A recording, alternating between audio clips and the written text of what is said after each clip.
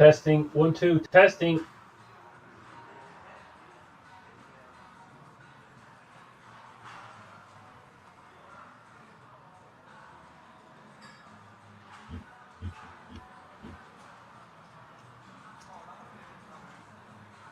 Testing, 1, 2, testing.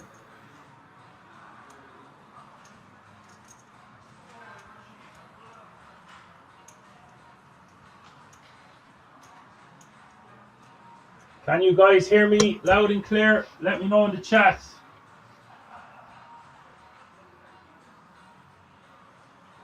If you can, we are indeed live for day 2 of the €300 Slovenian Poker Tour. The KK $500,000 Masters live from the King's Resort in Rozhadov.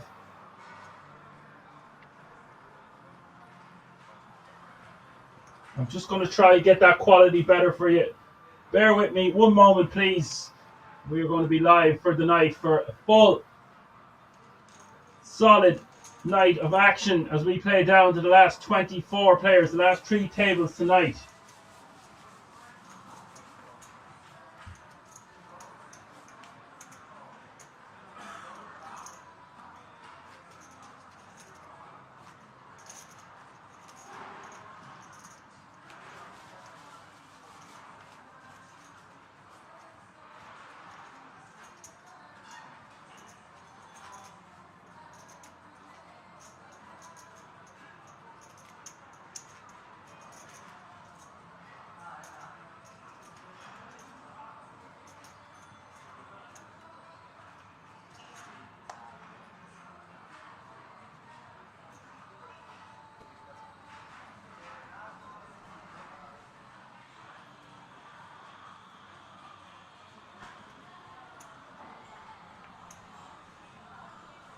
Now that should be sounding even better.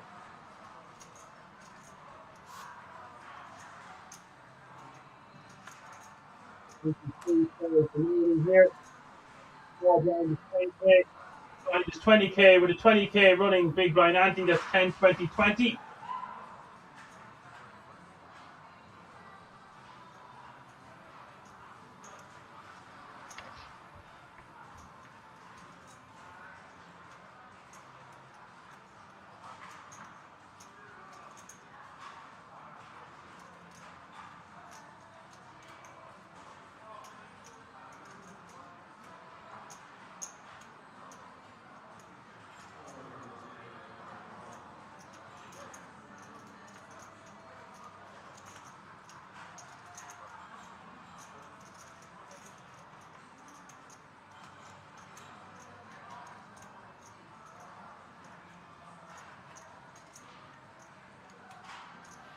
Johan, the main man, how are you keeping, sir? Look at the size of this entry field of 1,394. Average stack is 750,000. Guts of 40 bigs is the average.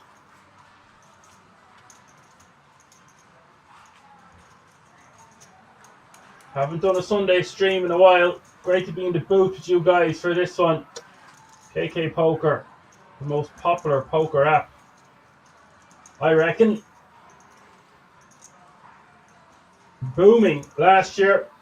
Everywhere I was going, I seen people playing on their phones. €65,000 is going to be allocated for the winner of this one. Hope you're all very well on this Sunday evening, wherever you're tuning in from, be it YouTube or the Poker Room Kings on Twitch. Welcome. Gamble says he can hear me. Good stuff. Test accept. Dan says Jay Wasello. Well, some people were telling me I sounded like I was commentating from a toilet last week, so I just wanted to make sure. I can hear myself in the headphones, of course, but it's always going to be echoed. We do have a guarantee in this one of €300,000. Incredible. From a €300 buy-in. What a year it's been at Kings so far. If you're new to this channel, be sure to give us a like, subscribe, and a follow. If you want to find out additional information, head over to the website, www.kingsresort.com. where we have a fantastic merchandise store for all your apparel needs, hats,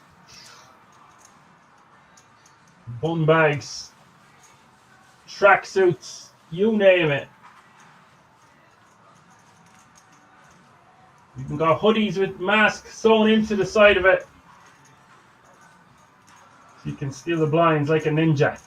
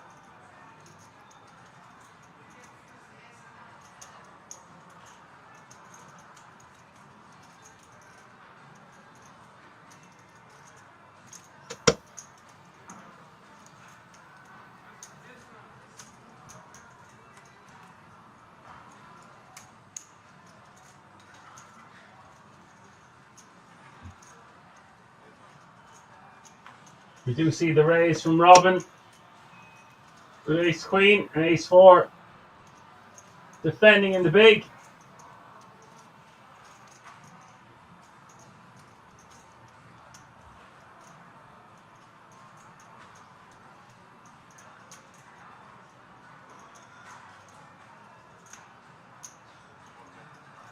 Piece of it for both players. I will get to who's at the table in one moment. Trying to get this quality even better for the viewers at home.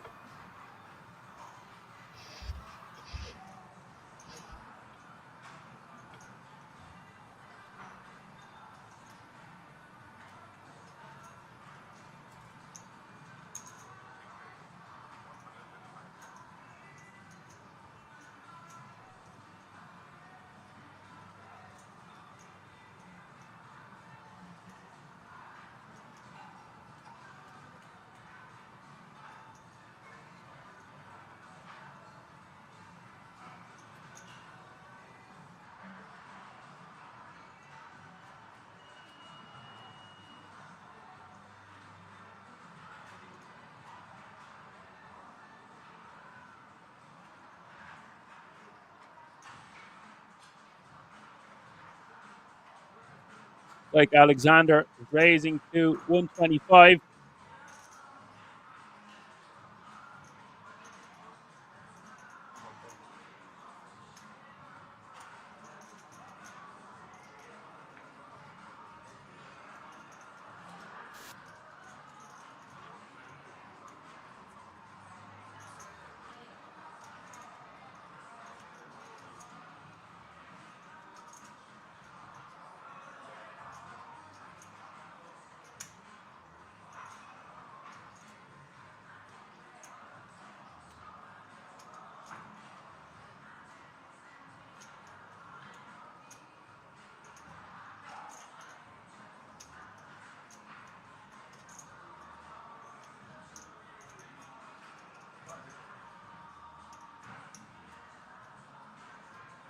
In the house up to stay not we arrive at the river here with 300.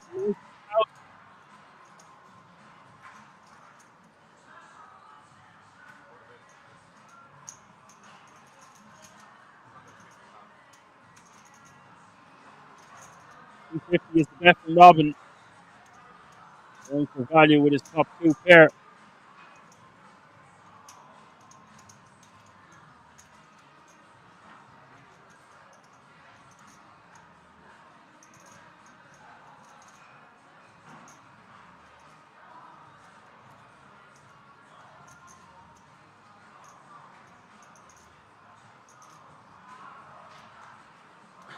Alexander.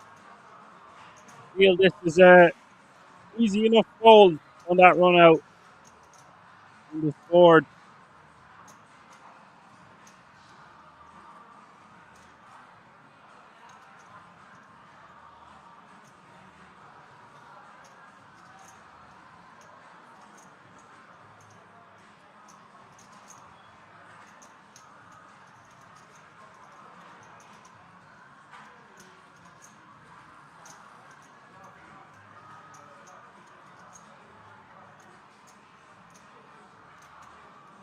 Can't beat much. That four kicker just comes in with straight combinations, a lot of two-pair combinations.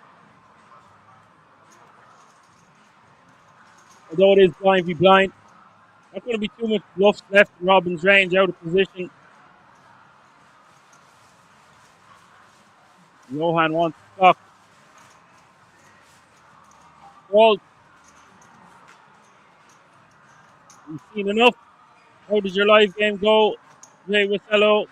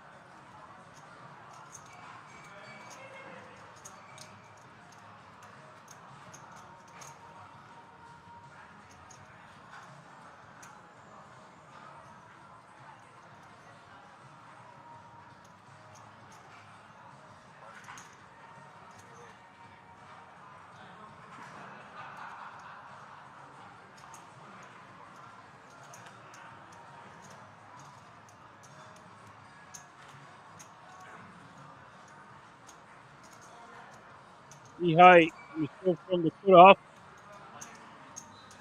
8.5 big blinds. Alexander, too much hand here in the squall with pocket 5 to make the call. We see our first all in and call at this feature.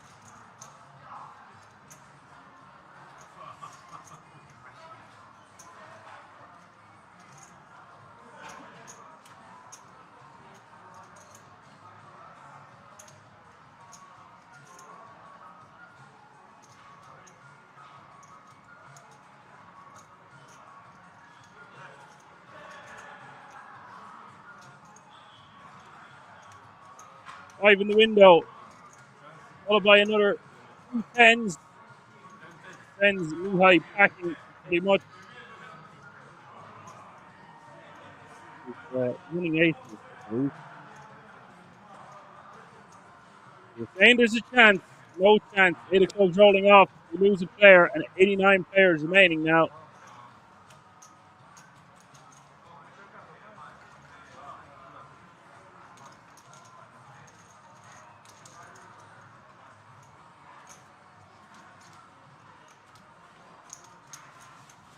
And page up has been reached. All players now guaranteed a minimum of €769.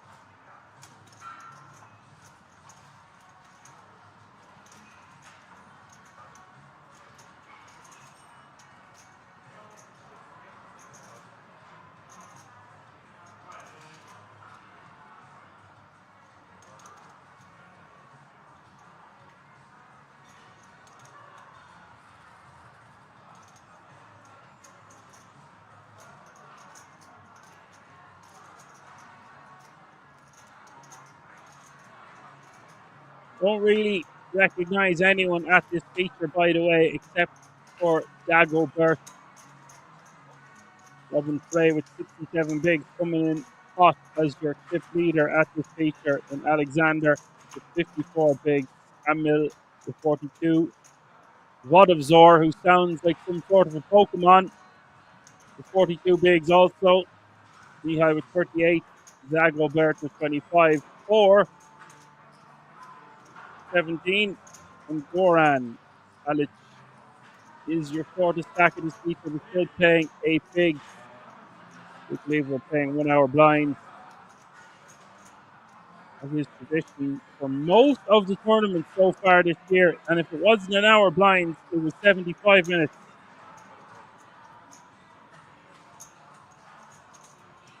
The structure's getting even deeper of Kings this year. Longer. We did do a 16-hour stream there not so long ago for a record-breaking field of nearly 8,000 runners. Expecting the big from 11. His top pair.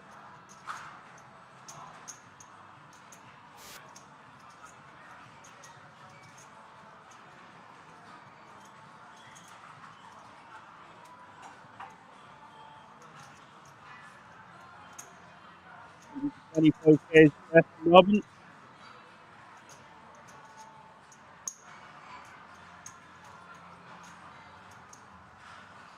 And call from the top of the pairs to the 10 kicker. River is the 5 of diamonds.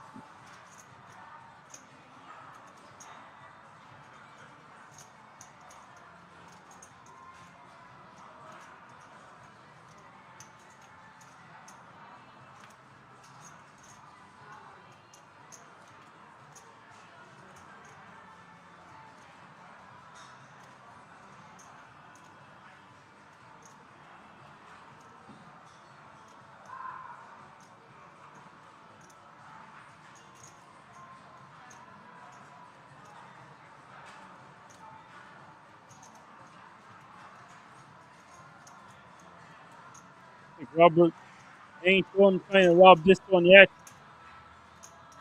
440 in the pot. He's going to bet, wants to bet on the larger side, somewhere around 3/4 pot sounds good to me.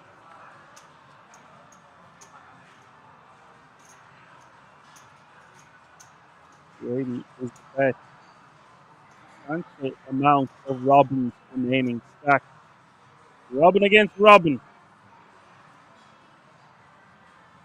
The issue I have in the big blind now is you still have top pair. That 10 of diamonds blocks the push combination for sure. Push the clubs out there. Push does come in on the river. If you lose a decent amount of hands, 720 in this pot, 280 to call.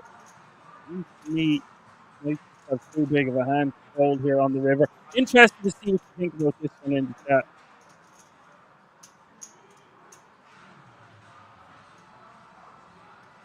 Oh, Johan Semi levels player 45 minutes. Okay. For some reason I thought it was 60. I'm just so used to 60-minute levels now, Johan. I'm all for 45-minute levels. Just going to throw it out there. Ray does correctly call.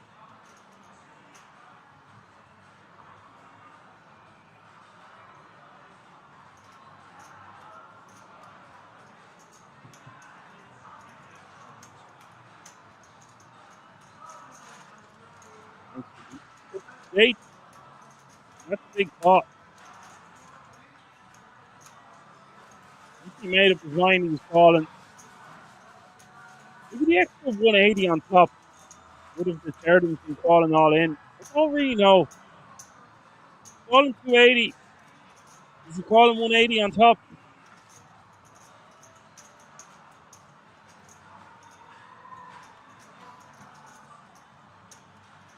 That 10 of diamonds really does block a decent amount of touches that the two often have. Great card to have with our top pair. The 10 of diamonds specifically. A different 10 now. give our opponent more straight draws. First big come in.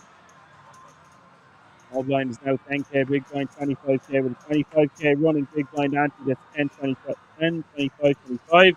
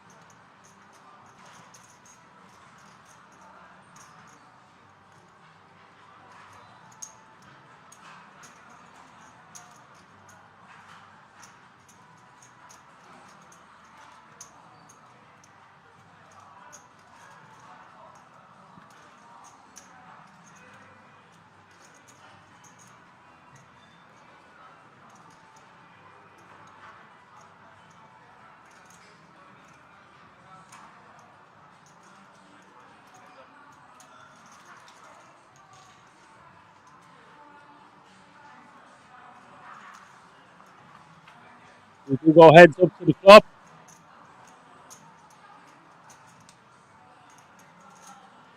That is 8-7 deuce.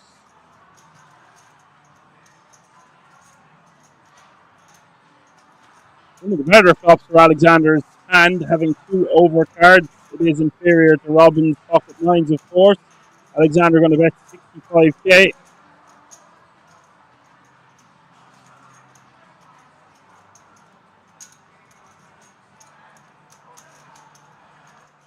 Nothing going at all. We're off to the turn. We'll see him retain the pot now. Turn is a 9. Alexander top pair.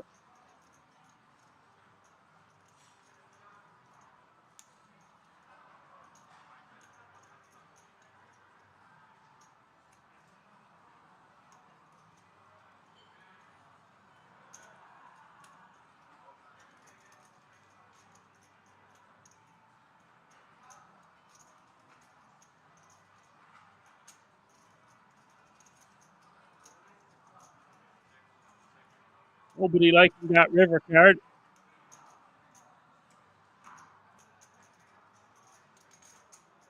We'll go check, check. Okay, we'll win another one now, paying over 2 million.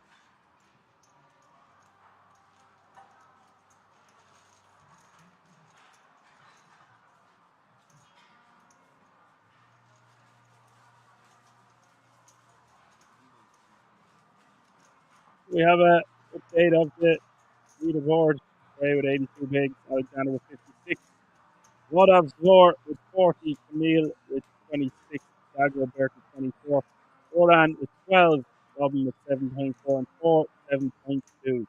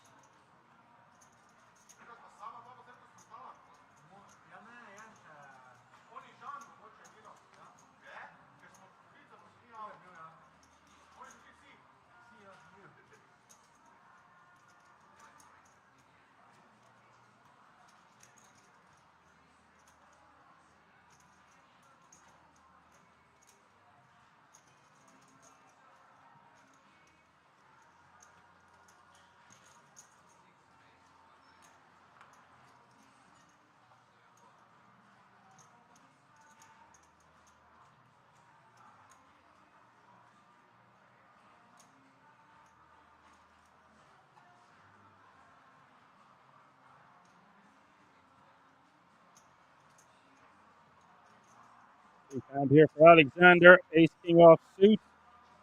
He's 3 betting to 120k. Wall for 3 betting. This looks pretty strong off the stack size. But Alexander has a lot more chips than Camille. Needs to be careful. He's making 4.8 bigs. Something I see online a lot these days. Very small 3 bets. And I'm guilty of talking about that a few times on the channel, and I have to hold my hand up and say it seems to be all the rage now, and I got to get with the times. In position, we can go that bit smaller.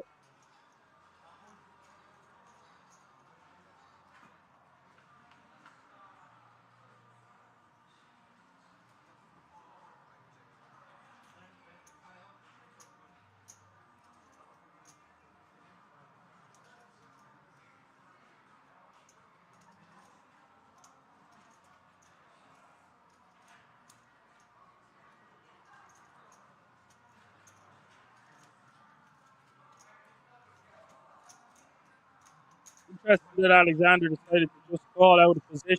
I would have thought we would see a 4-bet rip. Very surprising indeed.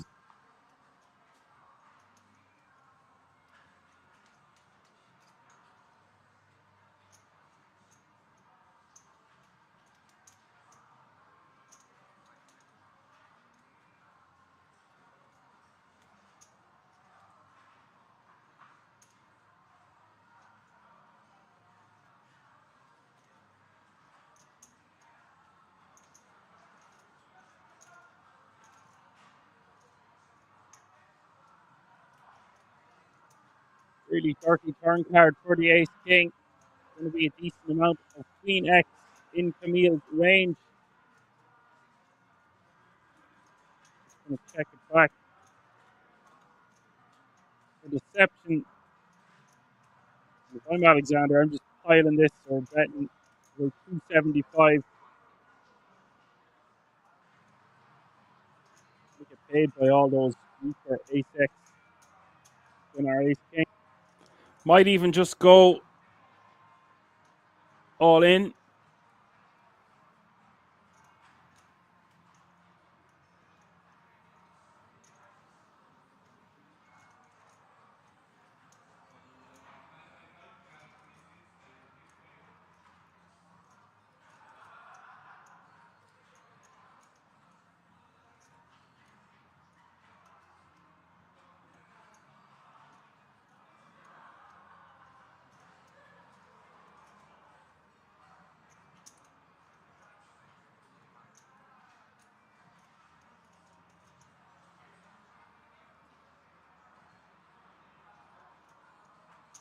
Camille going to raise to 300k.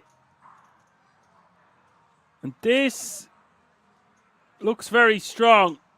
Very difficult for Camille to be raising here without a queen in his range or in his hand.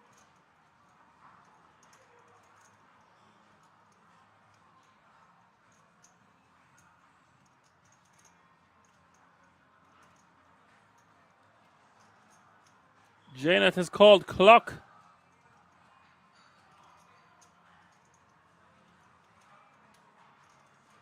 The issue I have now with ace king is I'm getting really good odds to call on the river. But the thing is, I don't see a hand like ace jack, ace 10, ace 9 raising to this size on the river. I think it's just a fold.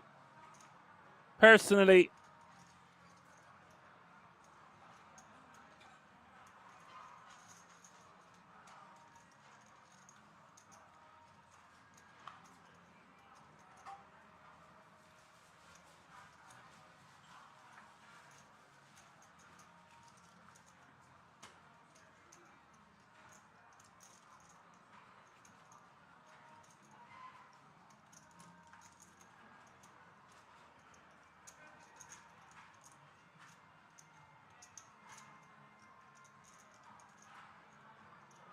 good evening from Croatia. Dobro veče, says Apocalypse.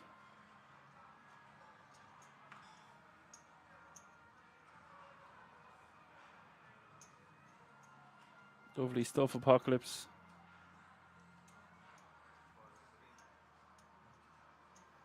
Pictures looked fan-dabby dozy.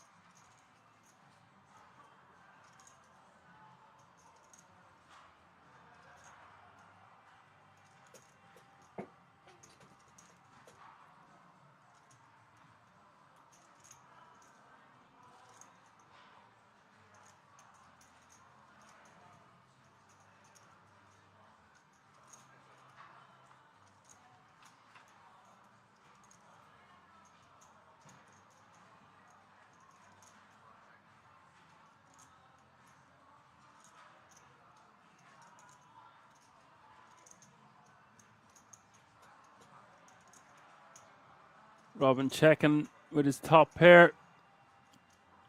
Camille doing the betting for him. Plus under the gun, +1 against the big blind. This one plays itself on the flop.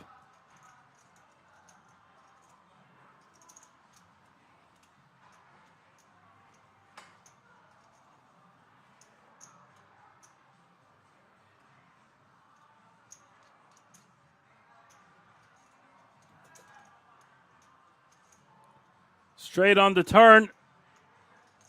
Pretty much sealing the deal for Robin Cornet's fate. He has been eliminated. Camille will scoop that one.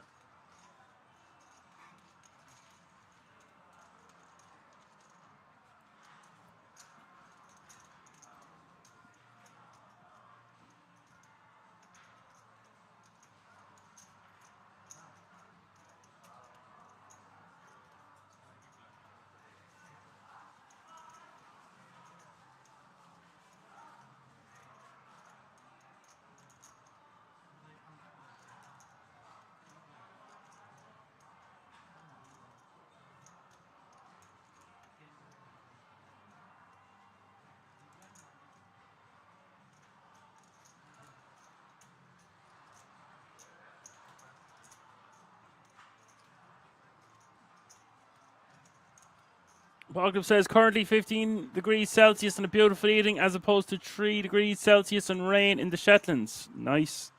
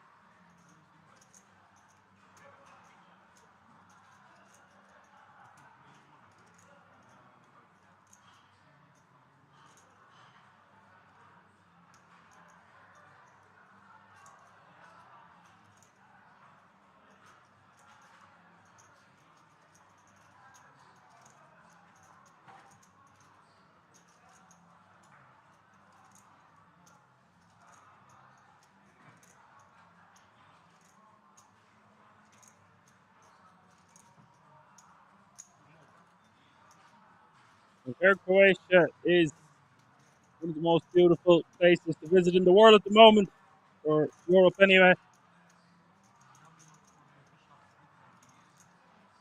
Top 10 for sure.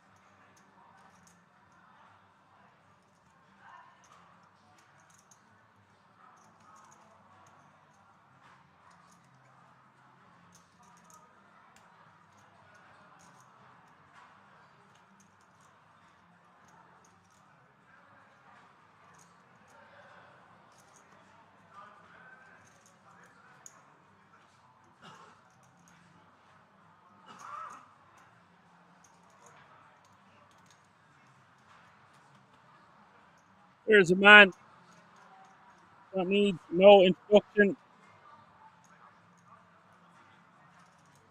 Michele Cocci.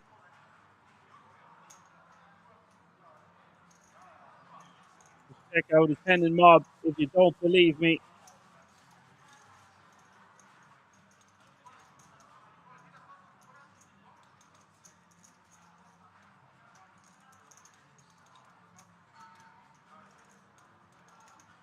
total live earnings of almost 1.2 million.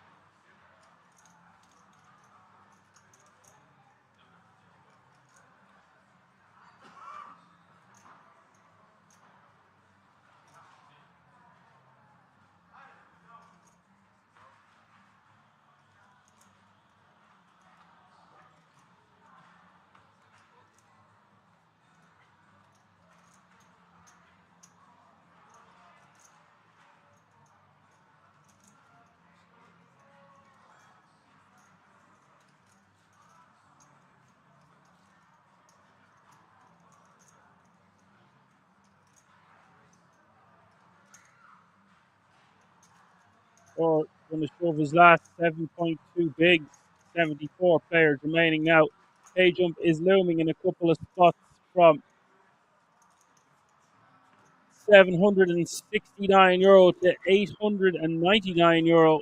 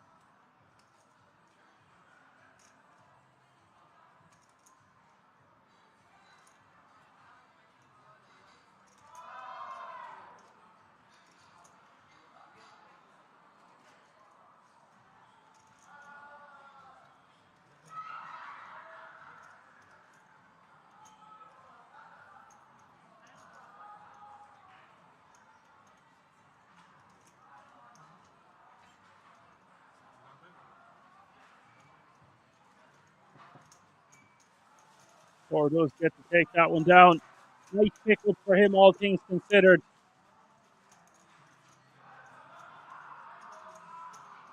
Uncontested. Really adds just 30% to his stack. And the world keeps on spinning.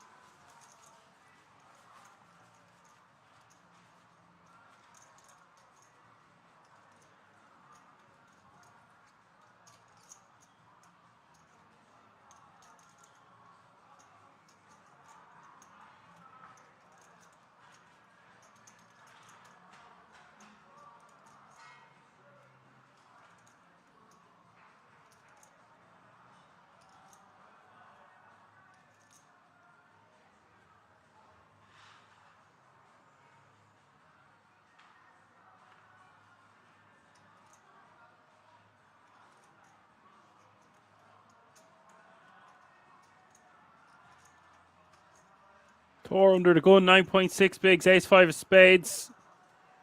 Wants to be shoving this one also.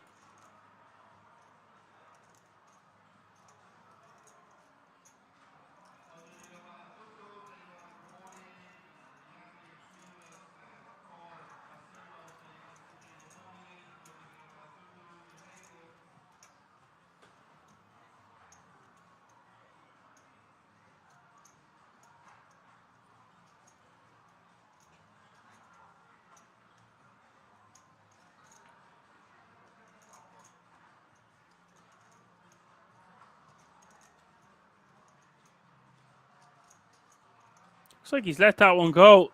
Surprised to see that go into the muck. Going to be too strong. Don't mind if it's ace deuce, ace 3, maybe even ace 4, especially the offsuit combinations. With ace 5 suited plus, we're definitely dancing. Meanwhile, back at the ranch, Goran shoving from the hijack. 9.6 bigs, king queen offsuit, touchy. The ladies of the night, 2 black ladies, all in.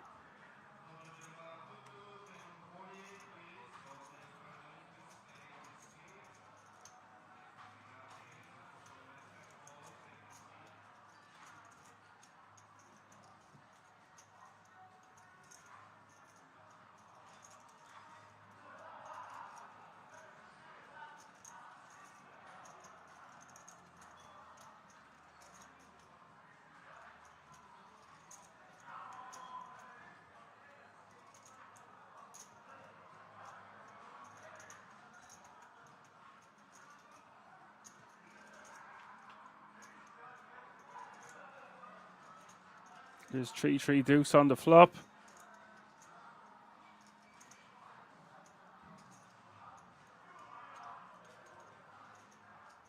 Turns the deuce. King needed the kings, or we will have another elimination. River is the 7 of hearts. We do lose Goran.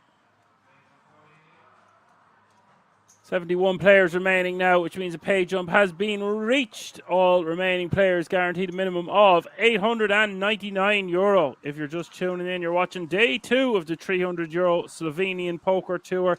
KK $500,000 Masters, live from the King's Resort in Rozvadov.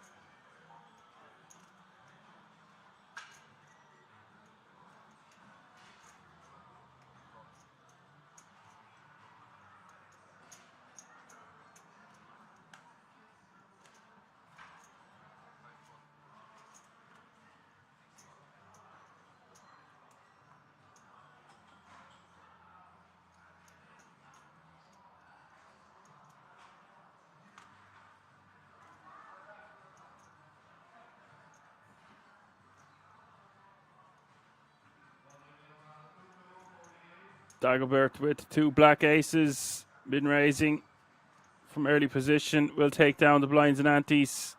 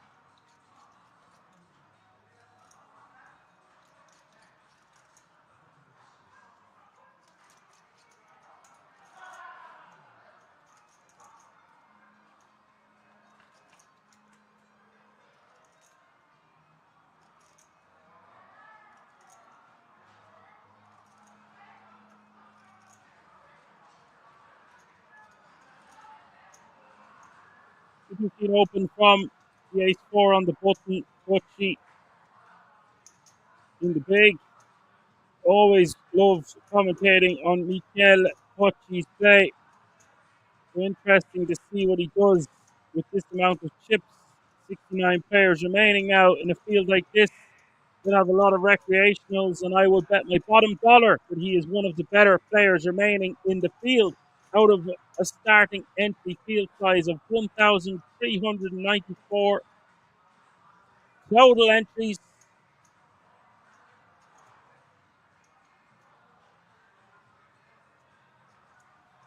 I did get an updated version of the schedule taking place at Kings for the next 6 months. And all I can say is seatbelts and airbags, something for everyone in the audience. Unbelievable events to take place in 2025. I thought we had already surpassed ourselves this year, and it's not even April. Stay tuned, is all I can say for now. Obviously, you can check out the full schedule on the Kings Resort website. Plenty of treats in store. Check. You're in that pot of 4, 65 king, 8, ace, 7, 3. The full run out.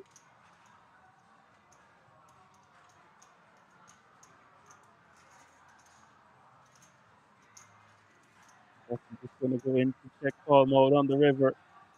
One would assume.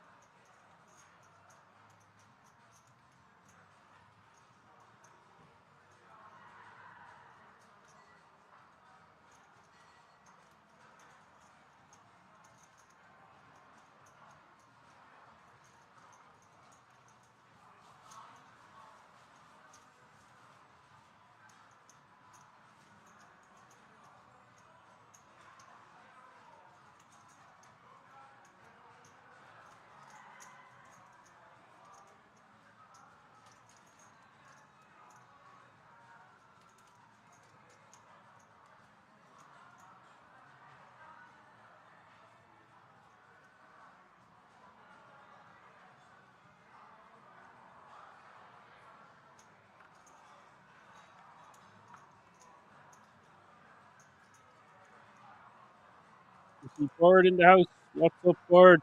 Hope you're well, my friend.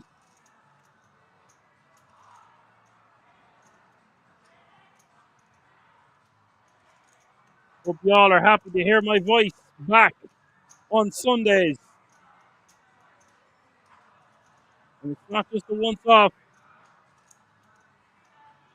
The fans have asked and given out and complained. We have delivered. Sunday, notice, I reckon. How do you like those apples? Boom goes the dynamite. Tors all in for 7.2 bigs. That's my new catchphrase, by the way. Boom goes the dynamite.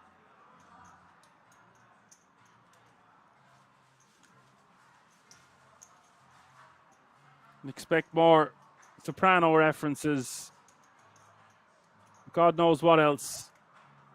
Plenty of puns about sea creatures. Isn't that right, Apocalypse?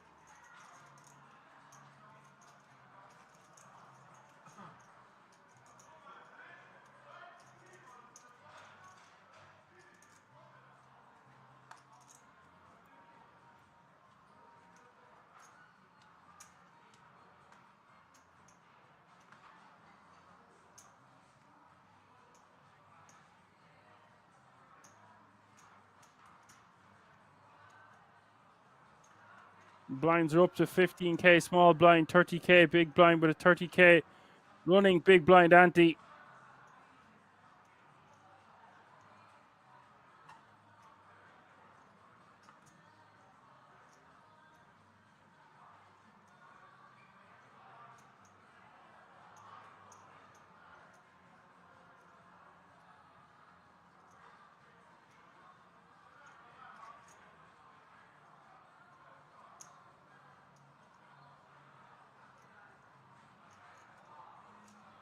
Tor, difficult decision here. I would think his hand is too strong not to shove.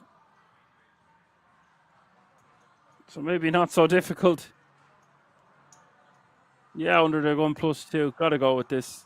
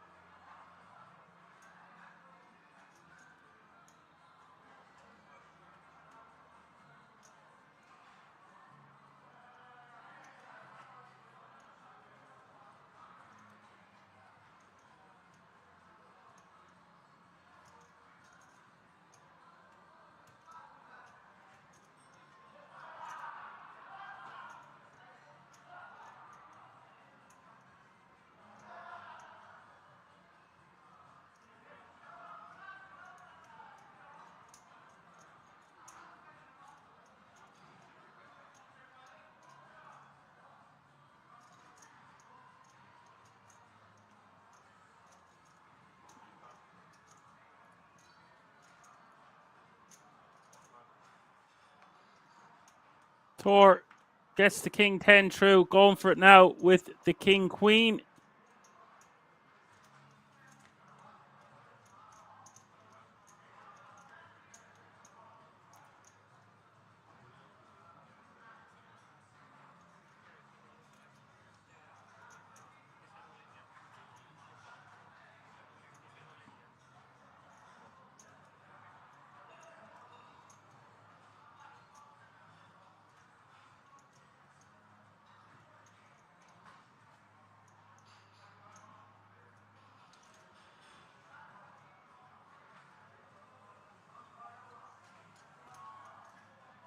Emil picking up a monster in the big, and they do get it in. Ace queen suit against king queen offsuit.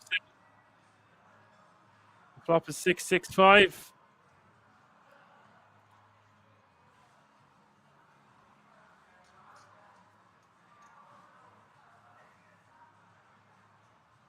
Tor needing help. Turn is a 9 of hearts. It doesn't arrive on the turn. Just 2 kings in the deck can save him. Oh my god, he hits it! Boom goes the dynamite. Tor sits back down, now playing 23 big blinds.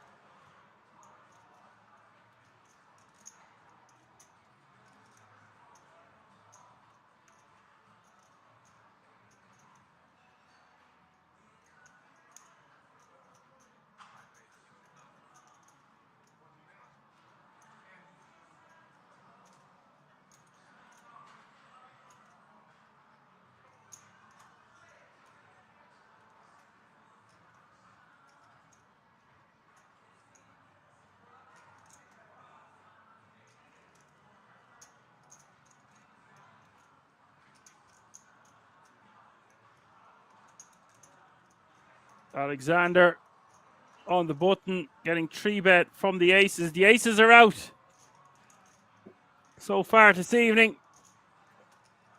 3-bets very small from the big blind to 150k total.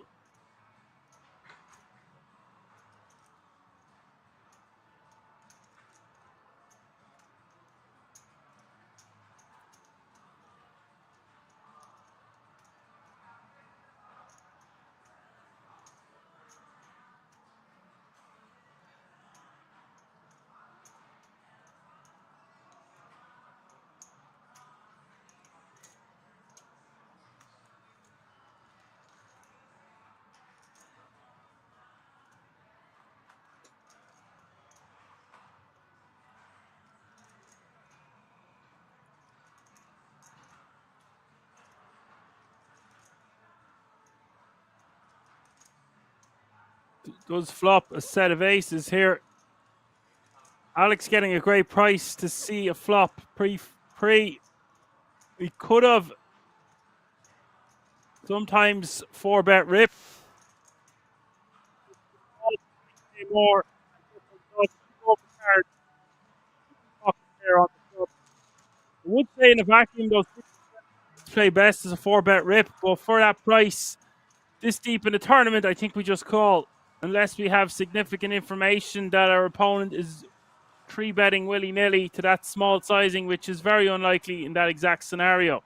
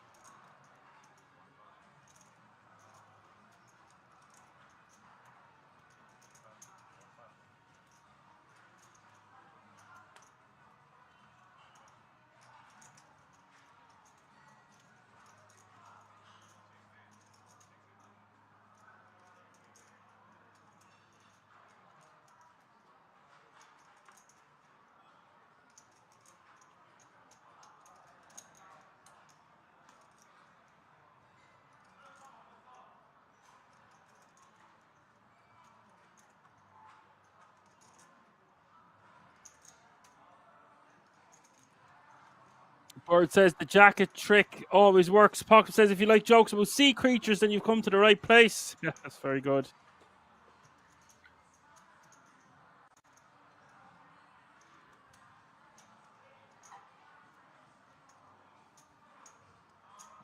James Ellis is always a surprise around the corner, Kings. Could have used it for that one, Johan, but I said I'd save that one for later. But it probably was the best opportunity of the day / night. Boom goes the dynamite. Sufficed for now.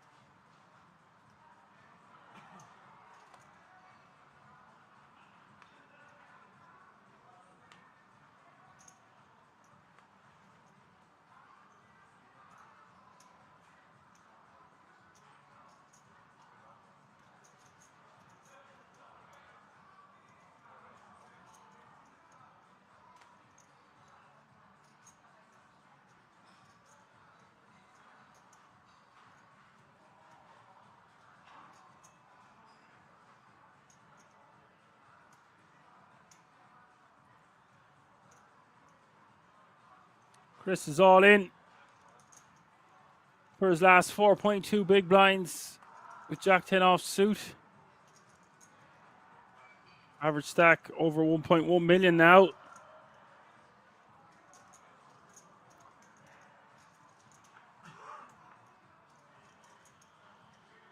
Dagobert pretty much priced in for 3.2 bigs more.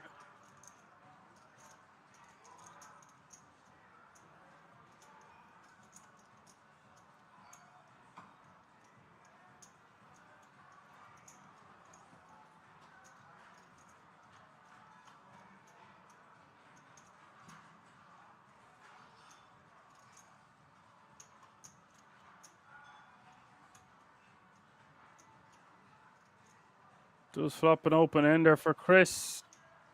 2 pair now for Dagobert. He hit the river. River is the queen of diamonds. Gives Chris the straight. He does survive and double up to almost 10 bigs.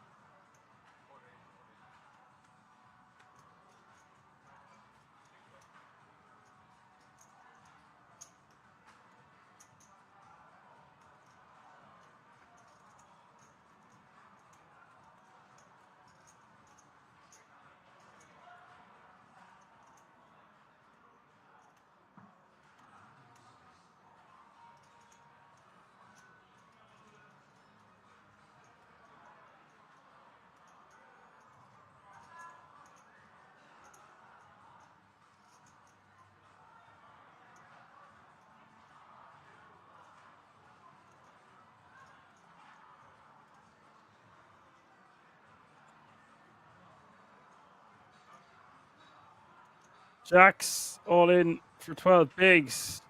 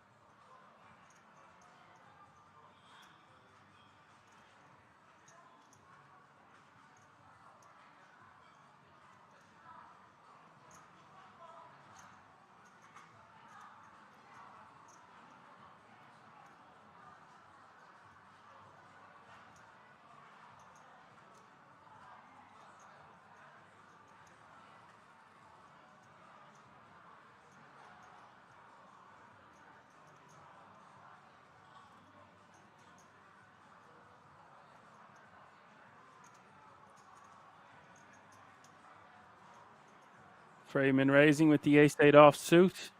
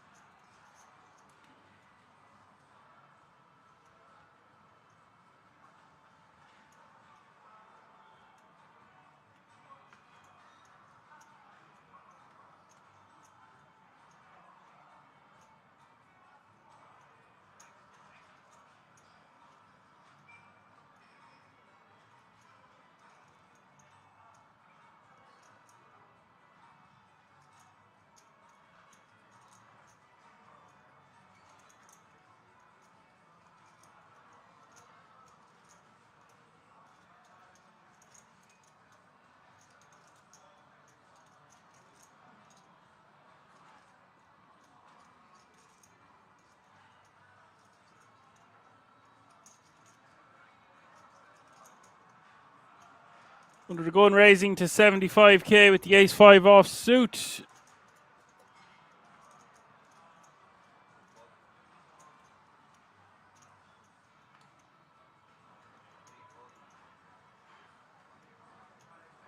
Did see a strange fold there on the button. Very surprising to see the king-jack go into the muck. Never fear, Johan, I am here.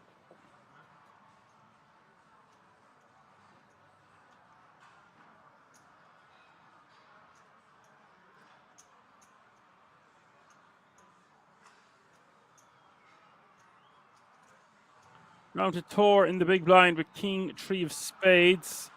He might seem to defend here for 45k more. He does call.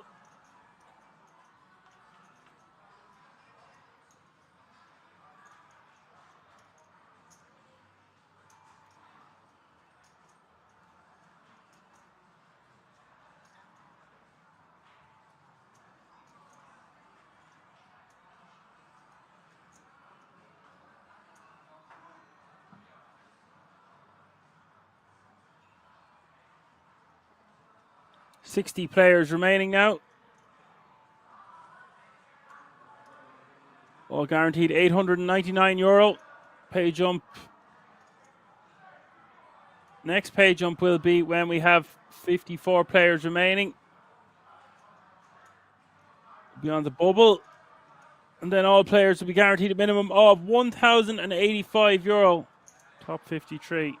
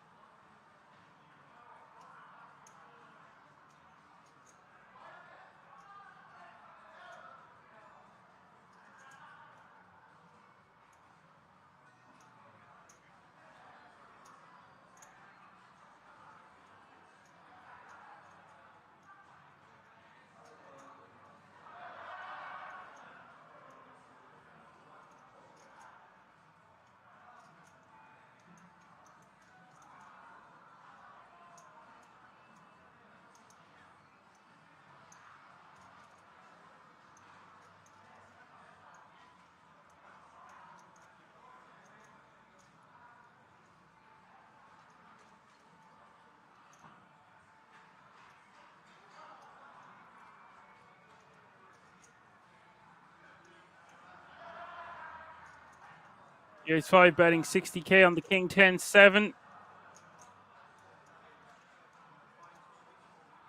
That under the gun range going to hit well with this board. Tor going to call with a monster hand. Actually, it would have been surprised to see Tor try get it in there, but he does have the spades. So not afraid of just taking one off.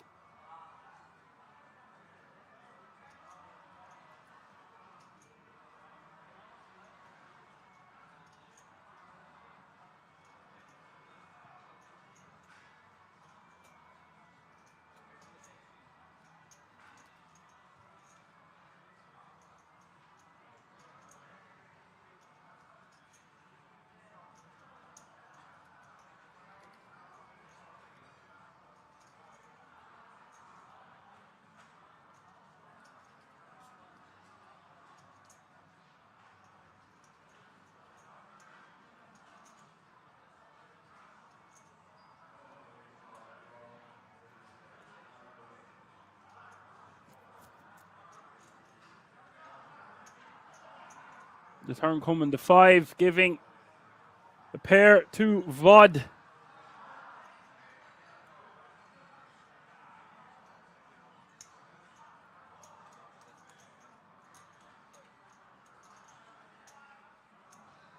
Do like a blockerish type sizing here. Stop ourselves from getting bluffed off. A hand that had busted spades or busted hearts might just jam. Tor does go for a small sizing that could contain a 10. That's why we can't just blast now. With 410k in the pot, just 95k to call. We need about 20% equity. Are we going to be good? We have about 20%. Are we going to be good? 1 in 5 times.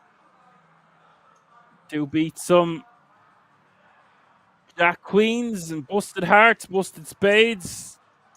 For that sizing, I might be tempted to call, but if Tor was bluffing, surely he would go with a larger sizing than this. The ace of spades is kind of bad because it blocks some combo draws that our opponent might have, but we probably would have heard about them sooner. Vod does pay Tor. Tor takes that one down, now playing 30 big blinds.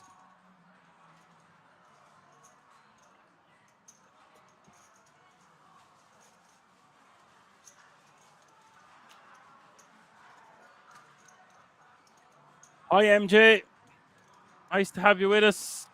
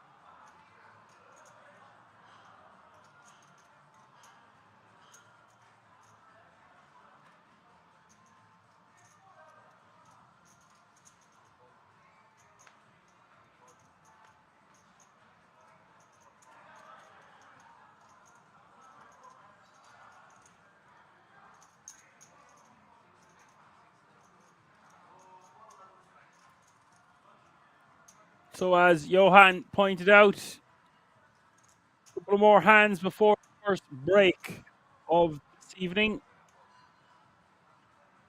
It's been an interesting opening frame or two.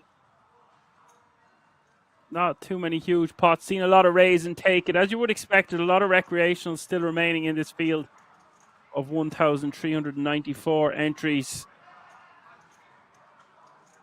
Lovely, sexy sum of €65,000 up top.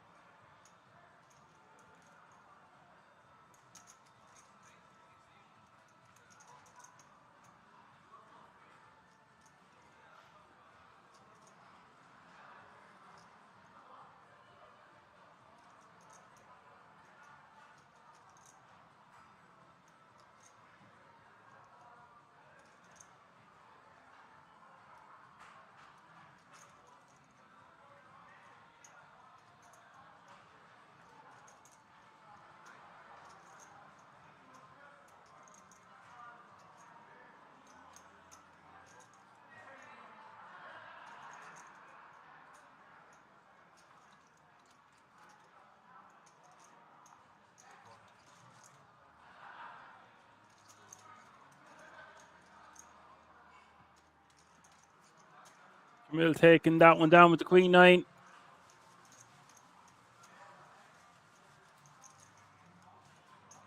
So 3 more hands to go. That was the third hand, so 2 more hands to go. This was the first of 3. The other way around.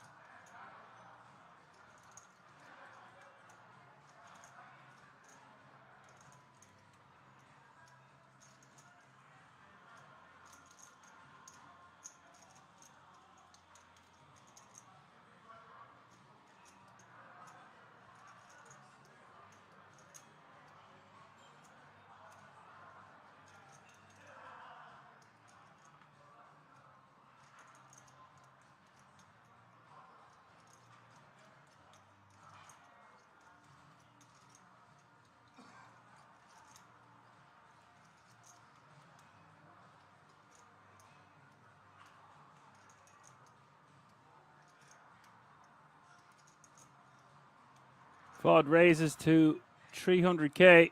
Basically moving all in. Dagobert on the button. Difficult spot here for Dagobert because this is a really nice hand to go with, to gamble from the button. But in a tournament like this, decides to just let it go, knows there's going to be better spots. I think ace-5 suited going to be a little bit too good to not gamble there. Interesting to see what you think about that one in the chat with 1 hand to go before the first break of the night. I think ace-5 suited is just going to be a little bit too good. Could fold your ace-deuce, your ace-3 and ace-4, especially the offsuit combinations, but I think ace-5 suited going to be too much hand for my liking.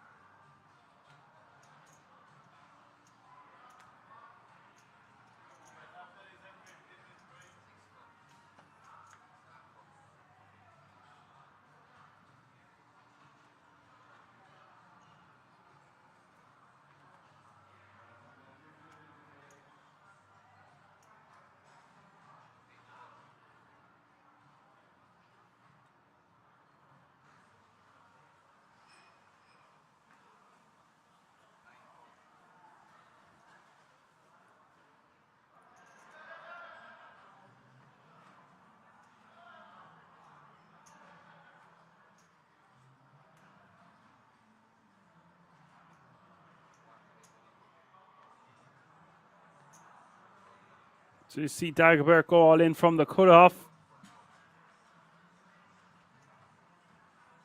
And Matty is going to go with the ace-8 suited. All the time agrees with me. Well, enough people disagree with me on this channel, so if you're agreeing with me, that's great. Jay Wasello saying I will play Kings in May for the 1 million Dutch Classic, 300 buy-in, 1 million guaranteed. Fantastic. It's combined, yeah, the EPF and the Dutch Classic. Was looking at the schedule earlier.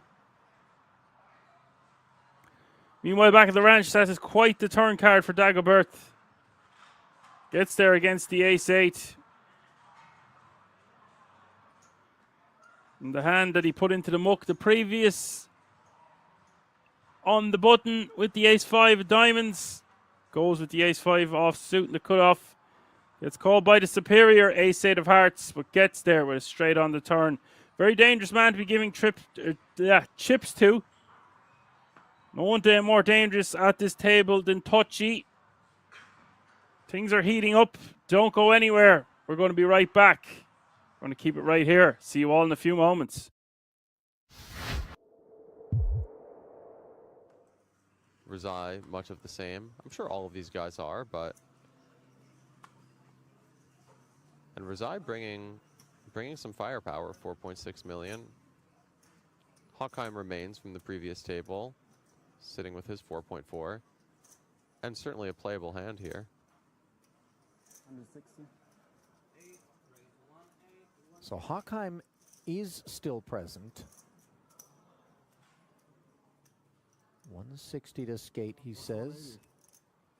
Di Persio into the bin. Svach also.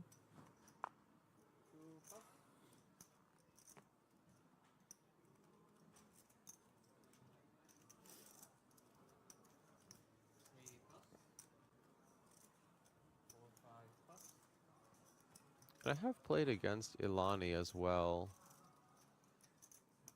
Not quite as much. I found him to be very creative, crafty, certainly tough.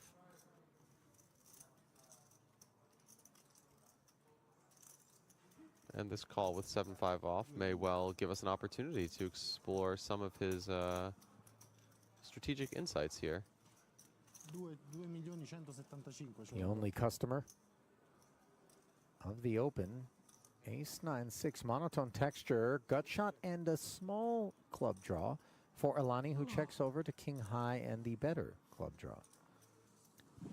Yeah, these 3 to a suit flops are always quite interesting, especially when both players have connected a bit. 110.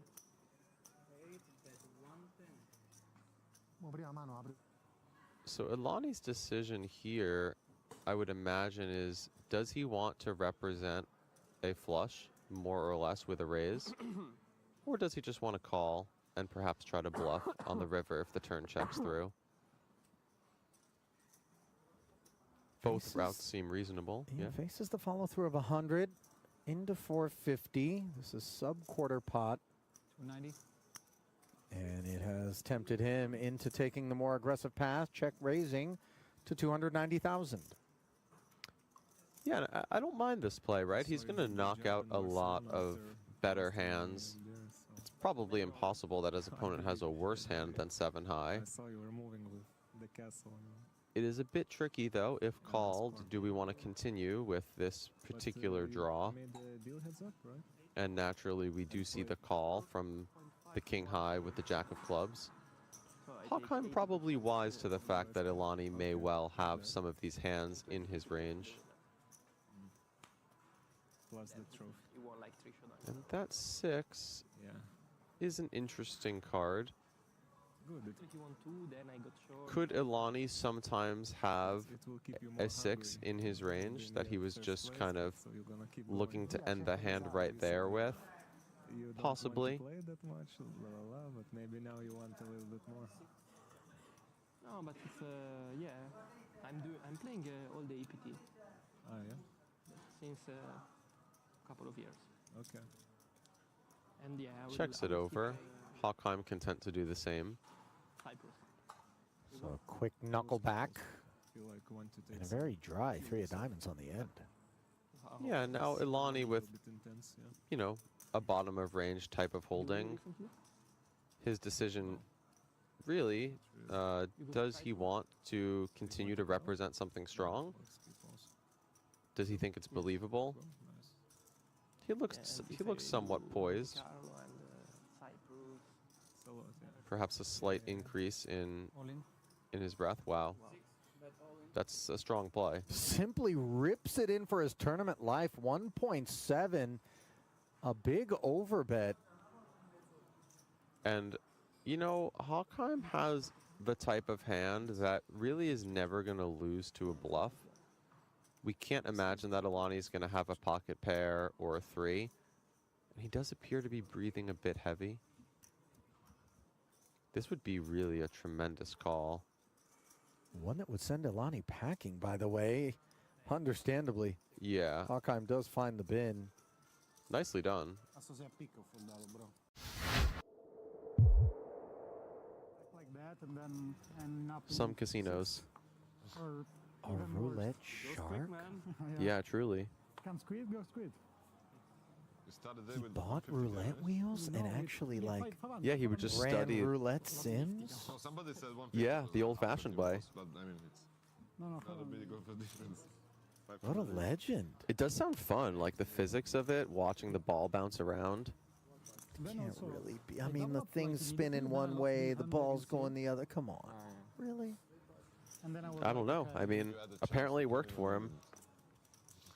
What, and then he just quit? Yeah, he was sought after for his antics. What do you mean by Played sought after? perfectly, right? I think people were unhappy with him. What do you mean people? Casino representatives, I guess. Yeah.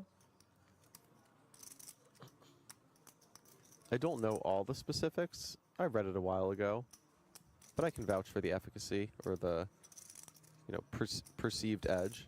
Are you suggesting he's at the bottom of Lake Mead potentially right now, Chewy? No, I no, mean, no. that's old school resolution. This was an Englishman. I don't think he came across the pond. At least, he didn't stay over here. Are you suggesting he's at the bottom of the English Channel, Chewy? No, I think he's living happily in the countryside with all of his winnings. Okay. Perhaps still just enjoying the spin of the ball. Well, Elani enjoying top pair here as digging in against Andrian's aggressions from the button. He works his way into top pair versus bottom pair. 200K C-bet being chewed on.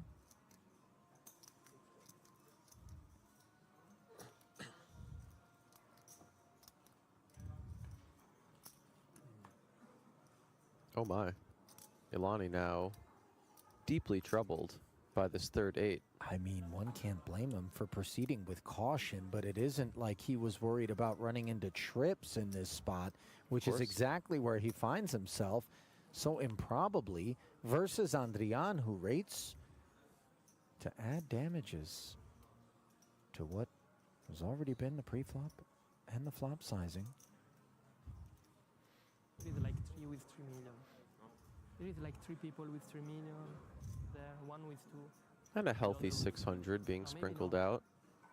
This guy Have to with imagine Ilani is going nowhere with his king. 3, 3.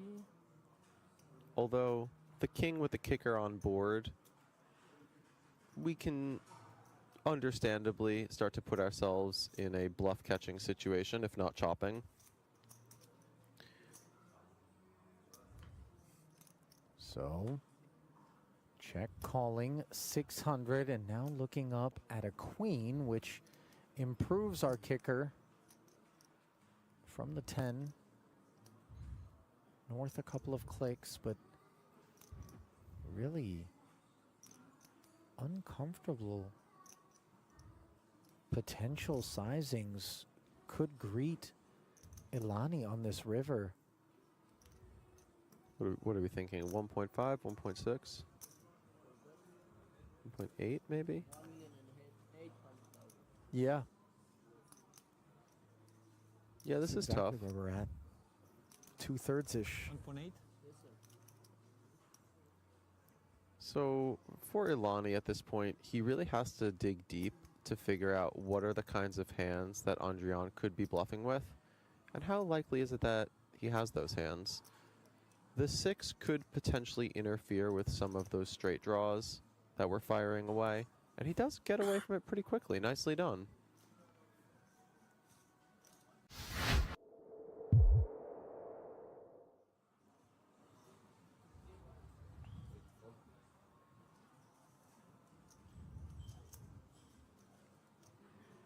Seven three suited. Doesn't rate to P. Oh, wait, hang on. When the glasses speak, we just may be Yeah, we making our must defer. decisions based on that. No, stop it. Behave. Now a king on the button. Not lost on Tamasauskas is the value of this kit. I think this is enough. As previously discussed, all that money up top. We do have to play to win a bit.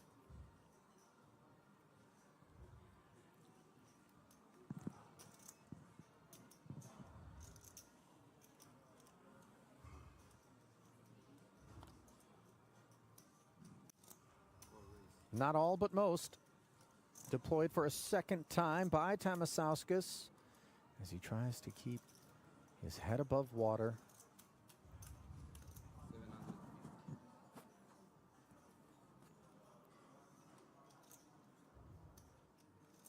Jack 6, not a candidate. We're going to see some stalling right about now, Chewy. I mean, we are one removed from the immediate paid jump, but obviously... I think that's what's happening. Although it's interesting. Oh, my. All of a sudden, never mind the stalling.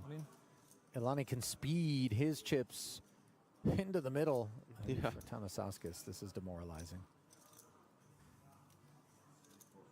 Decisions were always foregone.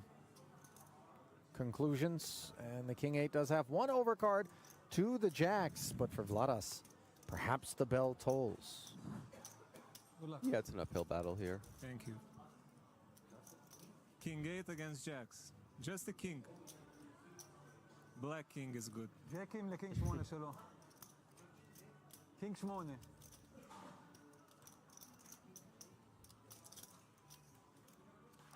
8. Updates being provided to the rail.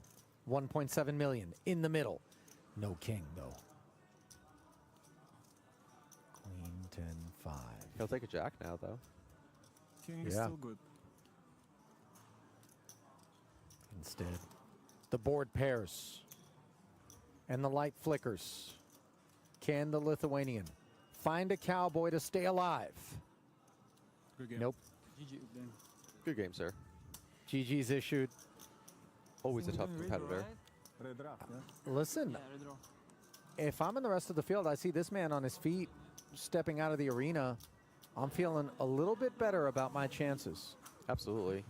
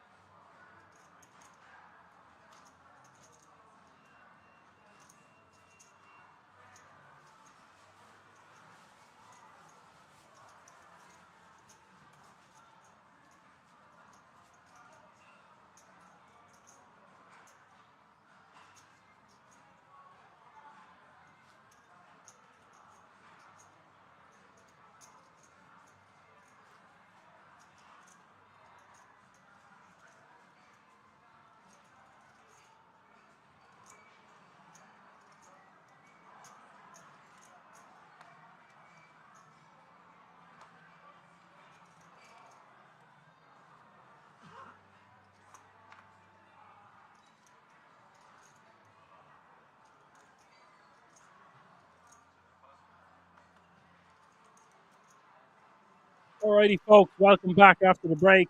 Blinds are now 20k, 40k, 40k. That's 20k for the small blind, 40k for the big blind with a 40k running big blind ante. If you're just tuning in, it's day 2 of the €300 Slovenian Poker Tour KK $500,000 guaranteed Masters live in the King's Resort in Rozvadov. My name is Action Man Dan, your broadcaster and Irish pundit for this one. 56 players remaining now from a starting entry field size of 1,394. Average stack is still over 30 big blinds, 45 minutes clock for the duration of tonight. Still 30 eliminations to go before it's all said and done, before they bag and tag and come back tomorrow with the opportunity of paying for over €65,000.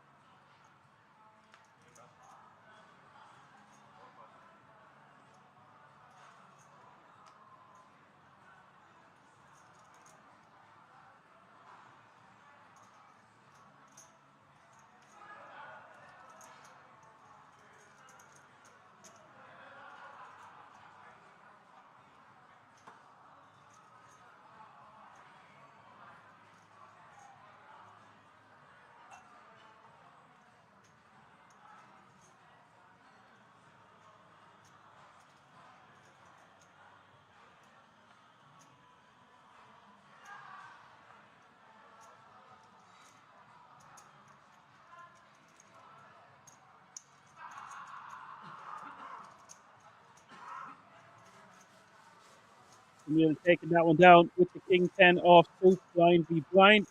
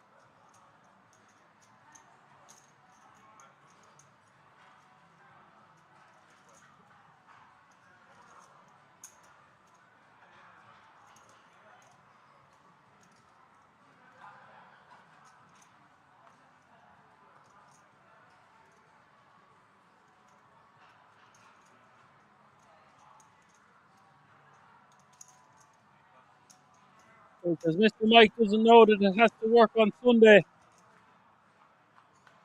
I'm here.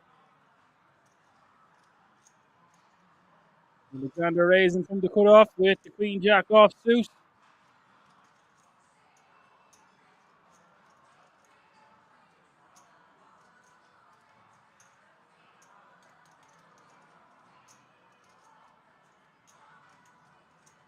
sometimes I like to stuff my face watching the first hand play with Cello. Just so you know, you're the only one that ever comments on it in the chat. It's better than choking. But perhaps I should try to learn how to eat quicker. Who knows?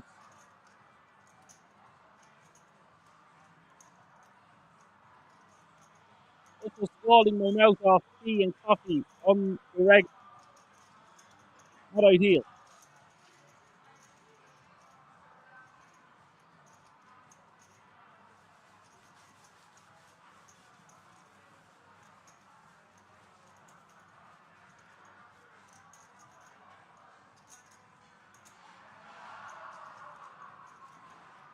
Well, I'm here to answer all your questions. Just ask me whatever you want there, Johan, or anyone else in the chat. Over here, Action Man Dan is here. Yes, you're right. I did not know I would be working tonight.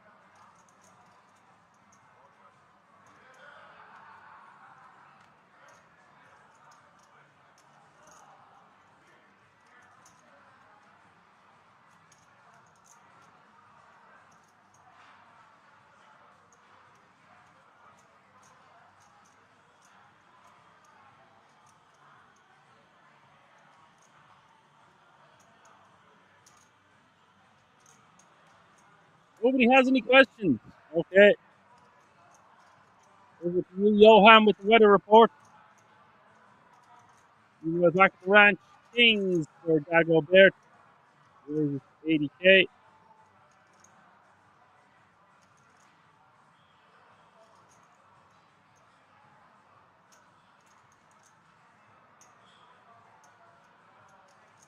Robert Ace suited. He just wants to call here from the big suited ace. 11 bigs behind. Has his big blind invested. Has his big blind anti-invested. Might even fold a hand like ace, deuce, ace 3 and ace 4 offsuit. Ace 4 and ace 5 suited. I think we just call. We're getting very good odds to the flop. Understandable that he will fold here. I just think we have too good of a hand to the flop for that price.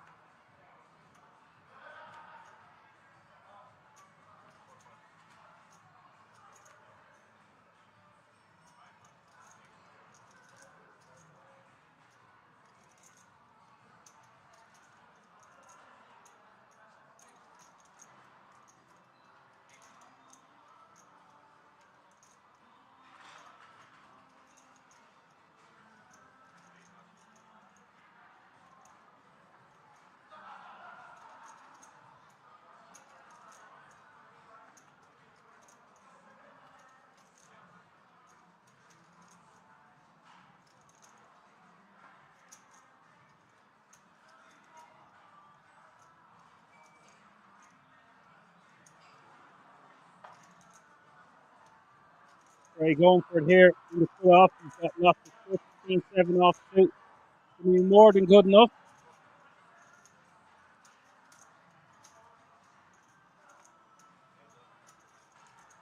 Could be even opening any suited queen. Actually done some studying on this recently. You can open pretty wide from the cut off with a big stack in this exact scenario. Obviously depends on what the effective stack is. We do have a lot of chips.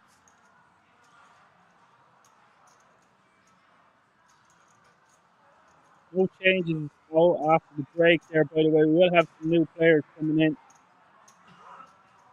Spoiler alert.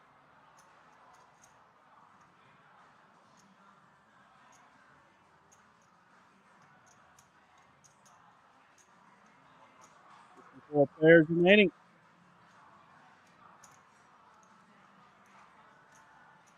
Small pay jump looming from €899 to €1,085.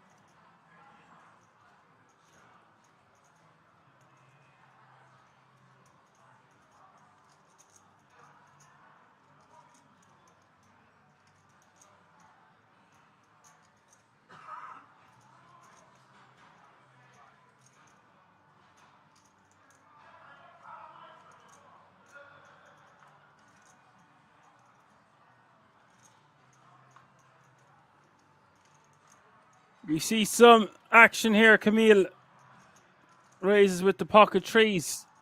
Oh, I have a question, by the way, for Bird out there. Bird said, Mr. Mike doesn't know that it has to work on Sunday. Was saying that is rich coming from you, considering you recently admitted that you always have the stream on mute.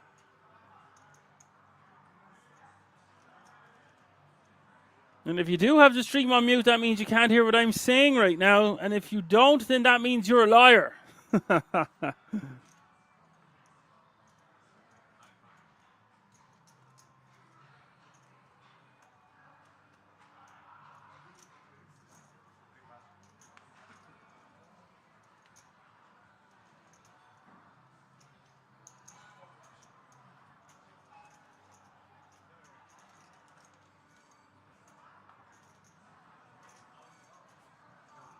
Robin is going to 3-bet that one and take it down with the 2 red ladies. Still 54 players remaining.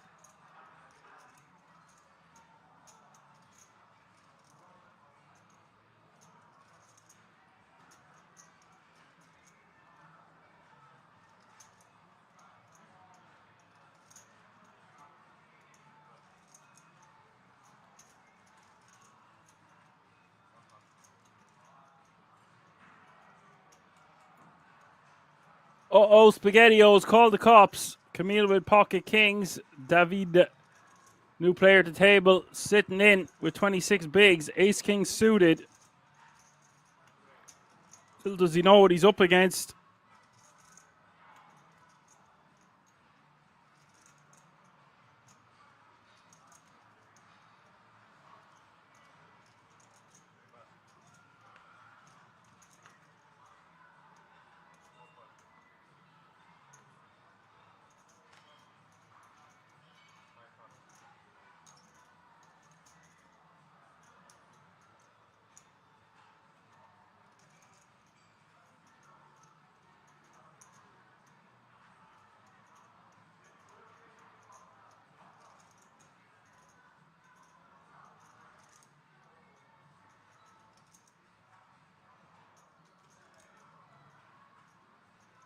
Do see 3-bet to 255 from the cutoff.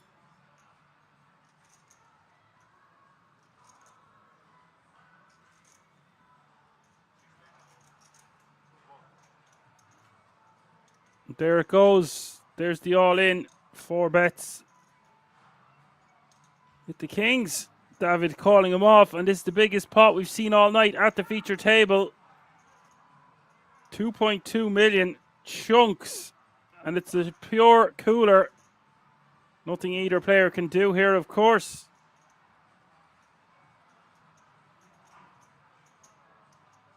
The hands play themselves. The 7-5 deuce, 2 diamonds on the flop.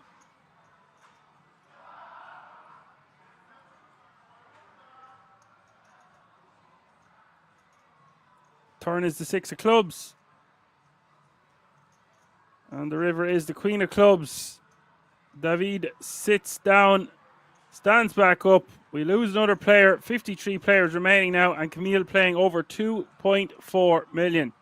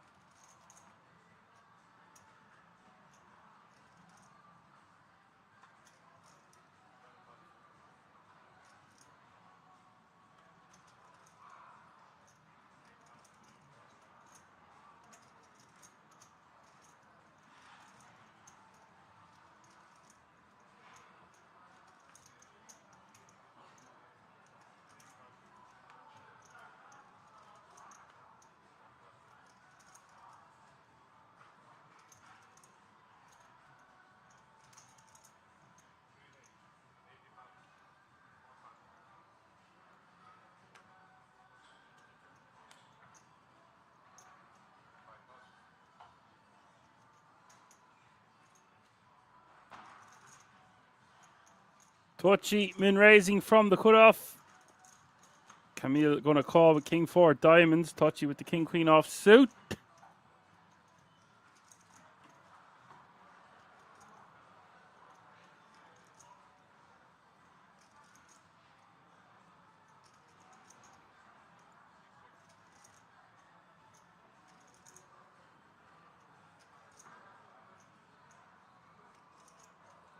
Brody in the house. What's up, Brody? Ace queen 9 is the flop. Touchy just going to take this one down, one would think, with a bet of 55k.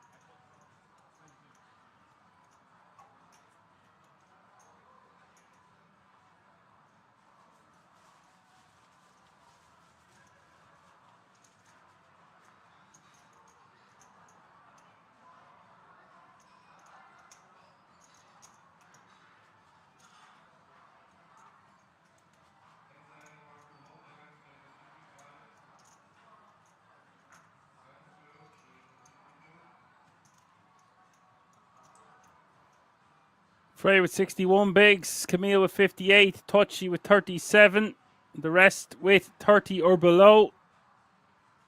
That's how it's looking with 51 players remaining now. All guaranteed over a grand, €1,085 to be precise.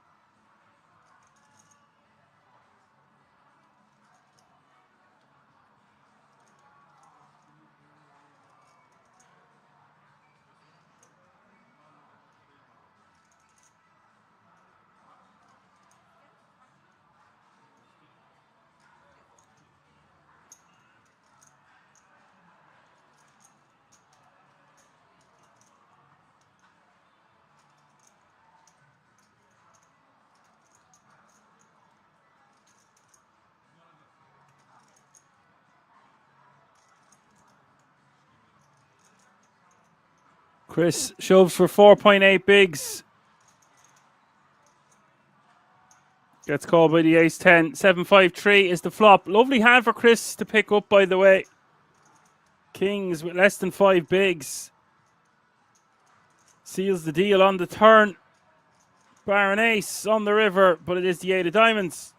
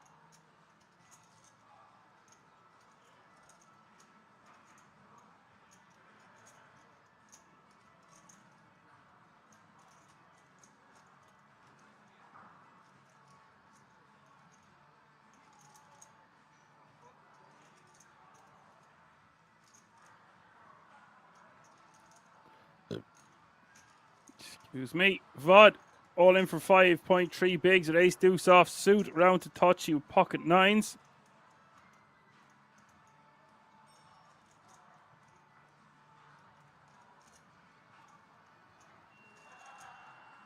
Touchy playing 37 big blinds now.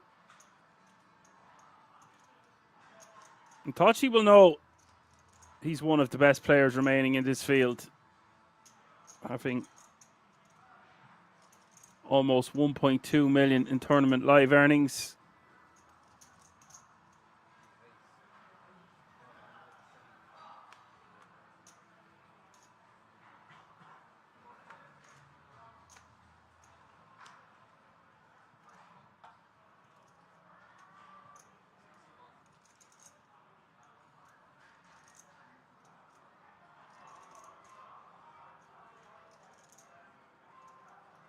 Does is basically click it.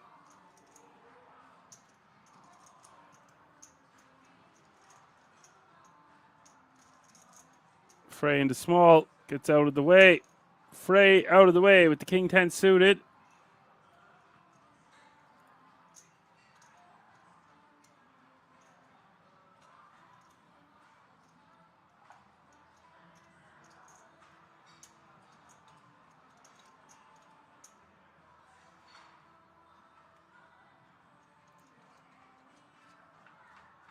Touchy set to eliminate another player unless the ace deuce gets lucky. Doesn't get lucky on the 8-8-4 flop. 3 outs for Vod. Turn is the queen of hearts.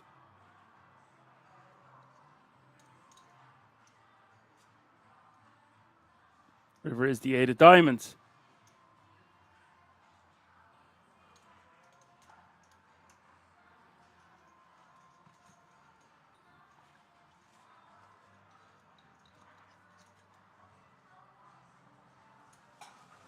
We do lose another player, and that means 50 players remaining now.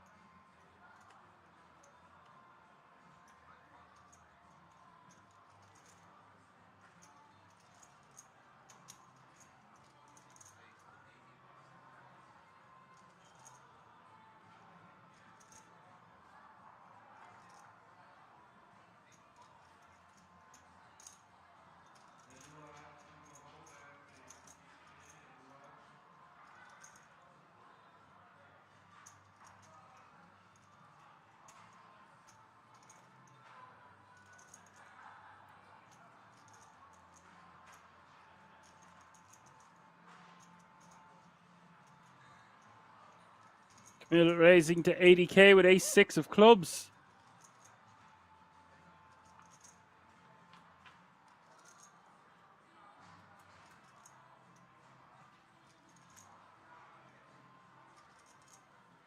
Dagobert, instead of rejamming pre, just decides to call with the ace 4 suited. Against such a large stack, I would be more inclined to rejam a hand like ace 4 suited pre.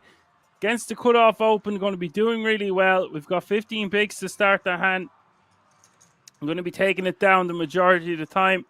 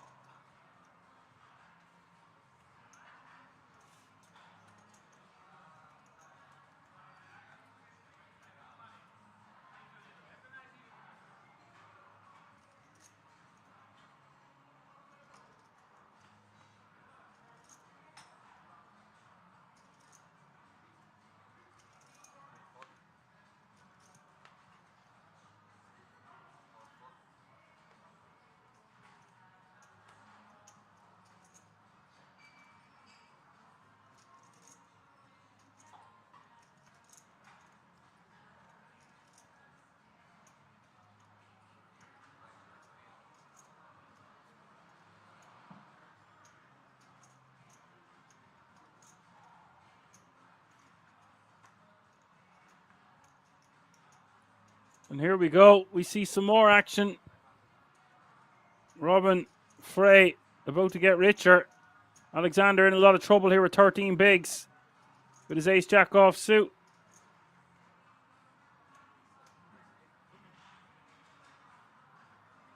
Does go all in, all in.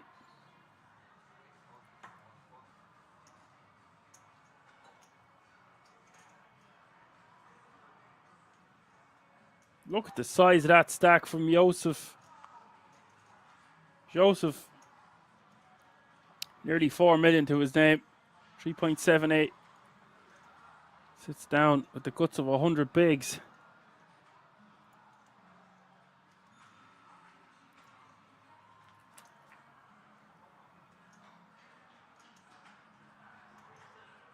Jack 10-9 all spades. Very, very nice frop for Alexander Pitek. Turn is the 10 of hearts.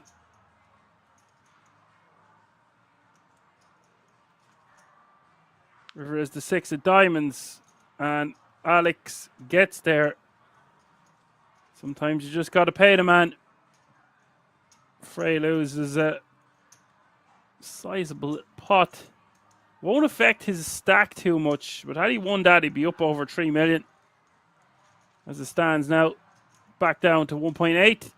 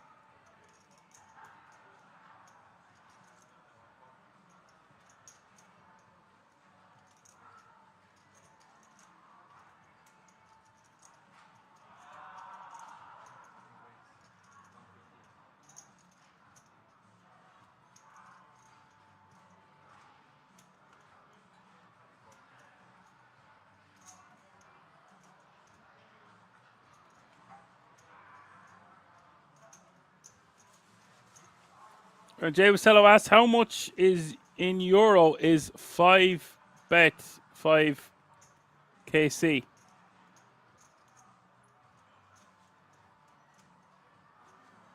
I'm not sure which currency KC is.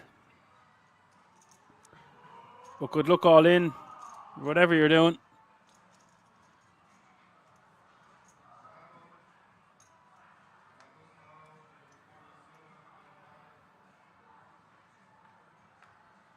Oh, Cronin. Yes, of course.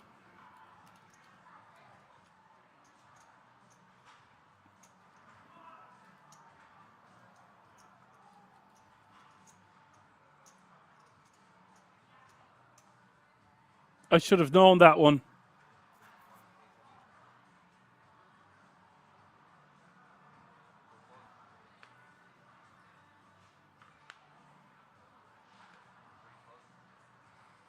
Wait, is it the Norwegian krone or the Austro-Hungarian krone?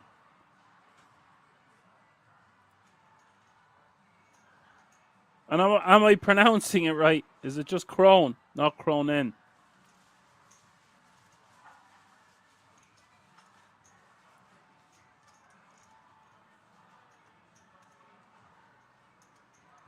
Whatever's clever.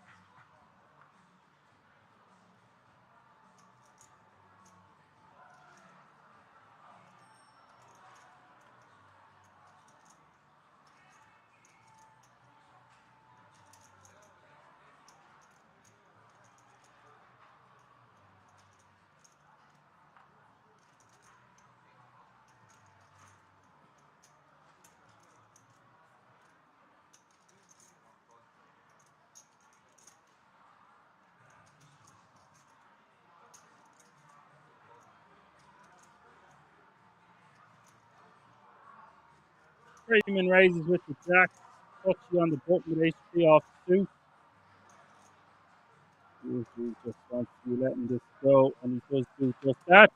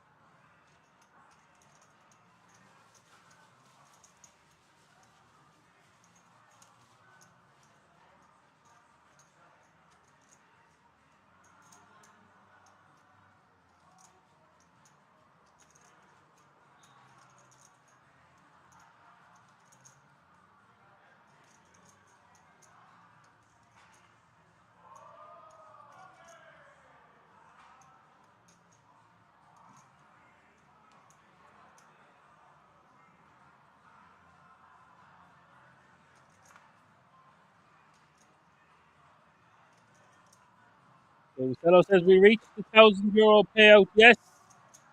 Maybe you have me muted as well. I've mentioned that a couple of times.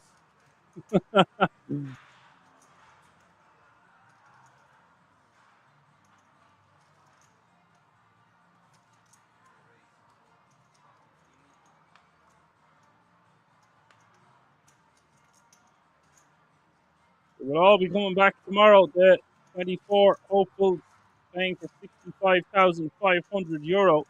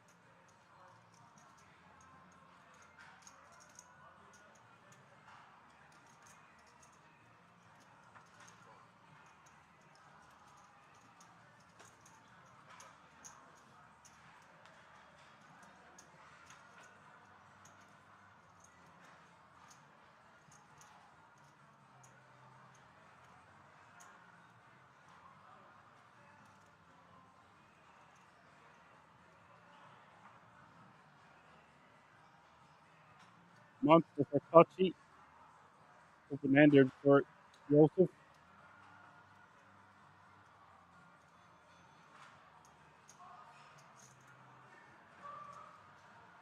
A lot of money gone in here by the way, for a 5-4 offsuit. If I do say so myself.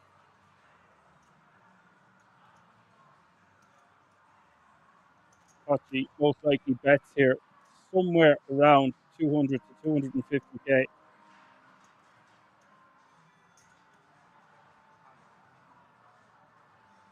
250k is the bet from Kochi.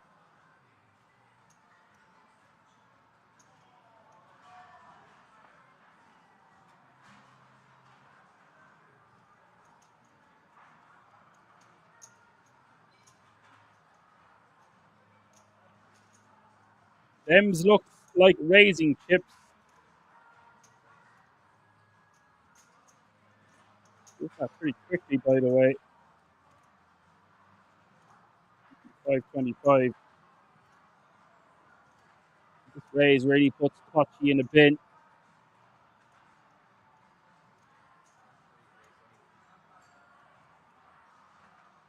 Decides to jam.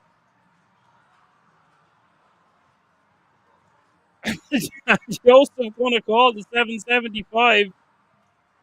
What's going on here? I thought we might see Kochi call on the flop as a continue to the 525 raise, keeping Joseph honest with straight draws, push draws, etc. With the ace of clubs, we drop a lot of push draws. That would check raise. Comes the 7 of diamonds, river is 10 of clubs, and Kochi wins a giant pot. Value shoving. I'm only joking, but wow. Deciding that if Joseph wants to call with a hand like a 3 or a deuce, a flush draw, or even a hand like 5s, 4s, 6s, I'm expecting him to call with the 5-4 offsuit on that flop. There's been a giant pot, and that's music to Kochi's ears. And indeed mine. I love watching this guy play, and now he's got chunks. It's made the night a hell of a lot more interesting. Interesting to see what you think about that one in the chat. David House says late Christmas gift. I'll tell you, you can call it a late Christmas gift if you want. You need to dodge a lot of out. It's so funny that he's shoving as a bluff. Sometimes just going to have the best hand. Just wants to take it down on the flop right there. And then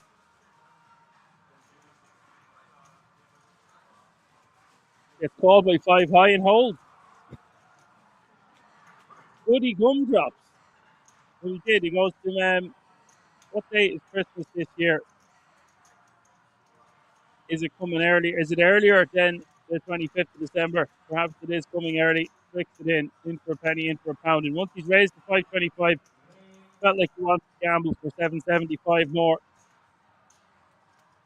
The hands seem to be overplayed in both situations. Kochi obviously knowing his customer. I'm not too familiar with Joseph. Maybe someone in the chat is more familiar. But I'm going to write that down as a highlight hand. If throughout the night you feel like the hand is took place as a highlight hand, let me know. Sometimes I just forget, and I will make sure it gets reviewed.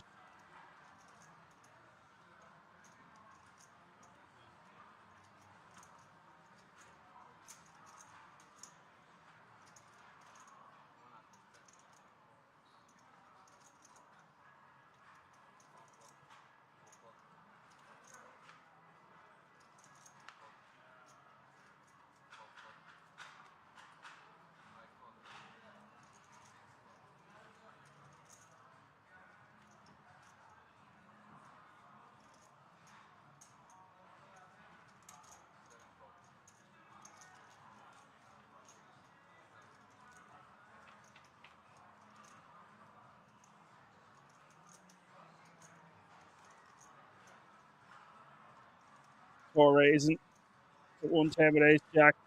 So you're going to call with 4-3. Flops the arse end of an open ender.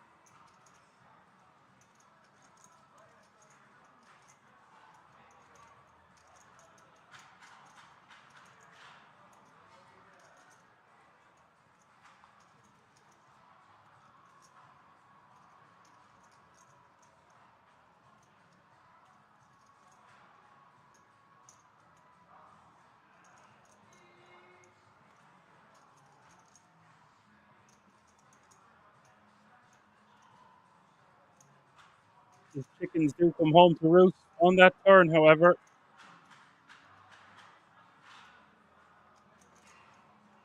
Hard for him to get paid. That's the only other thing I would say. This board going to smack the perceived big blind defending range more so than the opening range from under the gun.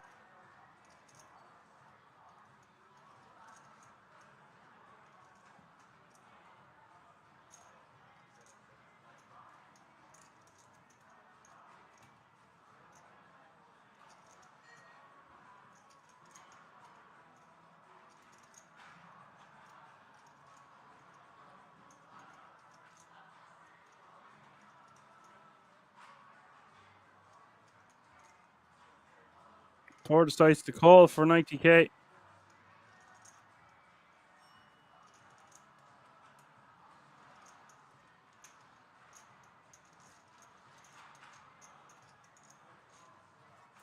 Gray will win that one.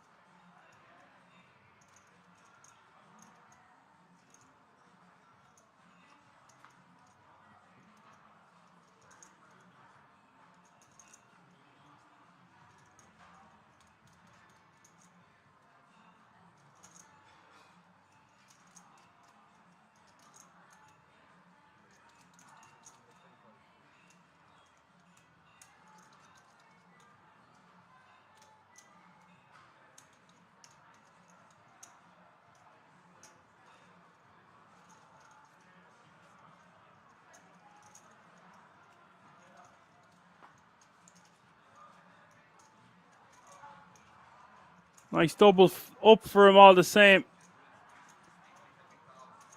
Alex now playing 12 bigs. Actually a big swing for him, even though in the grand scheme of things wasn't a huge all-in.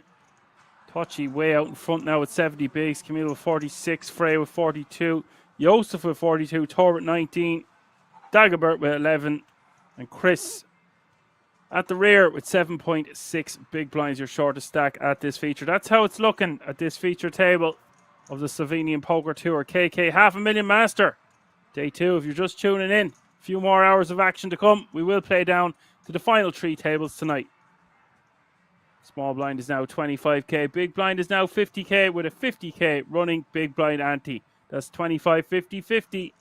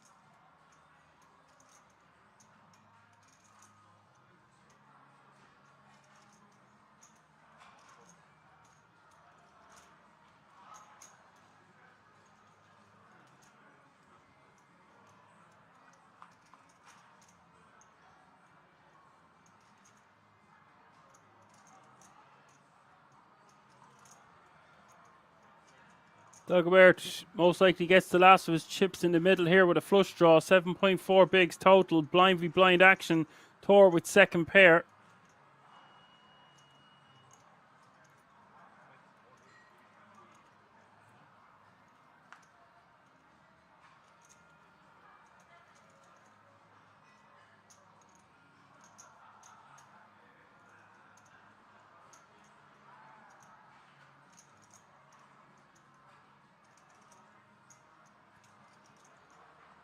Looks like they are going to get it in.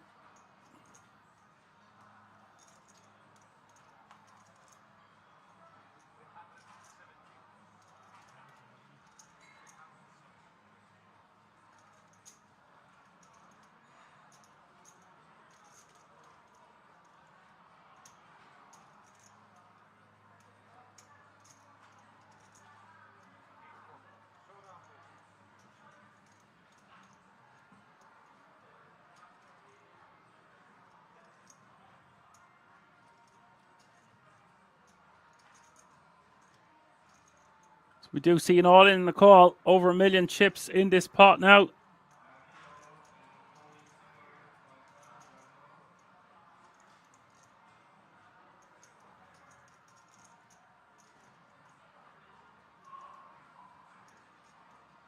Turn is the 7 of hearts. Dagobert needs to hit this river. Doesn't arrive. He has been eliminated. They do get it in. Tor comes out the victor, and 47 players remaining now.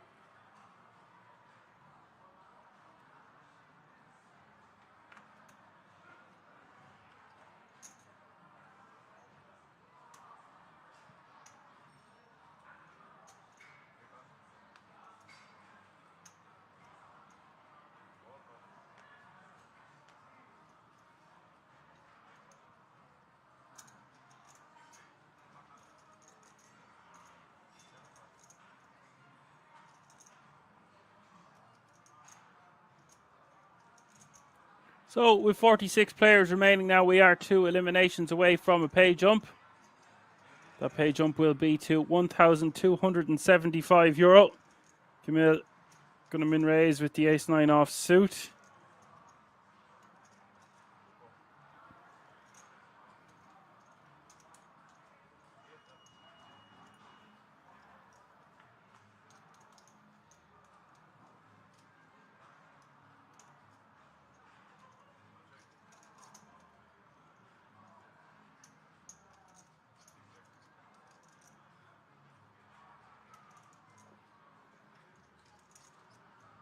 Joseph can't be liking this board with pocket fives.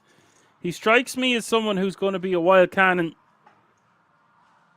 2 pair now for Camille on the turn. You're to bet 150.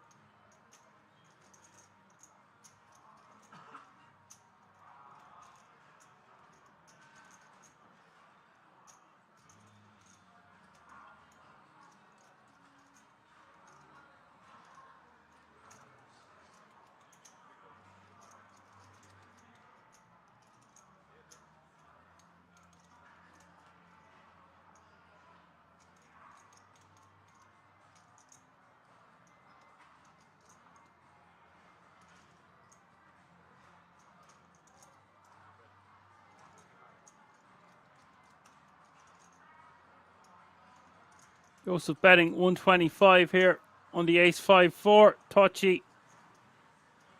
Good shot, straight draw. Going to continue.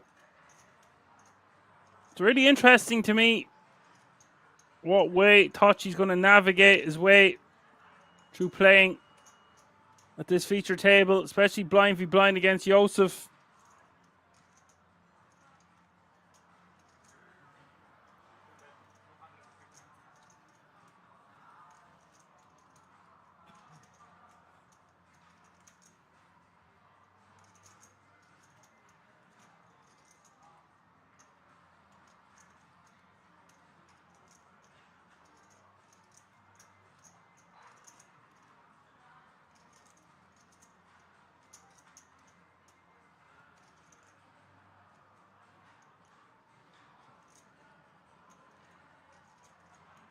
Joseph bets 250 on the turn. Now, interestingly, Touchy's going to call a second time. I didn't expect to see him call that quick. I thought we might just see him fold. Perhaps he has a plan. The plan is to hit the straight. I would have liked to see a different river card to see what Touchy had up his sleeves.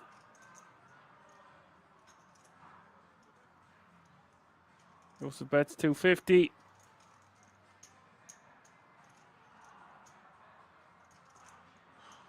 Touchy probably just going to raise. Does he try to go for the lot? The lot seems overkill. Having said that, there is 1.3 million in the pot.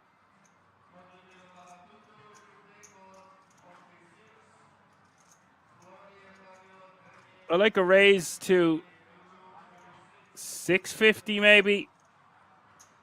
No, he's just making it in the mill. Yeah, this is similar to jamming, really. Will leave your opponent with the guts of 450k, it seems.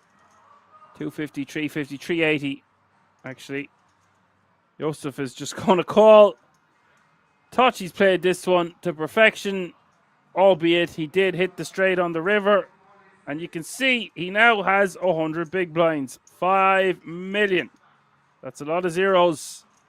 That's a lot of chips for a man of Mikel Touchy's caliber.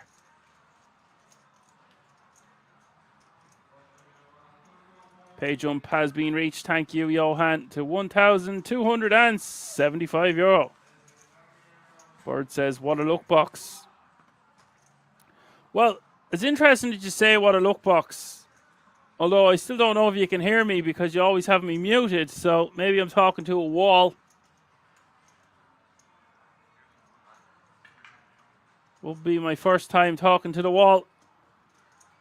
My point is, if a different river card comes out, I would like to see would Touchy execute a jam there or a raise to 1 million had he not hit the straight.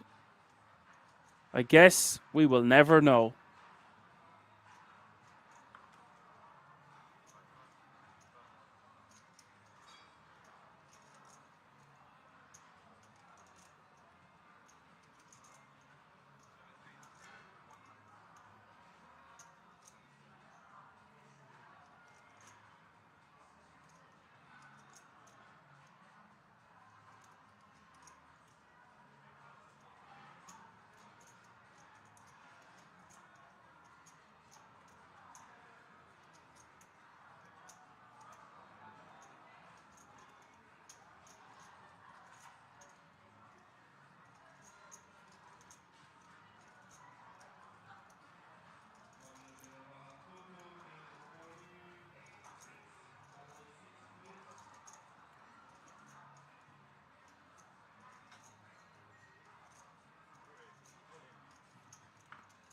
Frey going to raise to 100k.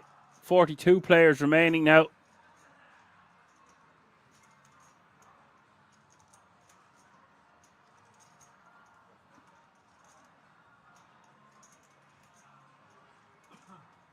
Joseph shoving for 430. Frey calling.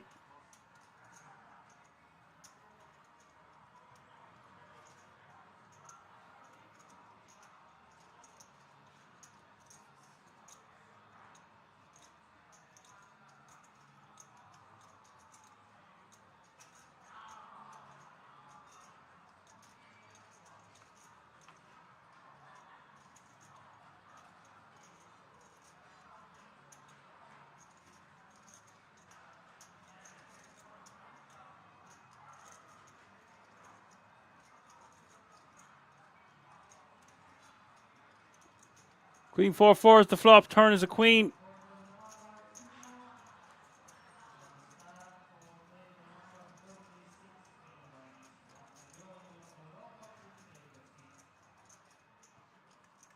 And Frey gets there. I say he gets there. He holds on the double pair board. And Joseph, who had, I think he had 3.8 million coming to this feature, has been eliminated. And 41 players remaining now.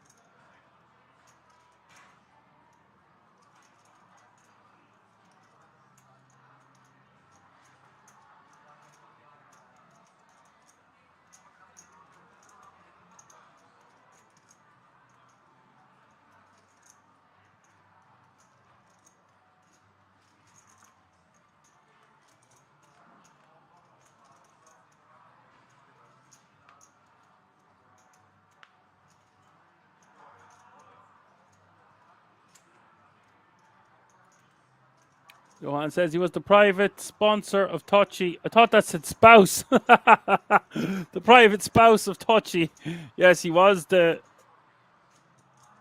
A lot of money made there, all right.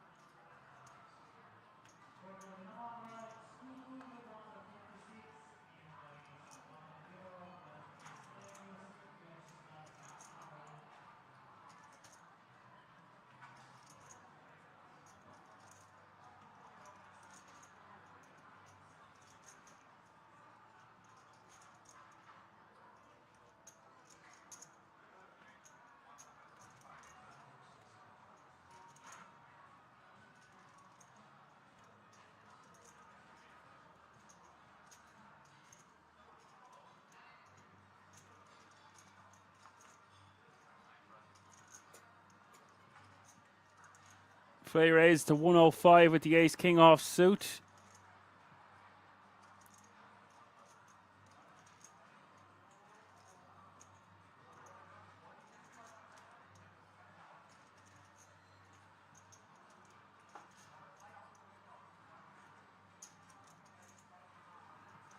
It's Touchy's world, and the rest of the players are going to have to live in it. He can do what he wants here with ace-jack suited. I would be most inclined to just call against the under the gun open. But with all those chips, no problem with putting them to work. Three betting's going to be totally fine, of course. Actually, on closer inspection, I think we just three bet this. I was going to say I'd be more inclined to three bet the offsuit combination of ace jack. But when we have double the chips of Frey, we can kind of do what we want here.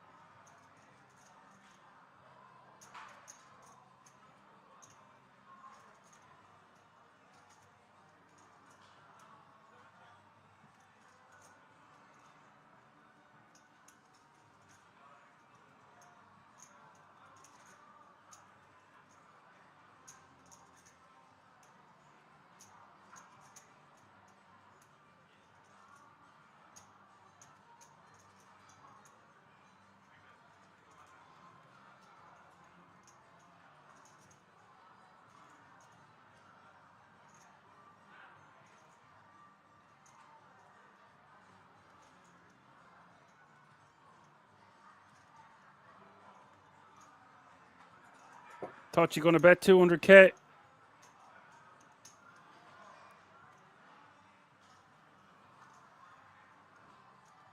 Frey's going to call. Double pair board now. Just over $1 million in the pot.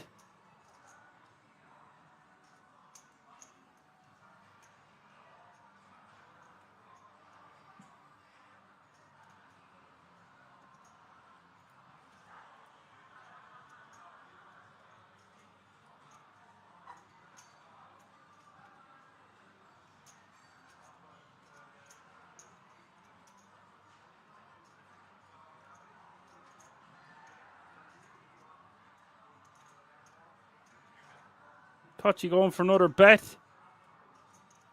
He will have a lot of Queen X in his range, and this one might be designed also to get Frey off a chop.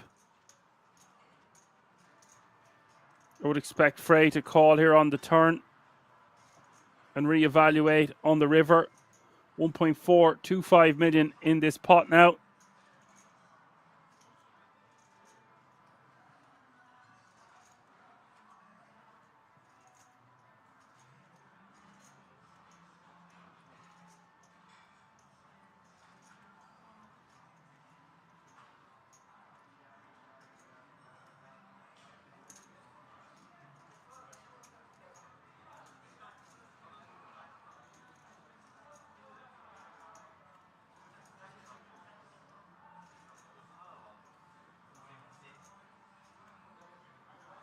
Interesting river card, the 9 of spades rolling off. Full house on board now. Interesting to see if Touchy waves the white flag or tries to get his opponent to fold a huge hand. There's no reason to believe the Frey can't have a queen in his range. A 9 less likely for both players now, considering there's 3 on board. Touchy not going to be 3-betting too much 9x pre, and Frey not going to be calling too many 3-bets containing a 9x pre. So both players capped.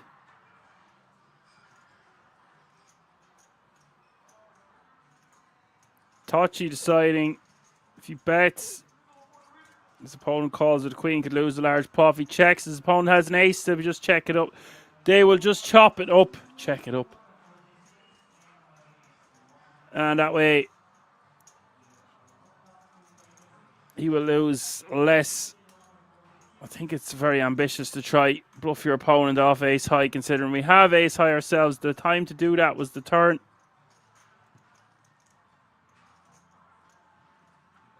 Touchy seems to be annoyed with himself that he didn't pull the trigger.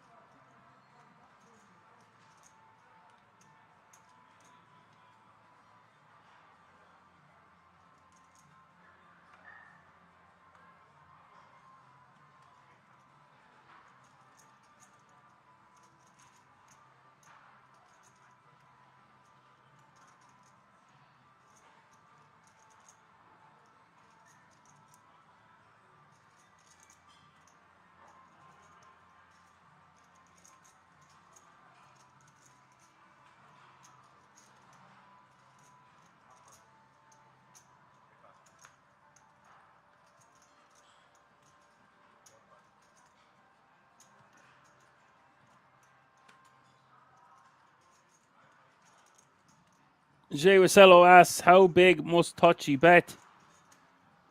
Well, he's not going to get a hand like kings to fold. Kings unlikely in his opponent's range. You would think you would see more money go in pre, even though they are relatively deep. It's over 50 bigs effective. Good question, by the way, Johan. How big would Tachi have to bet? With the ace king ourselves, we block our opponent having aces, we block our opponent having kings. We unblock, we block our opponent from having a lot of queen x2, ace queen, and king queen. I'm on about from Frey's perspective. So, for all those reasons, it actually seems like it's very unlikely that Tachi has a queen in his range. It's not beyond the realms of possibility that he has a hand that we block. It's just less likely. There are more Queen X in Frey's range because he is the imposition player and is raised from under the gun.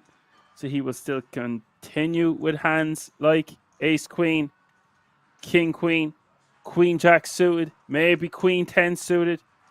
I think hands that contain a queen are way more likely to call in Tachi's situation and position than 3-bet the ones aforementioned, like Queen 10, Queen Jack, Queen 9. Therefore, I don't know how big Tachi would have to bet. Frey would have to really put the cap on, his thinking cap on, that is, not the cape. If you really, really break it down, it's very hard for Tachi to have a queen in his range. Hope that explains my thoughts and answers your question to a certain degree. See, I might go quiet and silent from time to time around here, Johan, but when I'm asked a question, I'm always a stone's throw away, straight to the mic, what's up? I do not have the luxury of having a co-commentator.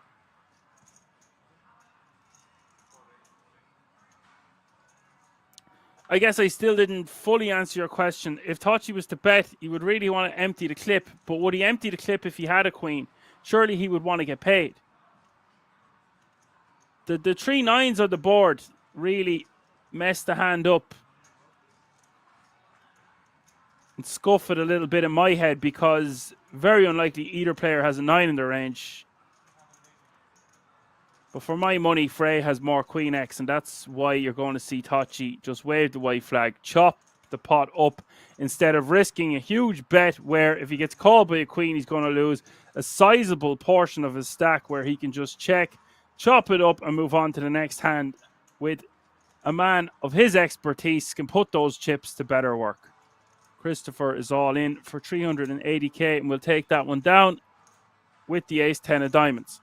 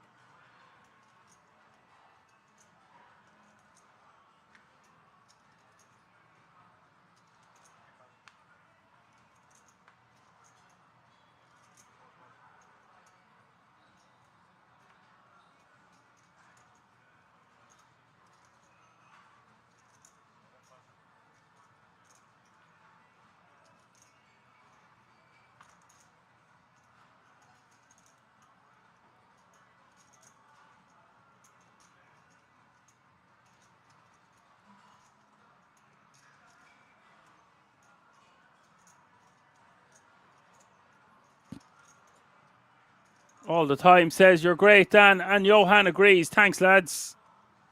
Much appreciated. 39 players remaining now.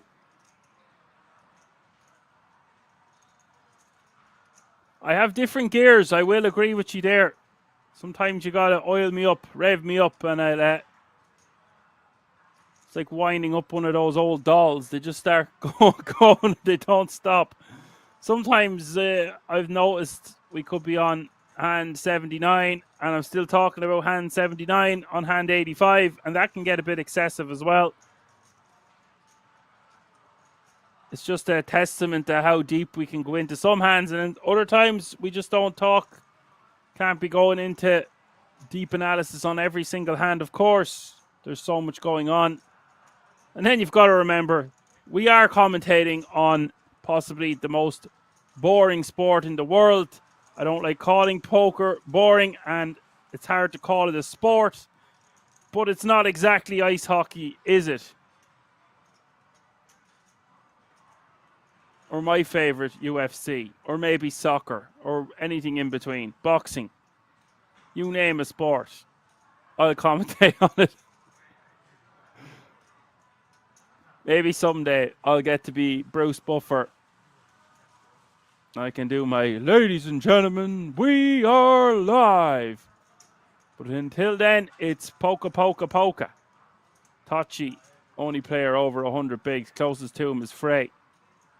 To say he pulled the trigger in that hand on the river, he'd be back down somewhere around 50 bigs. The stacks would have swapped, I assume.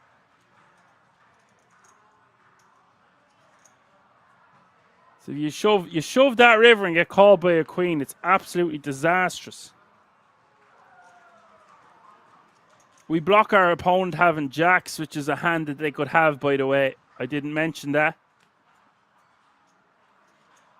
And Jack 10 suited. Not that that matters too much, but it is a hand that would continue on the flop with an open ender. And it is a hand that would continue pre-flop.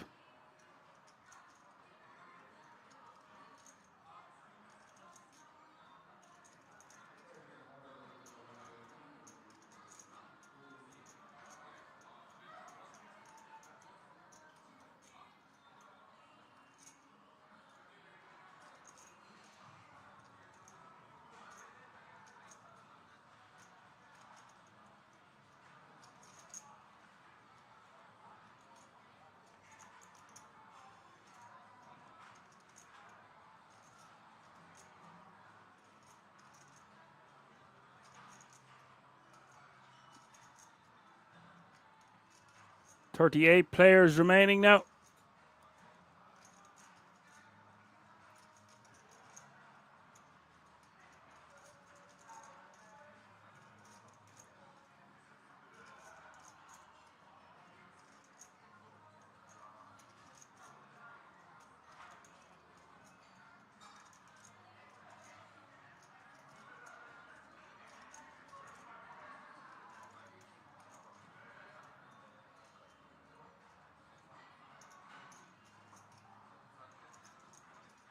Torres with ace 9. Touchy calls with ace deuce. Suited. Cut off against big blind. Flop is 10-9 deuce. Piece for both players.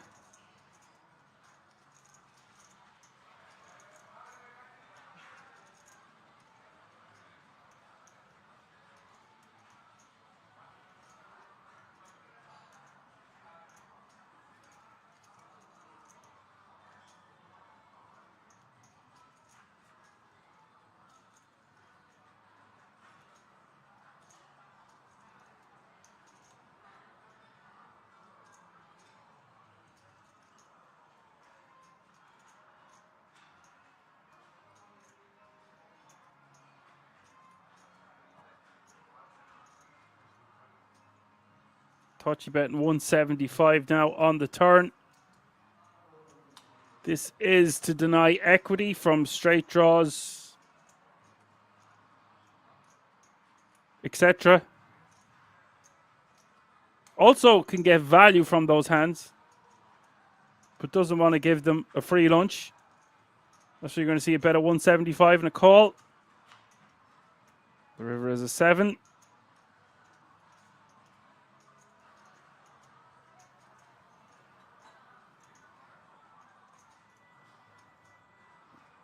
Not a good card for Tachi. Completes more 2 pairs, completes some straights.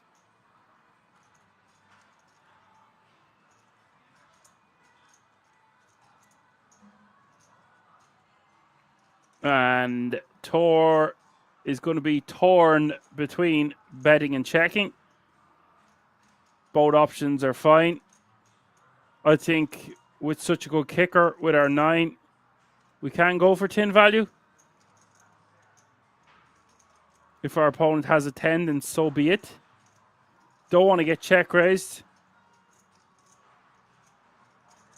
When we bet here, it's unlikely that we check behind with a 10 on the flop. Usually want to be betting a 10. We have to be careful. We don't want to get check raised.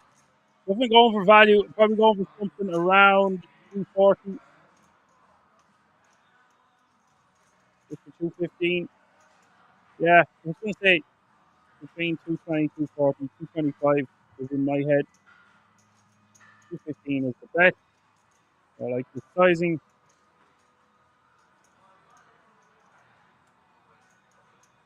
But this is the problem with that. Exactly what I said could happen has happened. Tachi shoves on him because Thor has such a capped range. Now, my issue is when Tachi bets the turn, why would he not continue betting on the river? Considering a lot of 9x are just going to check behind, he doesn't want to miss out on value. This is why it's not fully adding up for me. And I don't think it's fully adding up for Thor. Interesting to see what you think about this one in the chat also.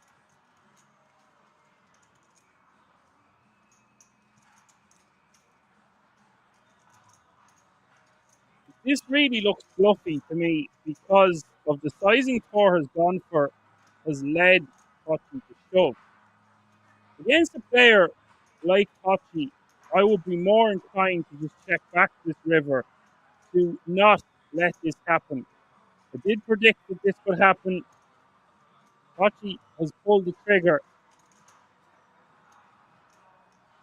The issue I have is I just don't see Tachi checking the river here with a straight, with a set, with 2 pair. He doesn't want to run the risk of checking back. It's not like an ace pops off on the river or a king, a card that is likely for Thor to bet, even a queen. Thor might think about this for ages. This would be a pretty sick call. Tachi might even have a bluff like Queen Jack. The reason being, Thor has played his hand pretty face up because I don't think he's got much 10x. He's very capped. Therefore, Tachi has correctly figured out this puzzle and shoved all in. The problem is, it just doesn't make much sense to me.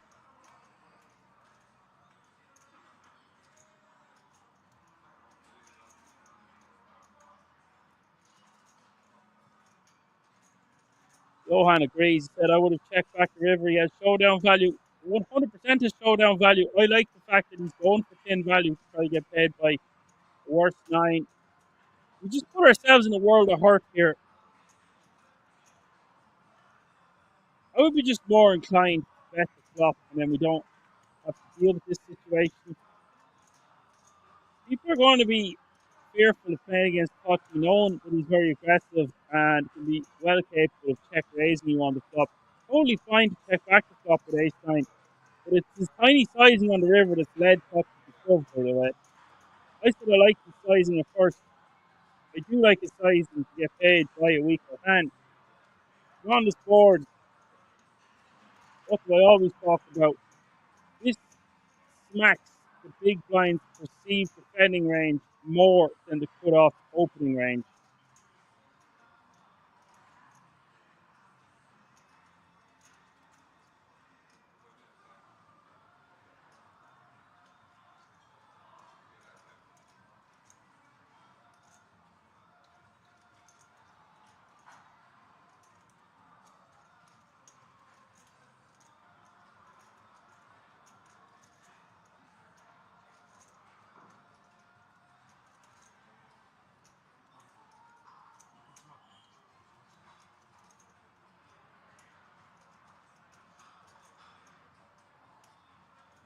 This would be a really sick call by Thor, by the way. I don't know much about this guy, Thor.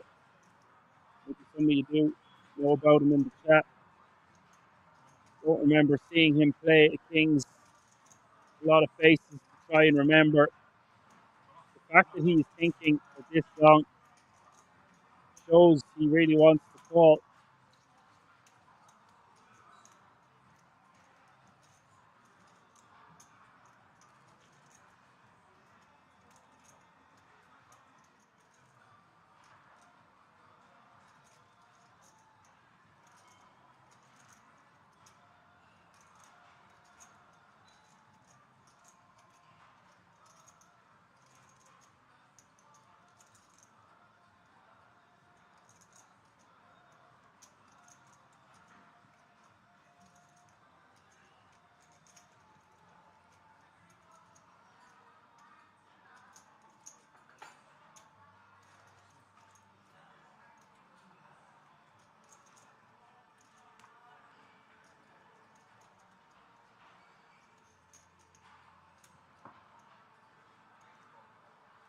Well, he's made the call.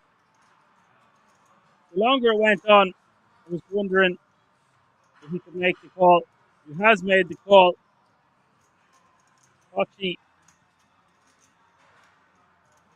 can only look on, tap the table and say, well done.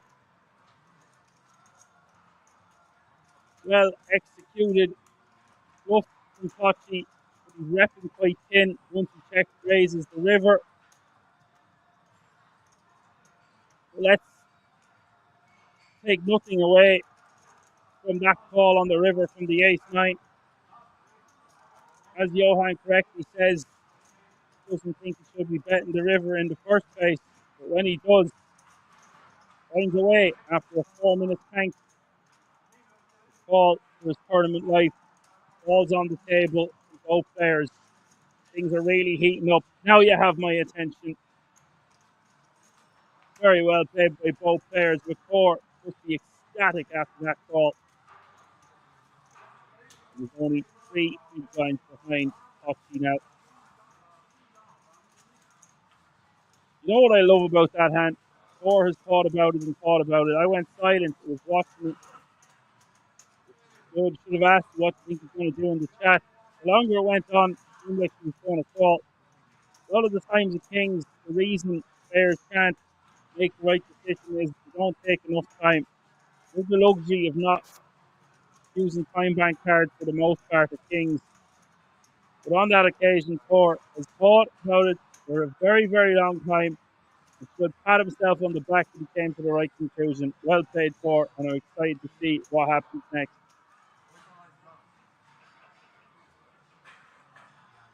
I think we're going to have to put that one in as a highlight hand. And 80 and 67 so far. For any other hands that I've forgotten or you think should be in there, let me know. I never want to have more than 10 in a day.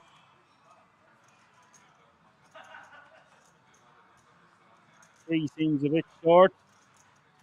3 is the magic number, but 5 will make you get down now.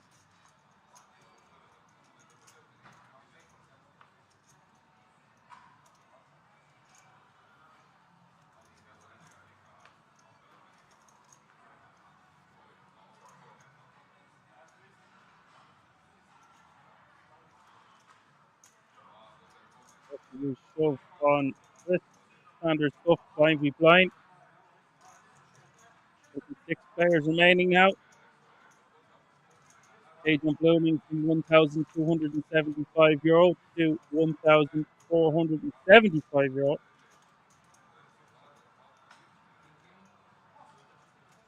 Ace queen jack with the flop turns between diamonds. It was ace of spades.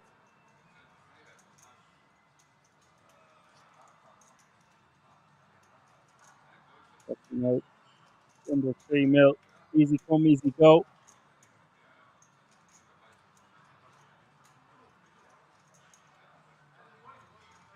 That was a nice call. He breaks it down. Yeah, a lot of the time in poker, if you can break it down, there's so many hands online throughout the years within mass multi-tabling.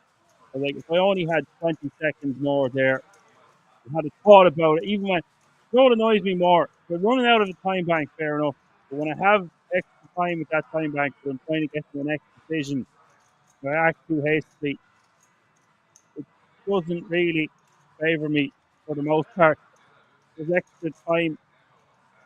A lot of players would say the opposite. Oh, the longer I think I'll talk myself out of it. If you can talk yourself into it, go with your gut instinct. Follow the gut instinct for a reason. Your stomach has its own brain too, you know. Believe it or not.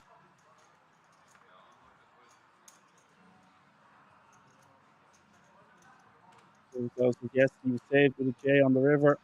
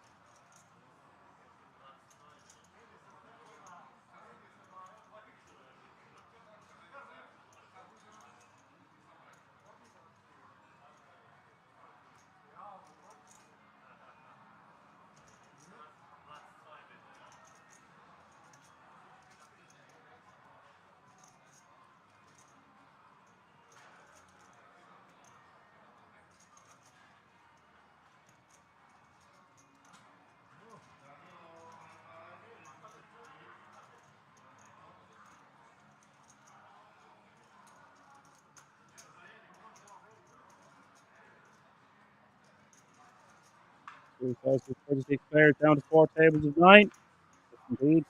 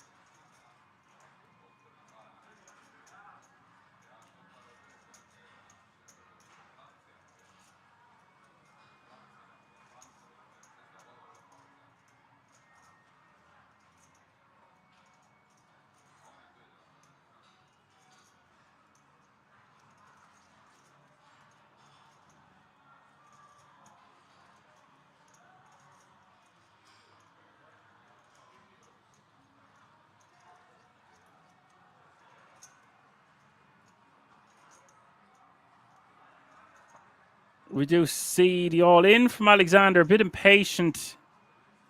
And Camille calling the additional 295,000 with Queen 9 of diamonds.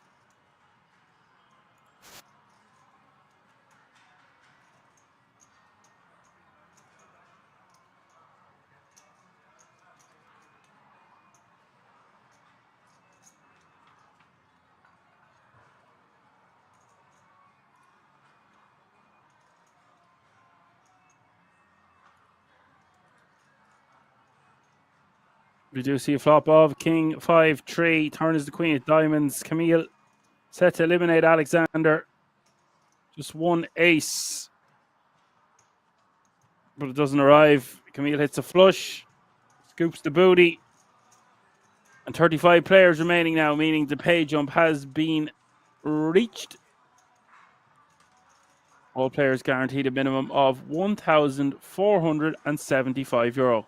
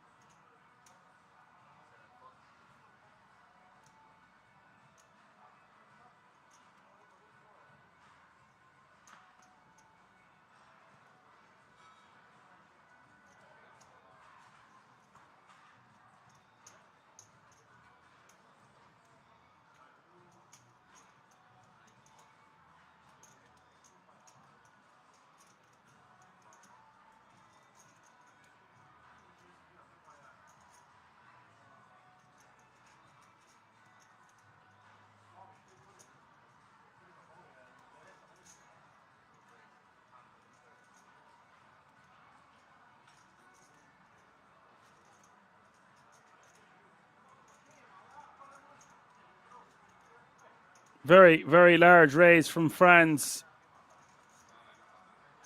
With 34 players remaining now, which means we are 10 eliminations away from the conclusion of day 2. Going for an absurdly large raise from the hijack here, 3.8 big blinds.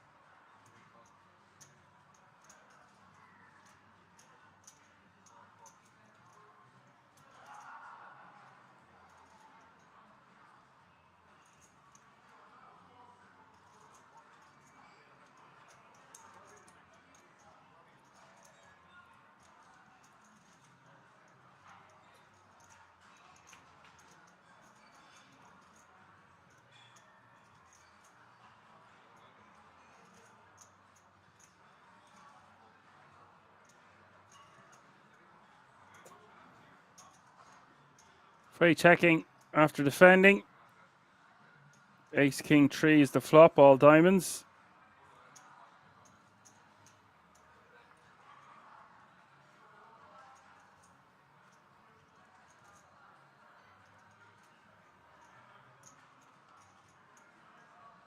$140K is the bet. From Dan. By the way, not the biggest fan of this open pre-flop. Sub 20 bigs to start the hand.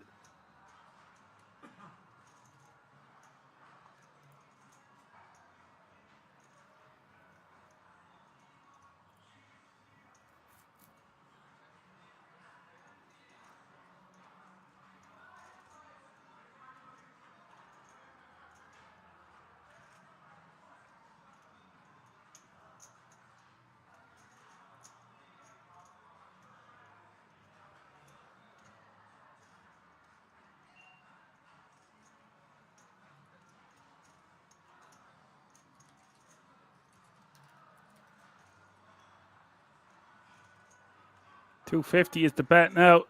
And I'm starting to get worried with ace 10. We do block the straight. There's not a lot of hands that's going to bet from under the gun +1 opening here.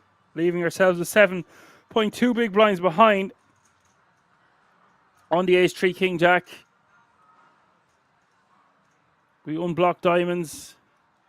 Having a diamond in their hand would be better.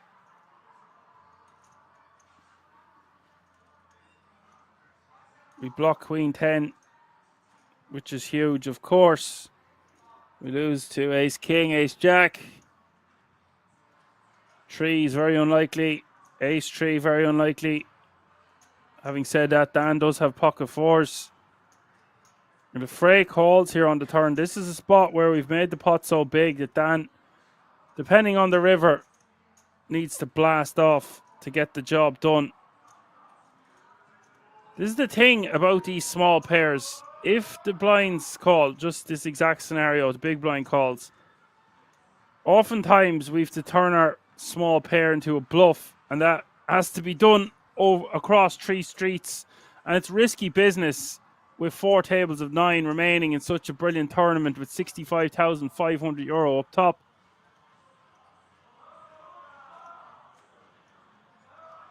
So these small pairs just don't play as well when we are short. They don't even play that well from late position, never mind early position. But it looks so strong that Frey is just going to give it up. Gets shown a 4. How do you like them apples?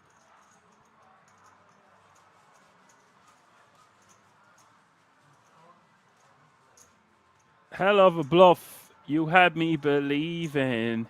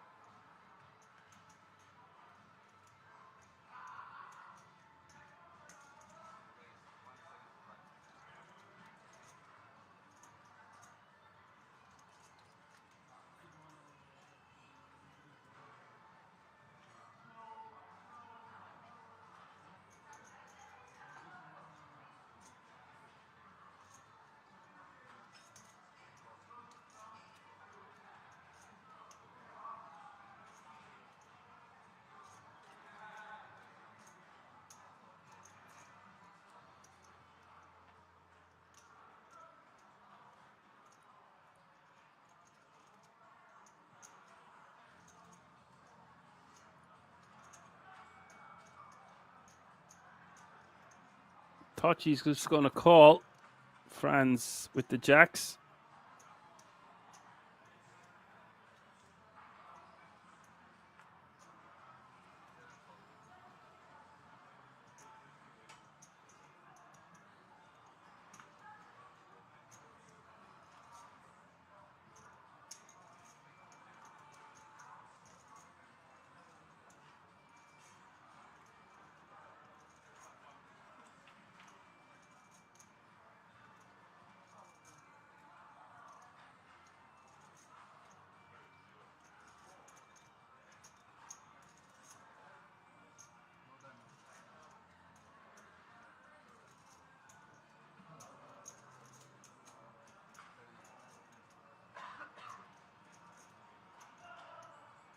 $700K is the bet.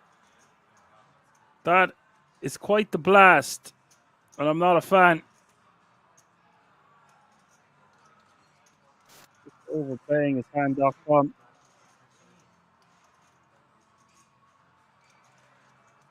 So hard to get called by anything there when we bet that amount.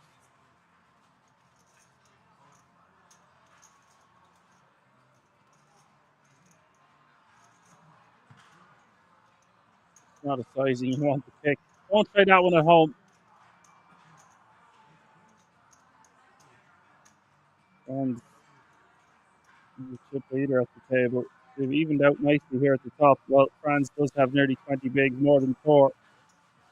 There's a huge hand between Tor and Pochi. Pochi finds himself very much still in contention, but is third on the leaderboard. He did have 100 bigs not so long ago. Camille with 45, Frey with 41, Salgado with 23, Dan Galinci with 22, and Chris Luch with 15.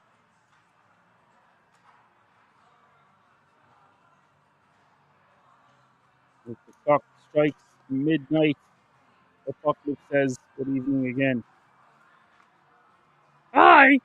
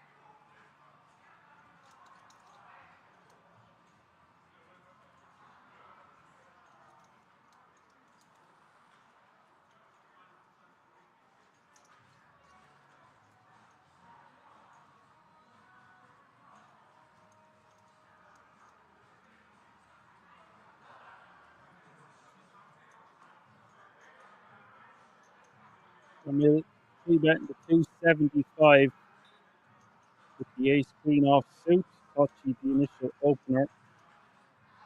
Dan in the big. The biggish hand here is jack off suit. But facing an open and a 3-bet, most likely going to be forced to just let this one go. He does do just that.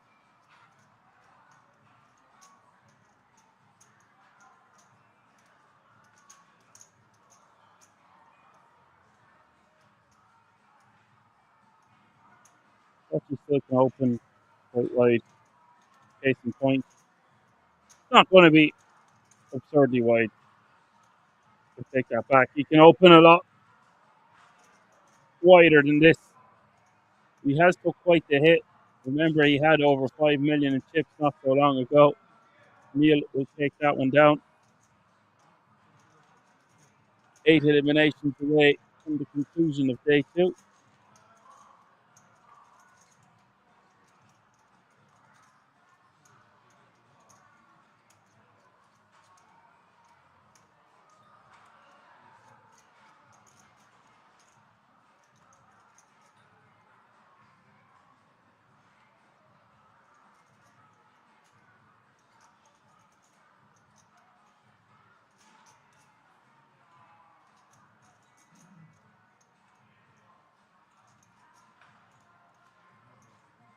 He says, can't sleep, so come to get some of Dan's angelic lilt.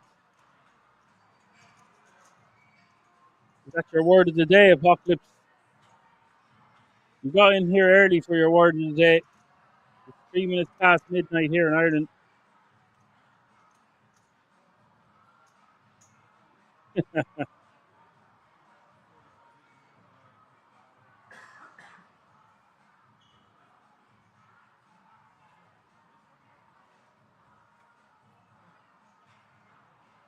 Angelic lilt is kind of a phrase. We'll let you have both.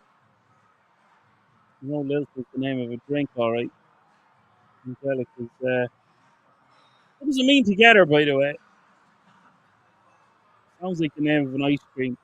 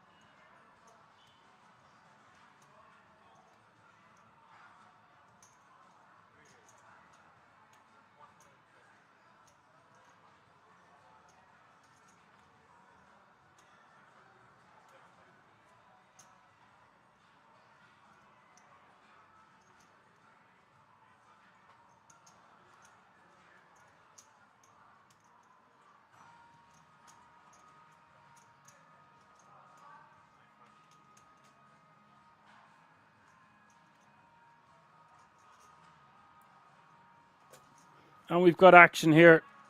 One. It takes one to no one. With a monster from the small Ace King of Hearts.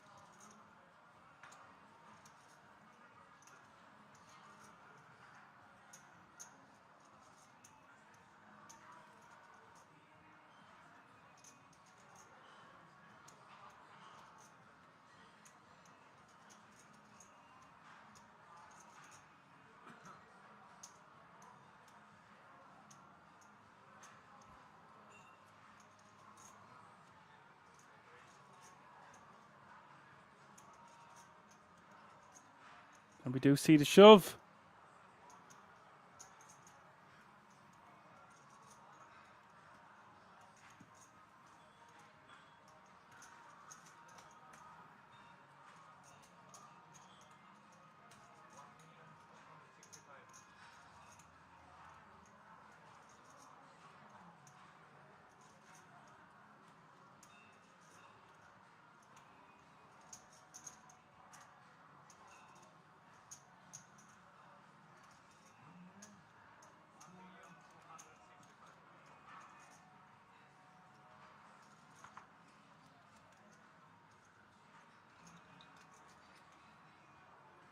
We see the raise from under the gun. With sixes, shove from one. Fran's going to have to get out of there. With his ace 10 in the big.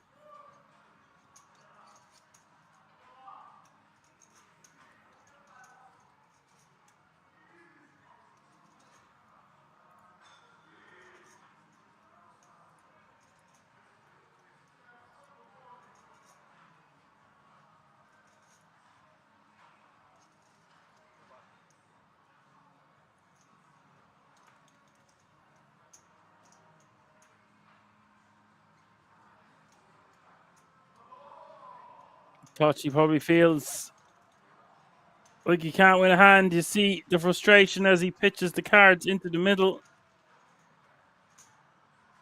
One will take that one down.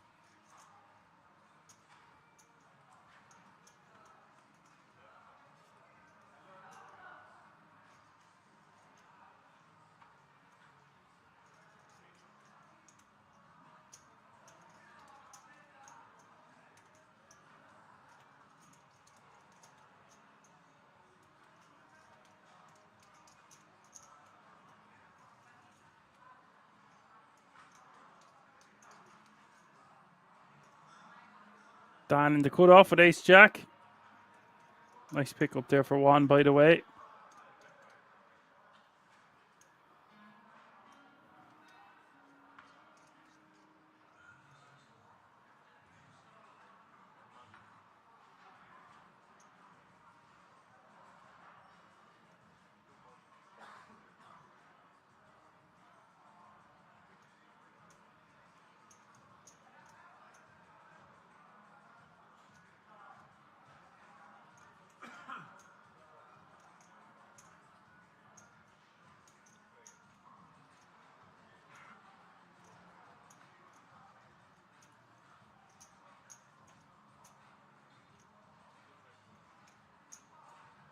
Poke says, for those not of an Irish persuasion, lilt. Characteristic rising and falling of the voice when speaking. A pleasant, gentle accent. Why, thank you.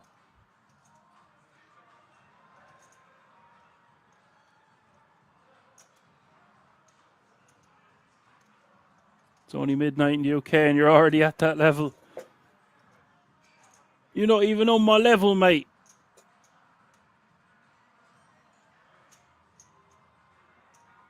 No jokes about other names. Franz, please. I'll try not to. For the fans. 150 is the bet from Franz.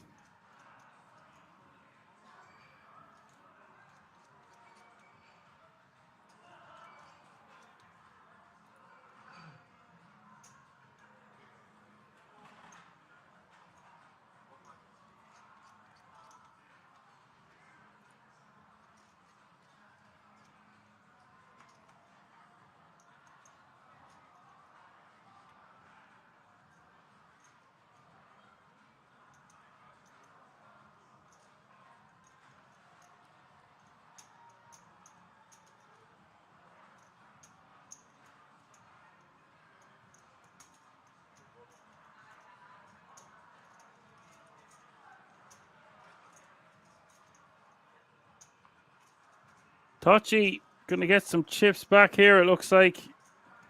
You won't like that the spade rolled off on the 10, queen, 10, 8, 6. He does have trips. Pretty good chance for him to extract more value from Franz. From a queen. Or something to that effect. It is blind v blind. There are straights and flushes in Fran's range. I'd be going for somewhere around half pot. It looks like he goes exactly for half pot. And Franz ain't going to waste much time before calling. It looks like he has cut out a call.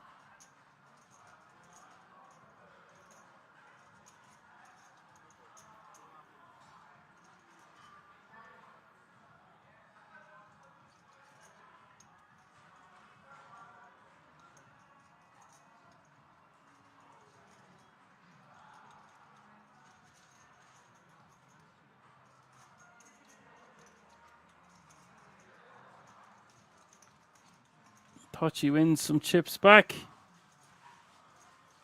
We have a couple more hands before the second break.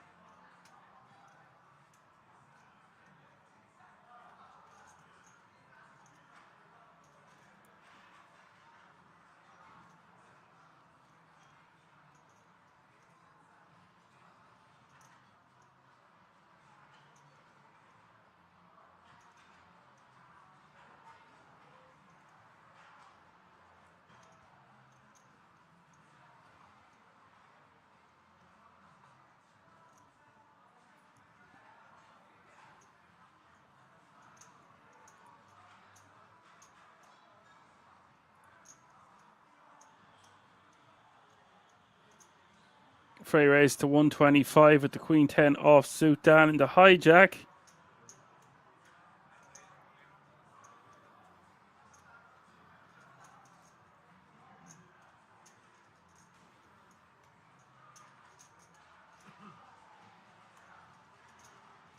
Gonna shove 17 bigs.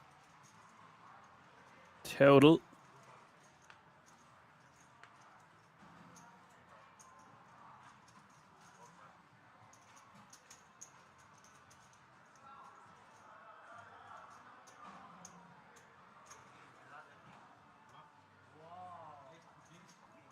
Frail muck. And now playing 22 bigs.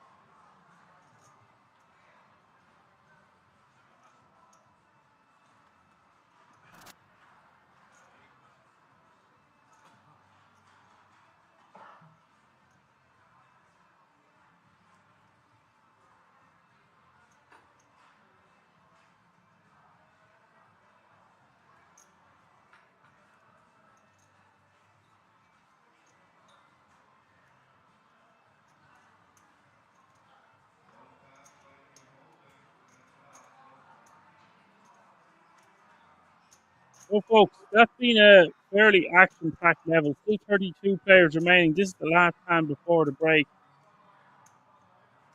And I can confirm this will be the last break of the night. One would assume.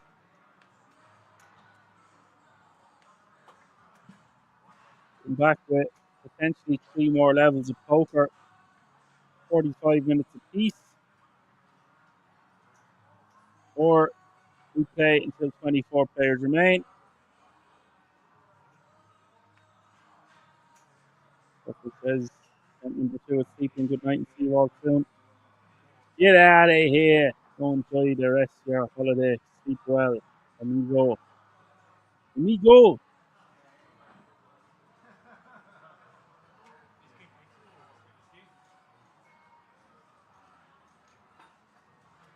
That's going to do it, folks. We're going on break for the good for 15 minutes. Don't go anywhere. Lots more action to come. Going to keep it right here. See you all in a few moments.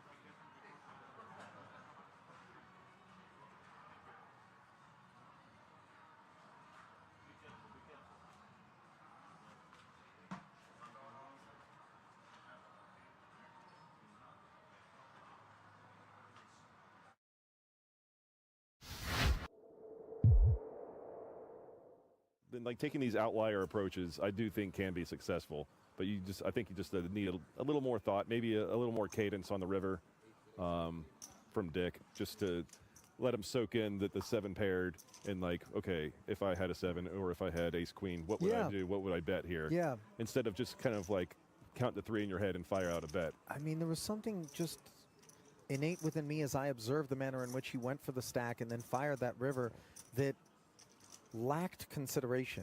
It just, as I said, like some sort of manufactured, prefabricated choice, and that was maybe part of the calculus for the jacks, which now have been passed over to Aishan in the big blinds, 605 back. Dick, fresh off of obviously getting caught with his hand in the cookie jar, made it 50,000 legitimately with ace queen offsuit, and he's being pushed upon. This is going to be a tester here. I think he's looking for a reason to put it in, and I think he's going to follow through here. Wow. 6. 30.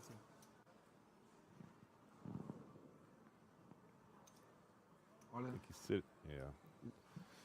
So Dick is going to rip in over the top. And the plan call with 2 jacks. Classic race here. Definitely makes and breaks a lot of tournament lives. This flip exactly. Not happy to play this one. Aishan was already 2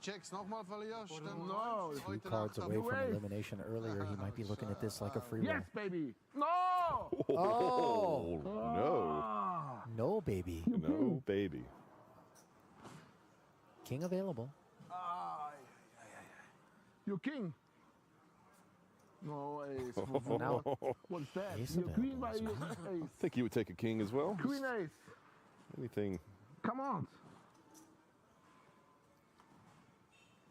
Yes! Oh my God. Yes! Come on, baby! Woo! Woo-hoo! Yes, baby! I love you! I love you! Wow. Come on, baby!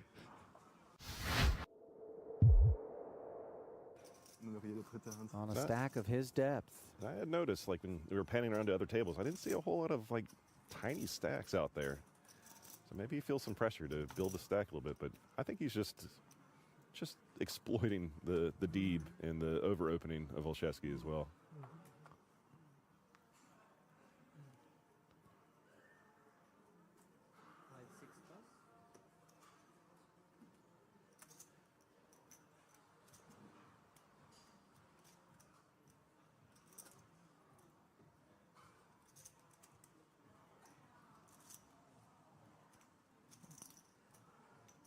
Look at this.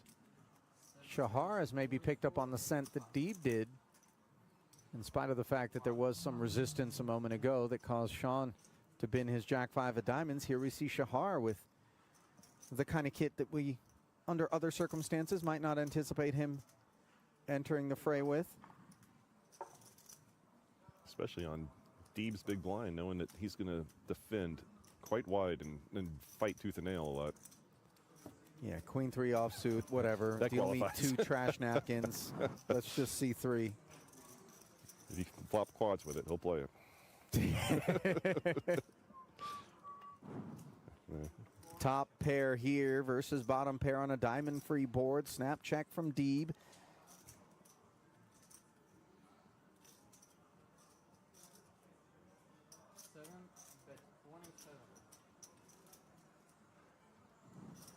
$27,000, the follow-through sizing.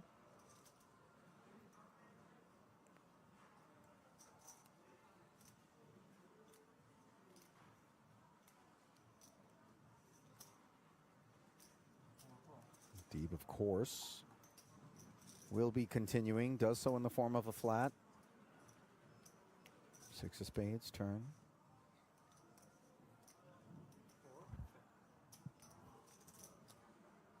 Sean, quite content to knuckle over and see what the opener has in mind.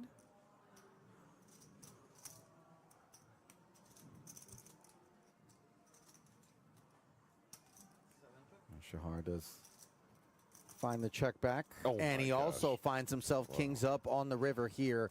Backdoor spades coming in, but I don't know that that's a concern, and value will be available, provided that Deeb doesn't, for some, call it inexplicable reason, decide to bet. Could you block this? Or no, check just feels very sound. I agree. I think you're more hoping to just be happy with your hand being a bluff catcher. You're hoping almost that he bets.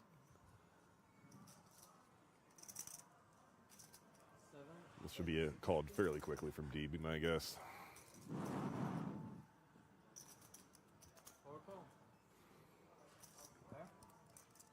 And yeah, there it is. Sean's like, okay. That's respect. I like it. No, never mind. That look wasn't respect. That was a bluff. Spots for Deeb, who currently runs in third, as you got a glimpse at the chip counts. And everyone here had the 10,000 euro to get in this tournament. And I'm not trying to say Sean's more comfortable than everyone else, but, you know, he's played for millions of dollars numerous times in his life. Well, Mr. Madani has played pocket kings enough to know exactly how to approach them pre-flop. Upstairs he takes us, 26,000.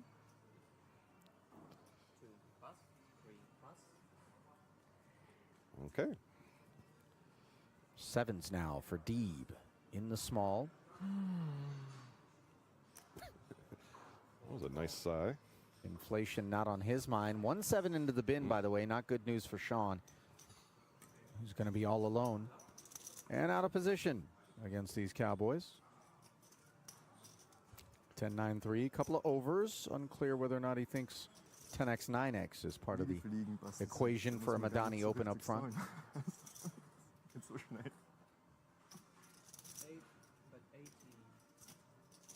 Into 76 comes just a modest 18K, Justin. Not really a sizing that we anticipate is going to relieve Deeb of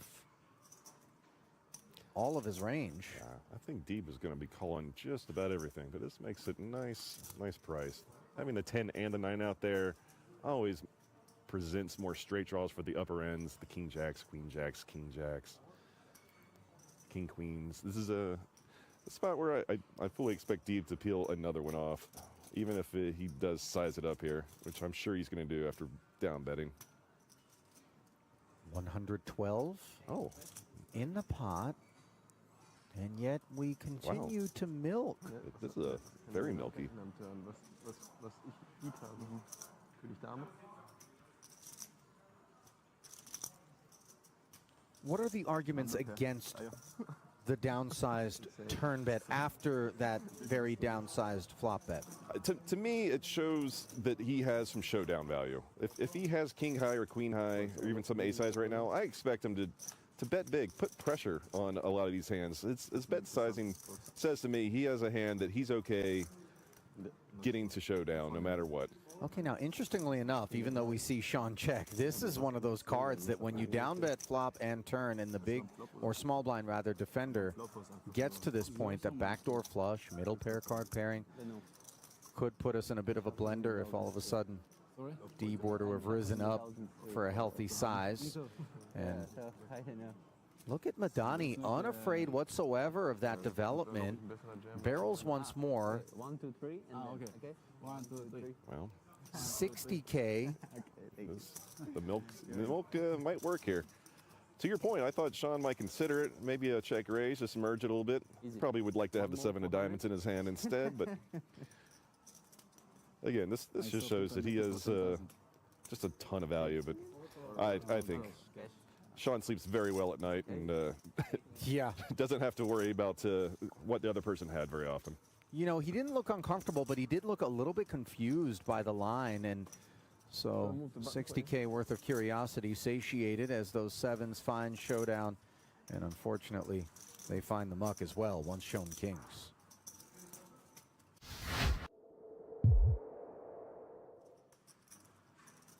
Meanwhile, back at the feature, chip leader has opened with ace-3.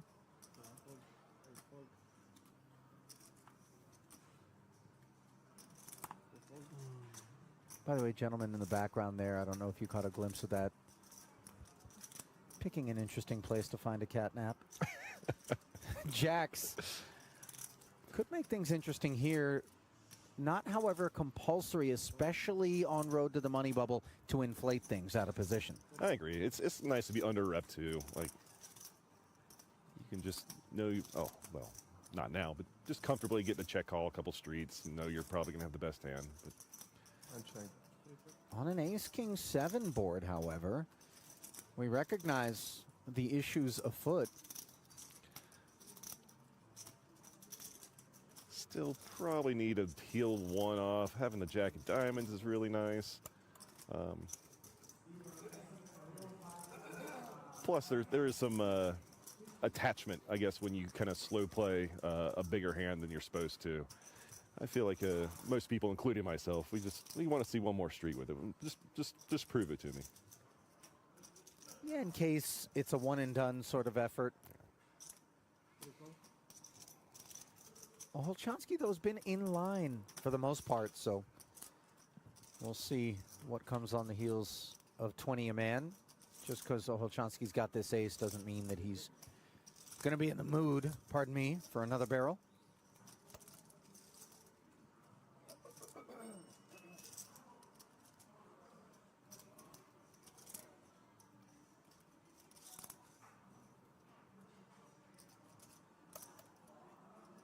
Predictable second check out of the jacks. A check back this time. Oh my. And Jacob, dressed in spades, knocks on the door. Where do these cards come from? I mean, I'm not suggesting that all of a sudden this is going to be some seismic pot, but perhaps these are the moments that positively reinforce the peel. That is true. And I like the check back from Olszewski on the turn as well. Just pot controlling, and it's probably, well, Fast is going for the check raise here, it looks like. Might that have something to do with the sizing, though, from Olszewski? If all of a sudden he comes with full pot, maybe check raise isn't what's on our mind here. Some queen 10 could be afoot. I don't think pocket aces, pocket kings are what he anticipates. No, not those. But yeah, queen 10 is scary, but this 25K is not. 25K makes his life a lot easier.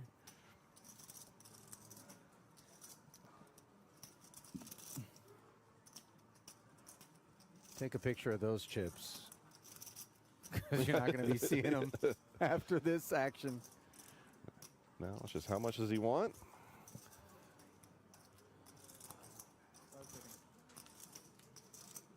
$125. 3 days, 125.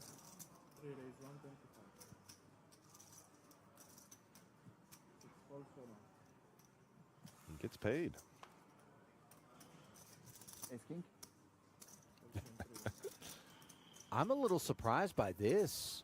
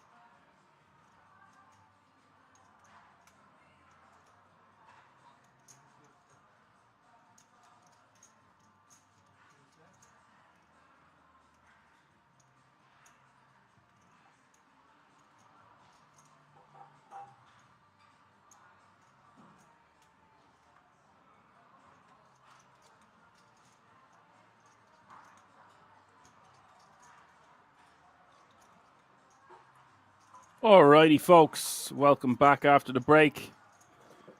Still 31 players remaining now. Play down to the final 24. We'll come back tomorrow at 2:30 Central European Time with 3 tables of 8. As Jay Vasillo says, Dan, we miss you. I miss you too, buddy.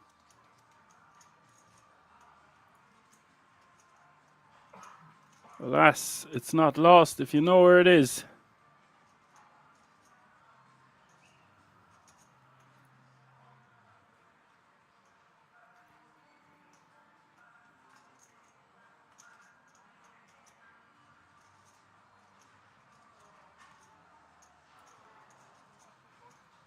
Jay Vasillo says, we will finish it today.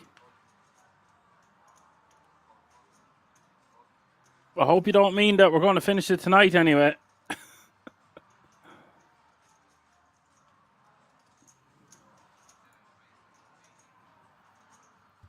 We'll finish it today. By this time tomorrow night, we will have a champion, is my prediction. What do you think, Jay Vasillo? As Frey opens to 180k now with the pocket nines in the cutoff.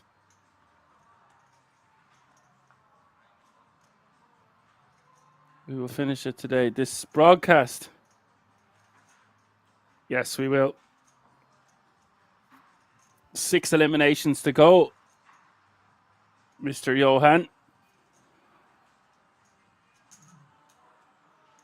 All players will be getting tired now. Will be wanting to bag and tag. Shorter stacks want to adjust, make more moves against the bigger stacks. The bigger stacks want to be applying maximum amount of pressure on the shorter ones. Nines taking that one down. Small blind is now 40k. Big blind is 80k with an 80k running big blind ante. That's 40, 80, 80.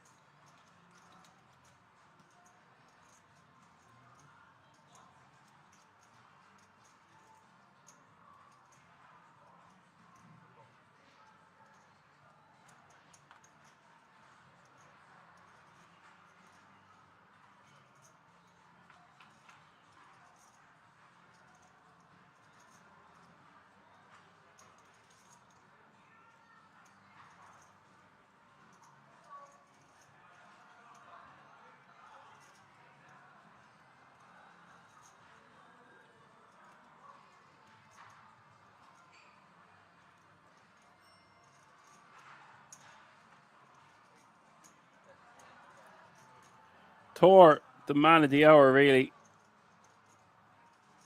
After that fantastic call.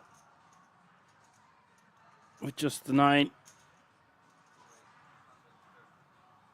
I had a little think about that again on the break, and I think it just might be a bit too excessive from Tachi to try to get his opponent to fold. But I already talked about it. Did Ace 9 pretty capped when we make that small sizing. And definitely works against a lot of players. So I don't want to be too harsh. Tachi, far better player than myself. Although comparison is the thief of joy. Thor takes down another one.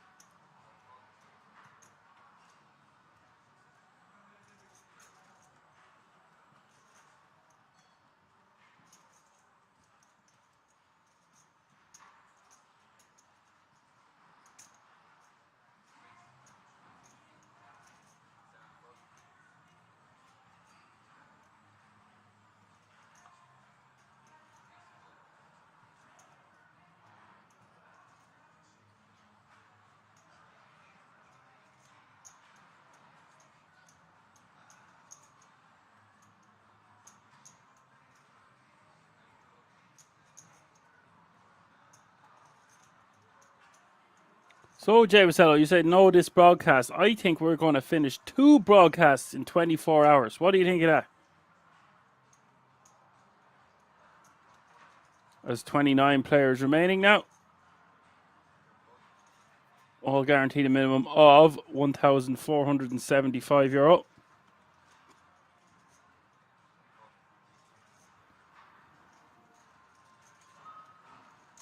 Jay Vasello agrees. Says all right. We'll give it a good go.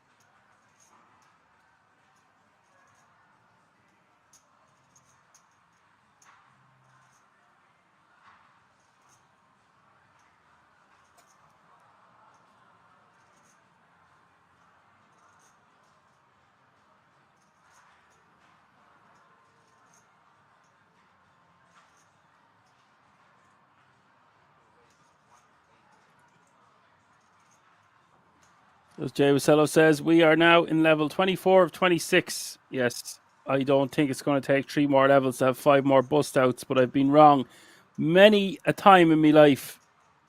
Many times per day, even.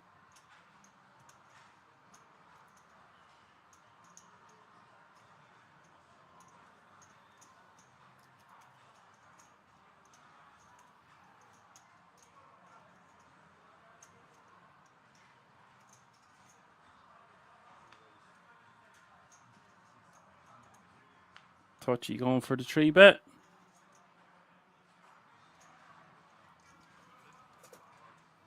Putting against small against big, and Chris all in for 12 bigs. Touchy, of course, going to call for 310k more.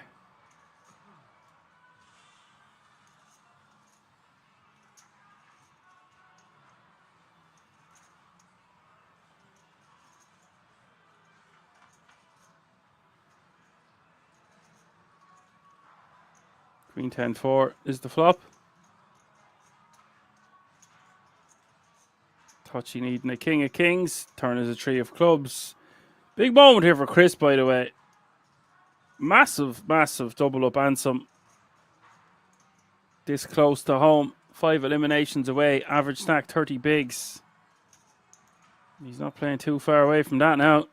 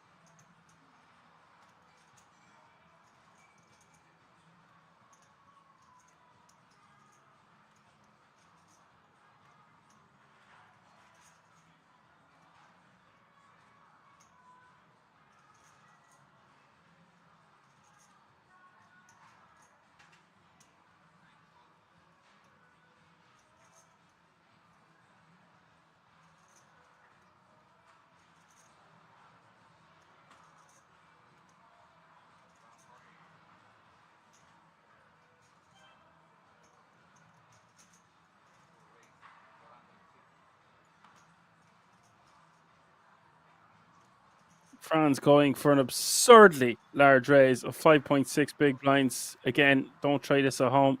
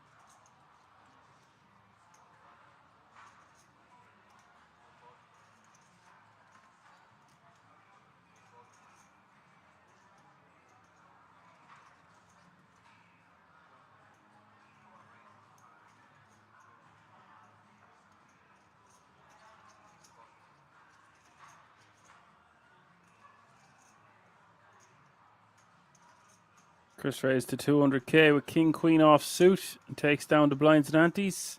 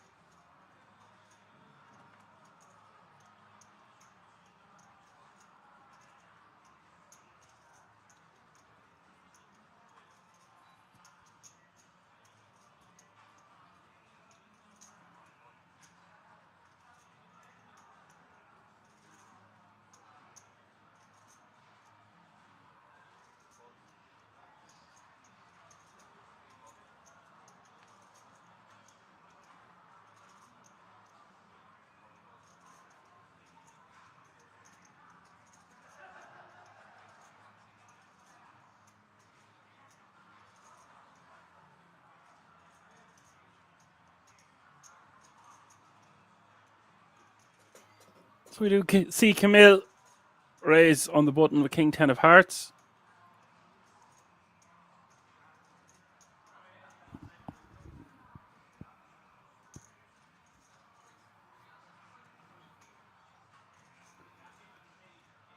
JWSOP's touchy chip count is a roller coaster. Yeah, he was over 5 million.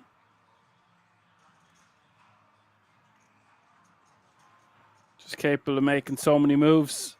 A lot of it was out of his control.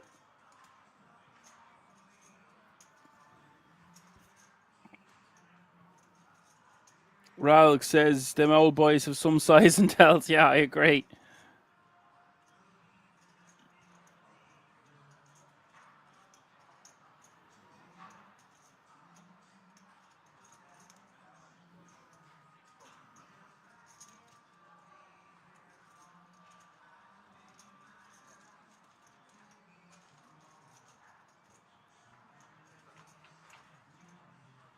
Very 3 best to 375.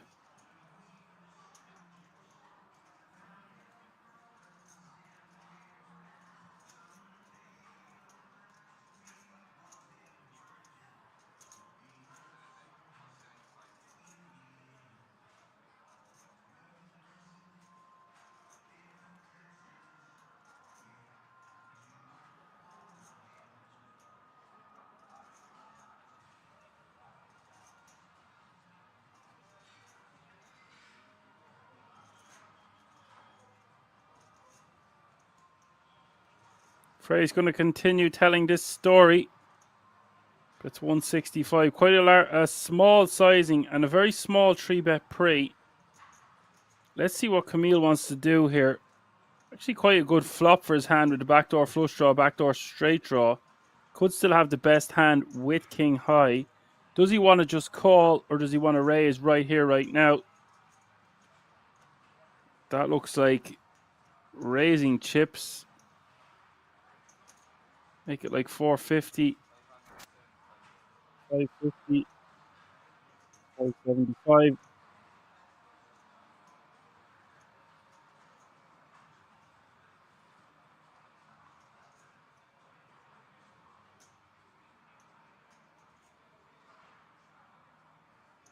Would Camille raise a hand like Jack Queen in this spot? Perhaps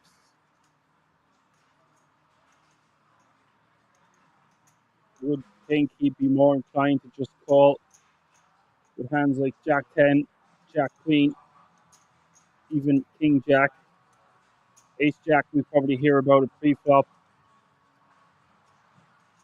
Again, interesting to see what you think about this one in the chat.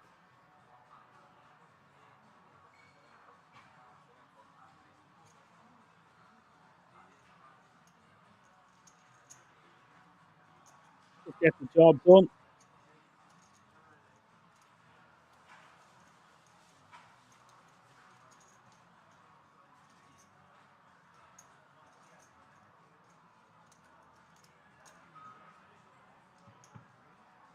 Playing 46 bigs now. Franz with 40, Touchy with 31, 4 with 31, Chris with 29, Robin Clay with 19, Juan with 19, Dan with 14 bigs.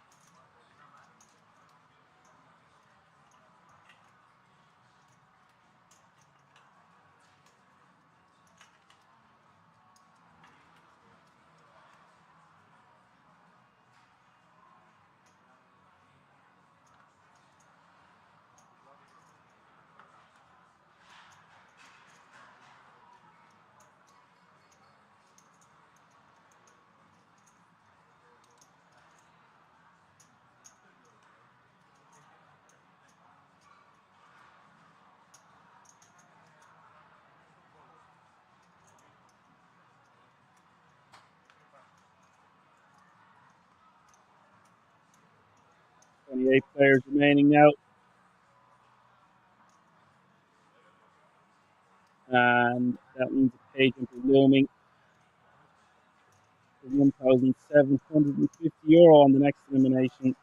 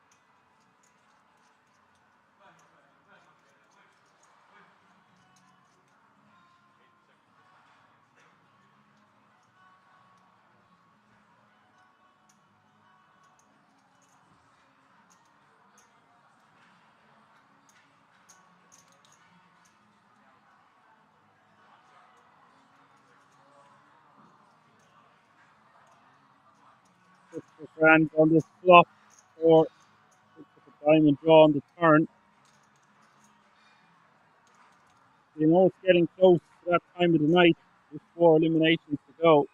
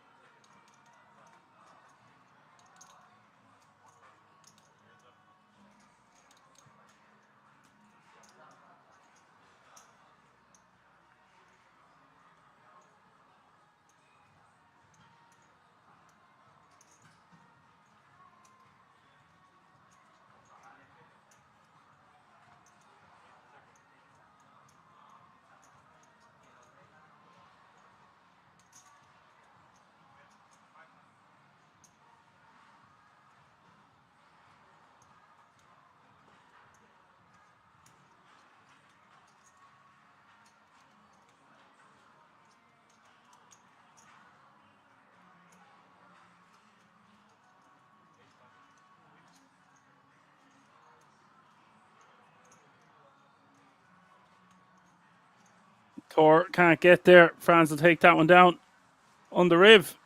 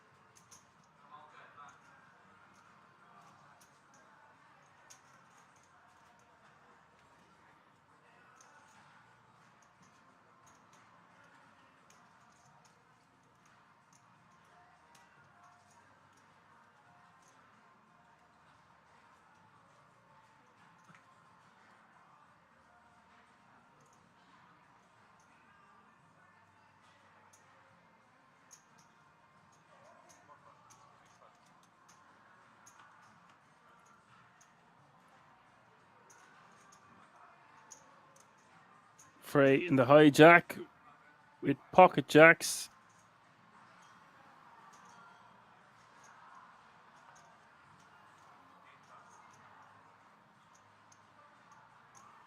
Raised to 205.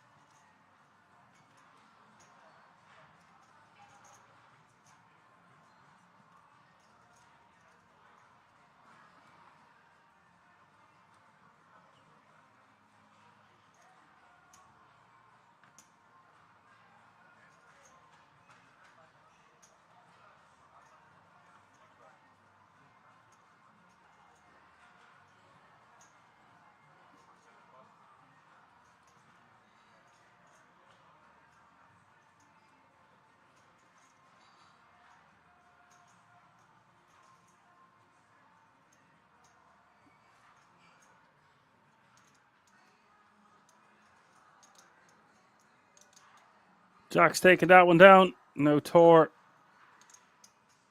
Ace jack off suit. Whatever happens to this man going forward in the tournament, he must be buzzing that he called on the river with his ace-9. He's lost some chips since, though. 25 bigs. Behind his 180. Taking it down.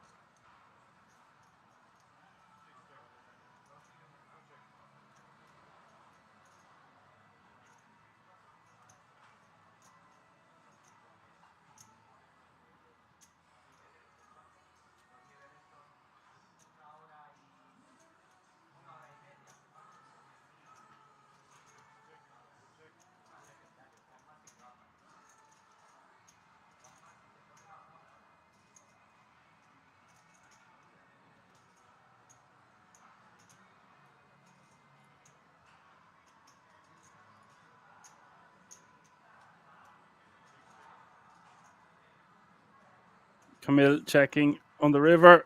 Franz gonna hope to maybe win a showdown occasionally. Oh, actually, no, he hasn't. Yeah, he does check.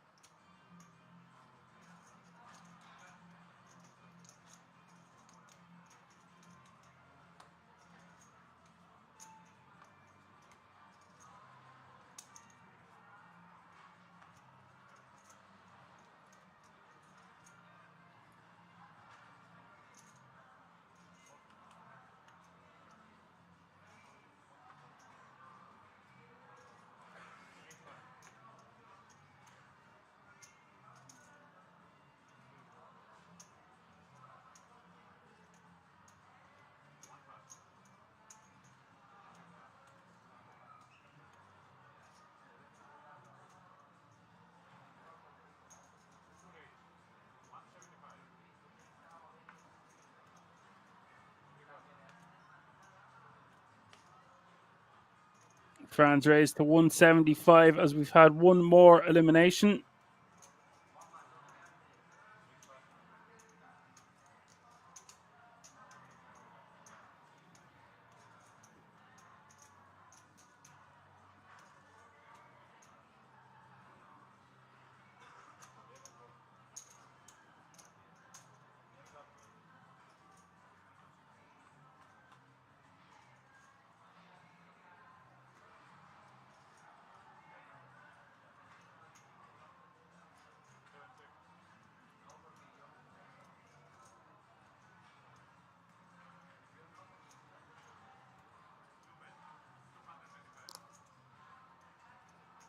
Franz going to bet with the ace-6 on the 8-7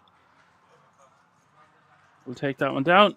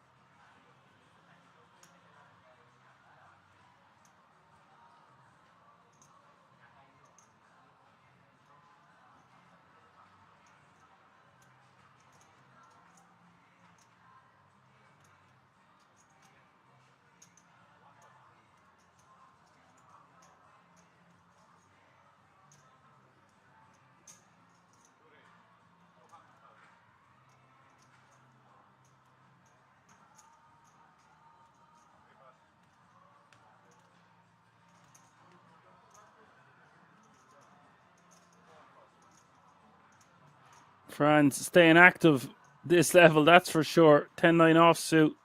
3 eliminations away from bagging and tagging. Pay jump has been reached. All players have locked up €1,750 now. As Jay Vasillo says, the last pay jump of the day.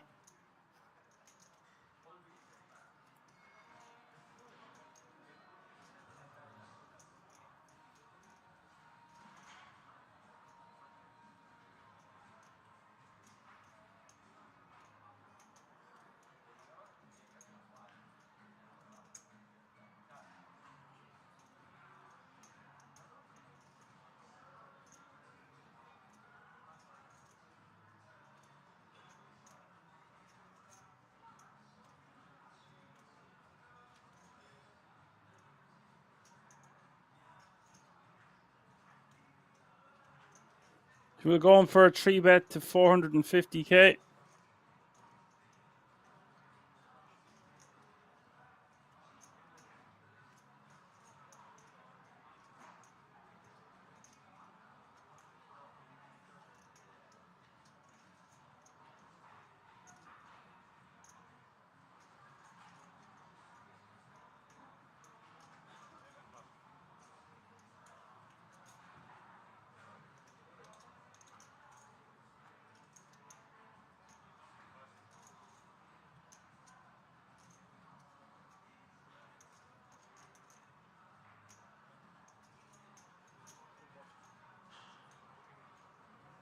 Franz is going to call. Now, I wouldn't have opened this hand in the first place. Although he is one of the chip leaders at the table, it seems. No, I still wouldn't have opened, and I wouldn't be calling the 3-bet. Too loosey-goosey for my liking. Camille on the 10-9-7 going to be forced to check this one the majority of the time, and he does, and the turn is the ace of spades. And now, Franz going for a bet of what looks to be the guts of $1 million. 1.1 million.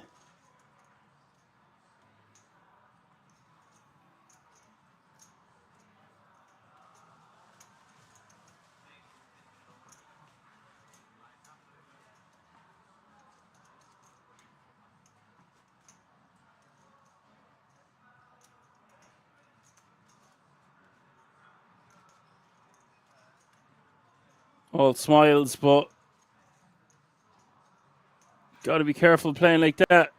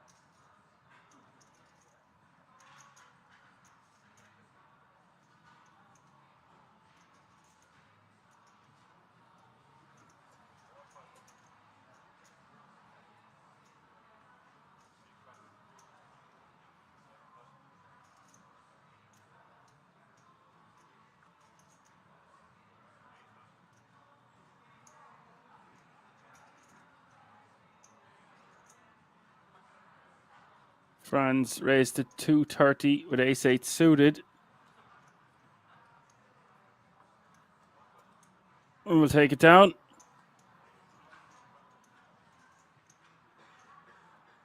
Blinds are 50, 100, 100 now for the last couple of hands. But the blinds have just gone up. 50k small blind, 100k big blind, 100k running big blind ante.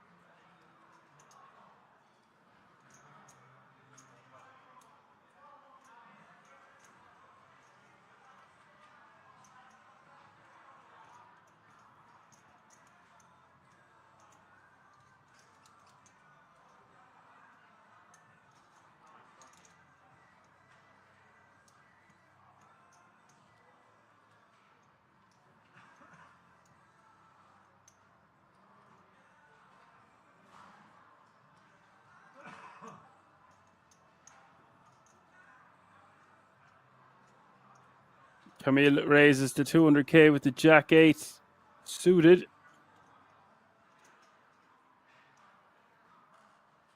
This seems like a really nice hand to shove. I think it's just too strong. Yes, you're going to get called and be beat some of the time. Some of the time you're going to be ahead. Some of the time you're going to have fold equity. Actually, have a decent amount of fold equity considering we have 2 eliminations away from the end of the day. You see it more and more. Guys raising even off 7 and 8 bigs and fold to 10 big blinds.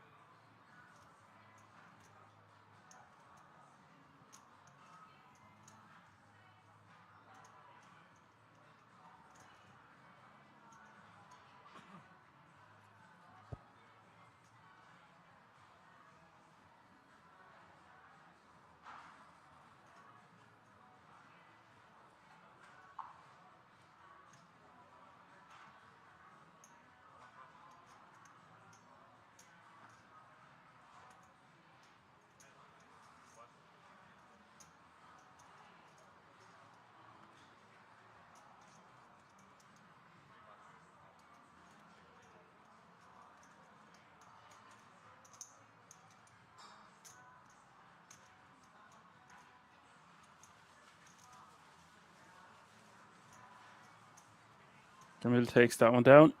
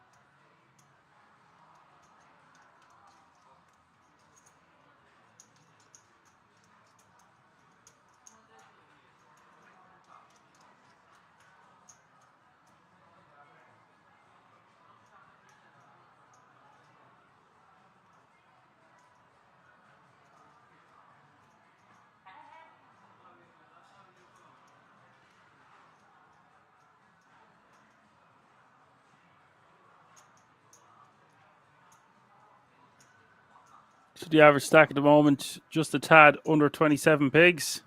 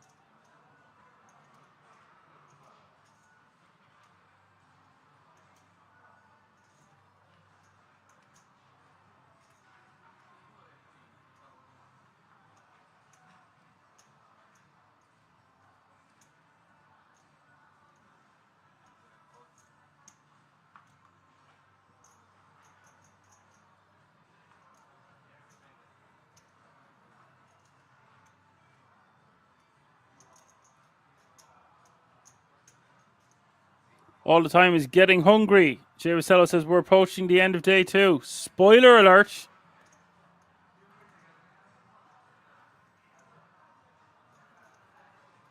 Hope you're all enjoying the show. If you're still tuning in, live for just over 6 hours now, and lots more action to come tomorrow. Still 2 eliminations to go tonight. Touchy with a monster. Kings of Kings facing 2.5x open from Franz in the cutoff, a King Jack off suit.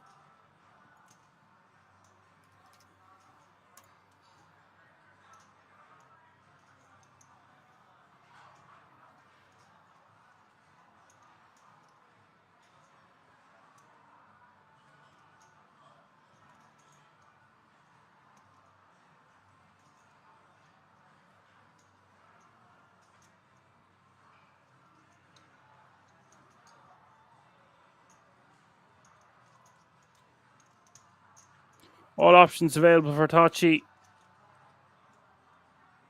I would make it somewhere around 550. Seems good to me. Be sizing down, not up here. 625 going to be totally acceptable.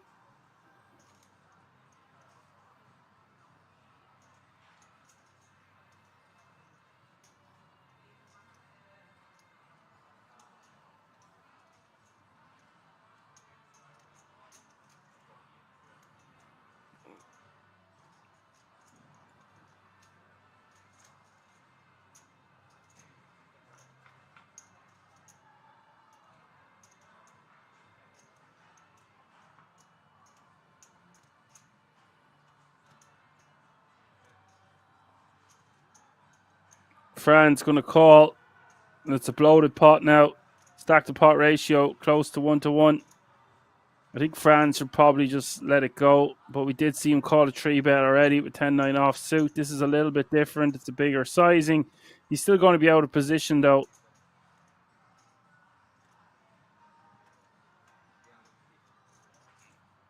That's a tiny sizing of 350. And I really like this. I was going to say I'd like to see him go somewhere around 400. Quarter pot or less.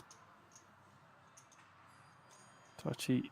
So good at picking the right sizings in situations.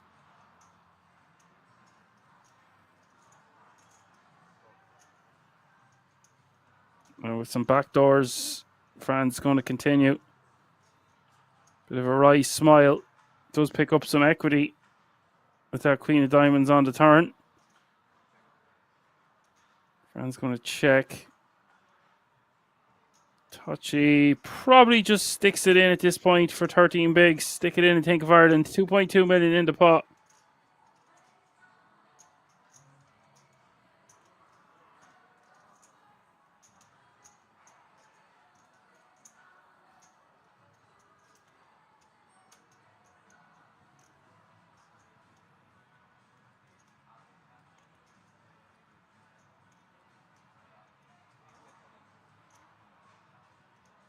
And Touchy will just shove.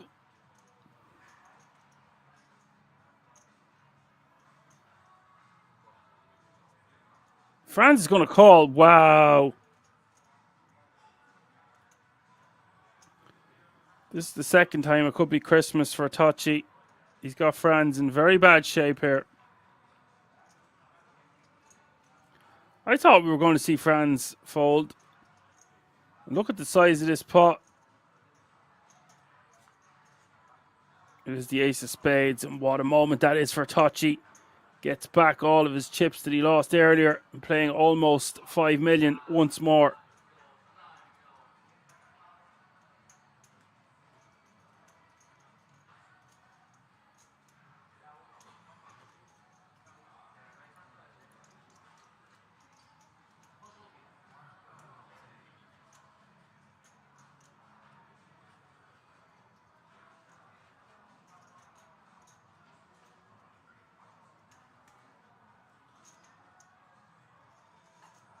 Touchy now. Chip leader at this feature. Camille with 35 in second place. Franz then with 24. Tor with 22. Christopher 19. Robin Frey with 14. And Juan with 11.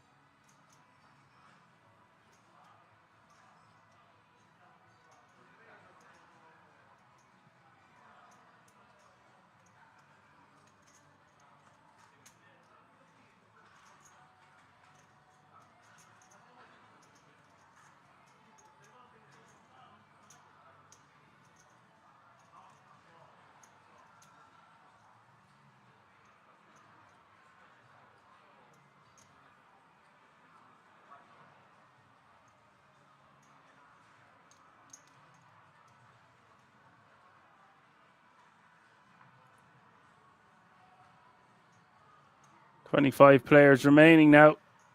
As Jay Waselos' day 3 bubble time. Indeed. One picking up ladies with 11 bigs.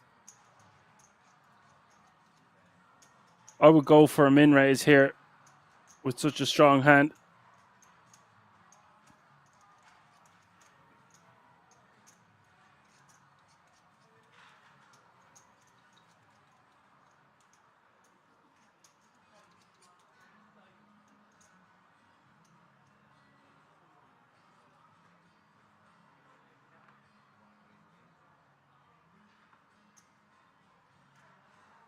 Just decides to rip.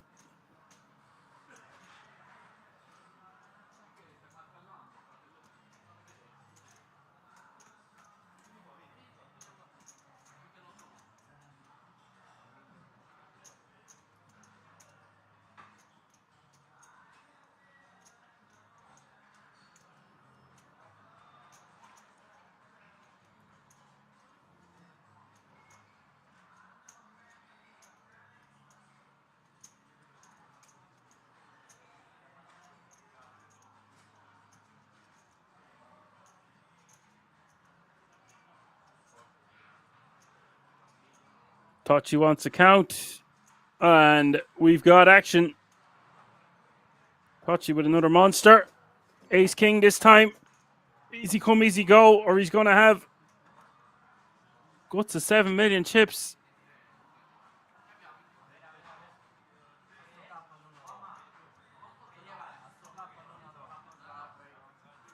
Close to 6.5 million if he wins this flip. If he loses it, it's not the end of the world. He's still going to have 37 bigs. Big moment for both players involved. Nearly an average stack in the middle.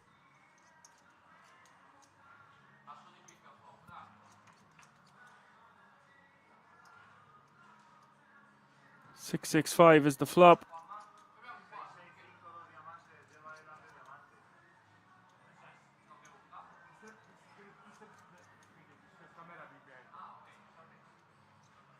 Turn is the 7 of spades.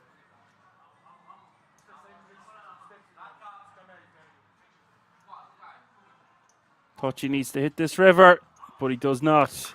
Big moment for Juan Salcedo.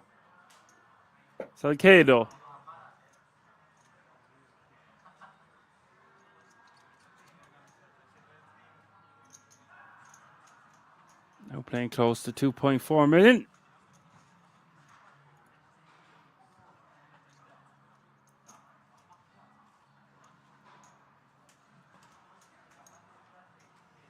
Tatsa says a questionable call with the King Jack. It was indeed.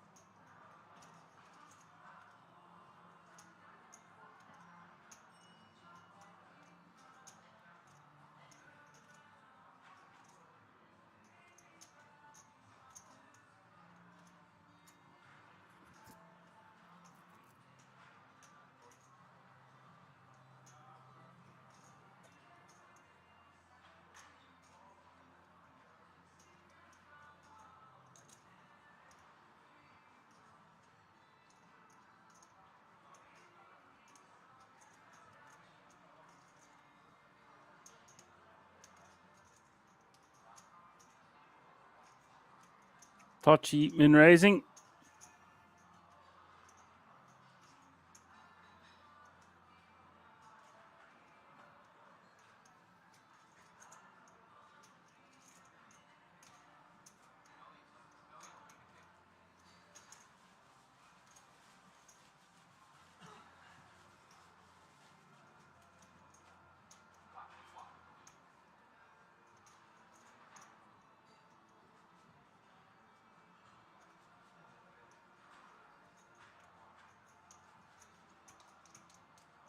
Takes that one down.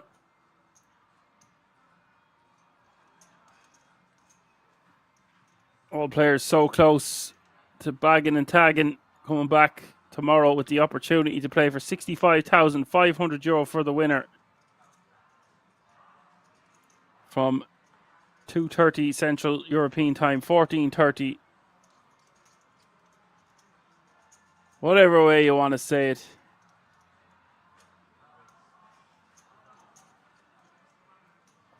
Massive thanks to everyone that tuned in today. If you're new to the channel, be sure to give us a like, subscribe, and a follow.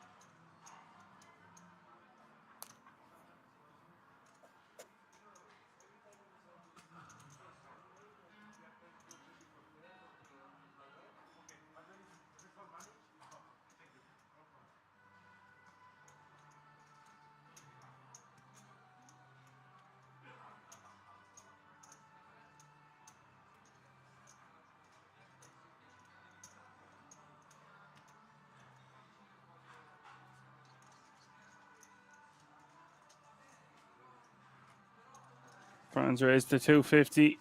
Takes down the blinds and antes.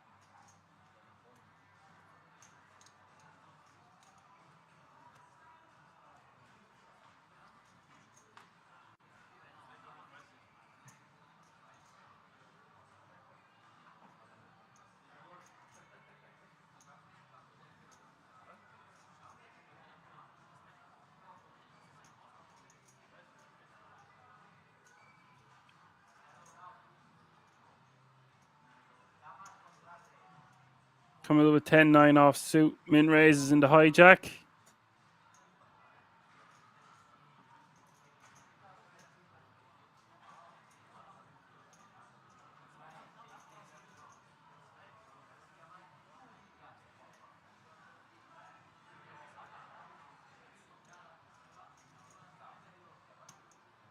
And for Tor on the button here.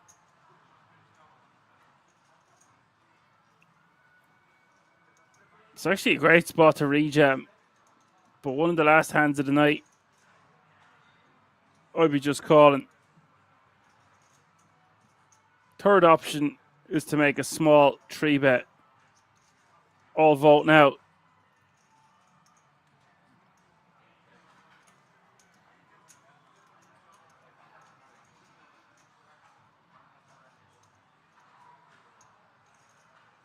It's just as well he didn't shove because Juan picking up ace king had the queens and doubled up a few moments ago. Now finds himself with ace king.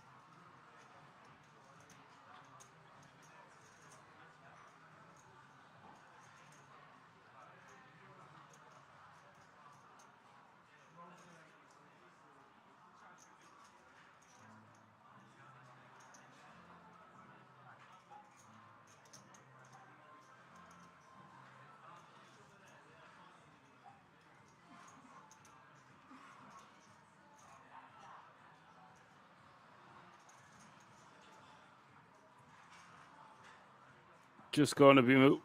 Whoa, whoa, whoa. Oh, wow. He's giving Tor far too much credit because his 3-bet looks so strong because it's off sub 20 bigs to start the hand. I just can't get behind that one.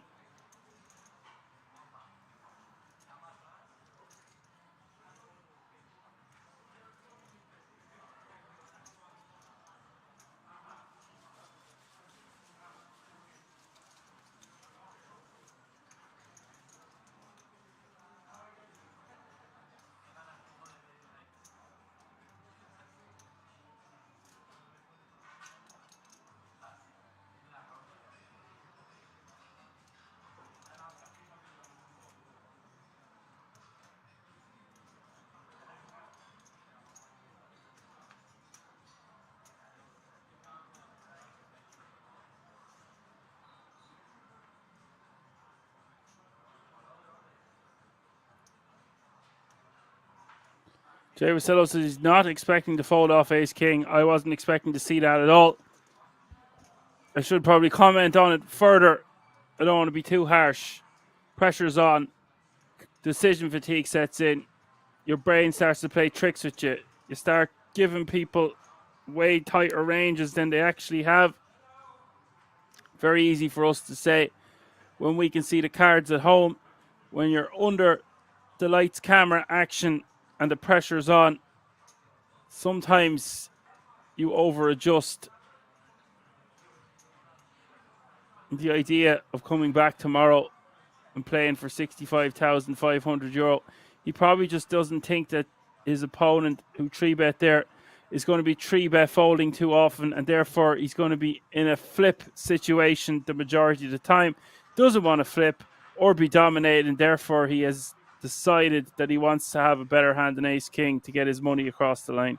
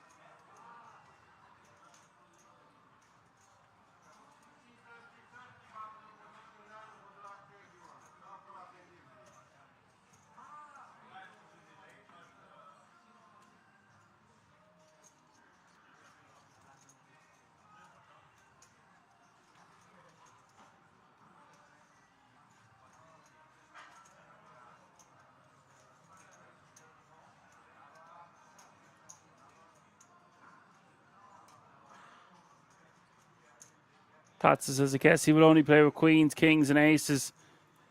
I just thought he was tanking to make his hand look weaker when he 4-bet ripped. No pay jump to worry about.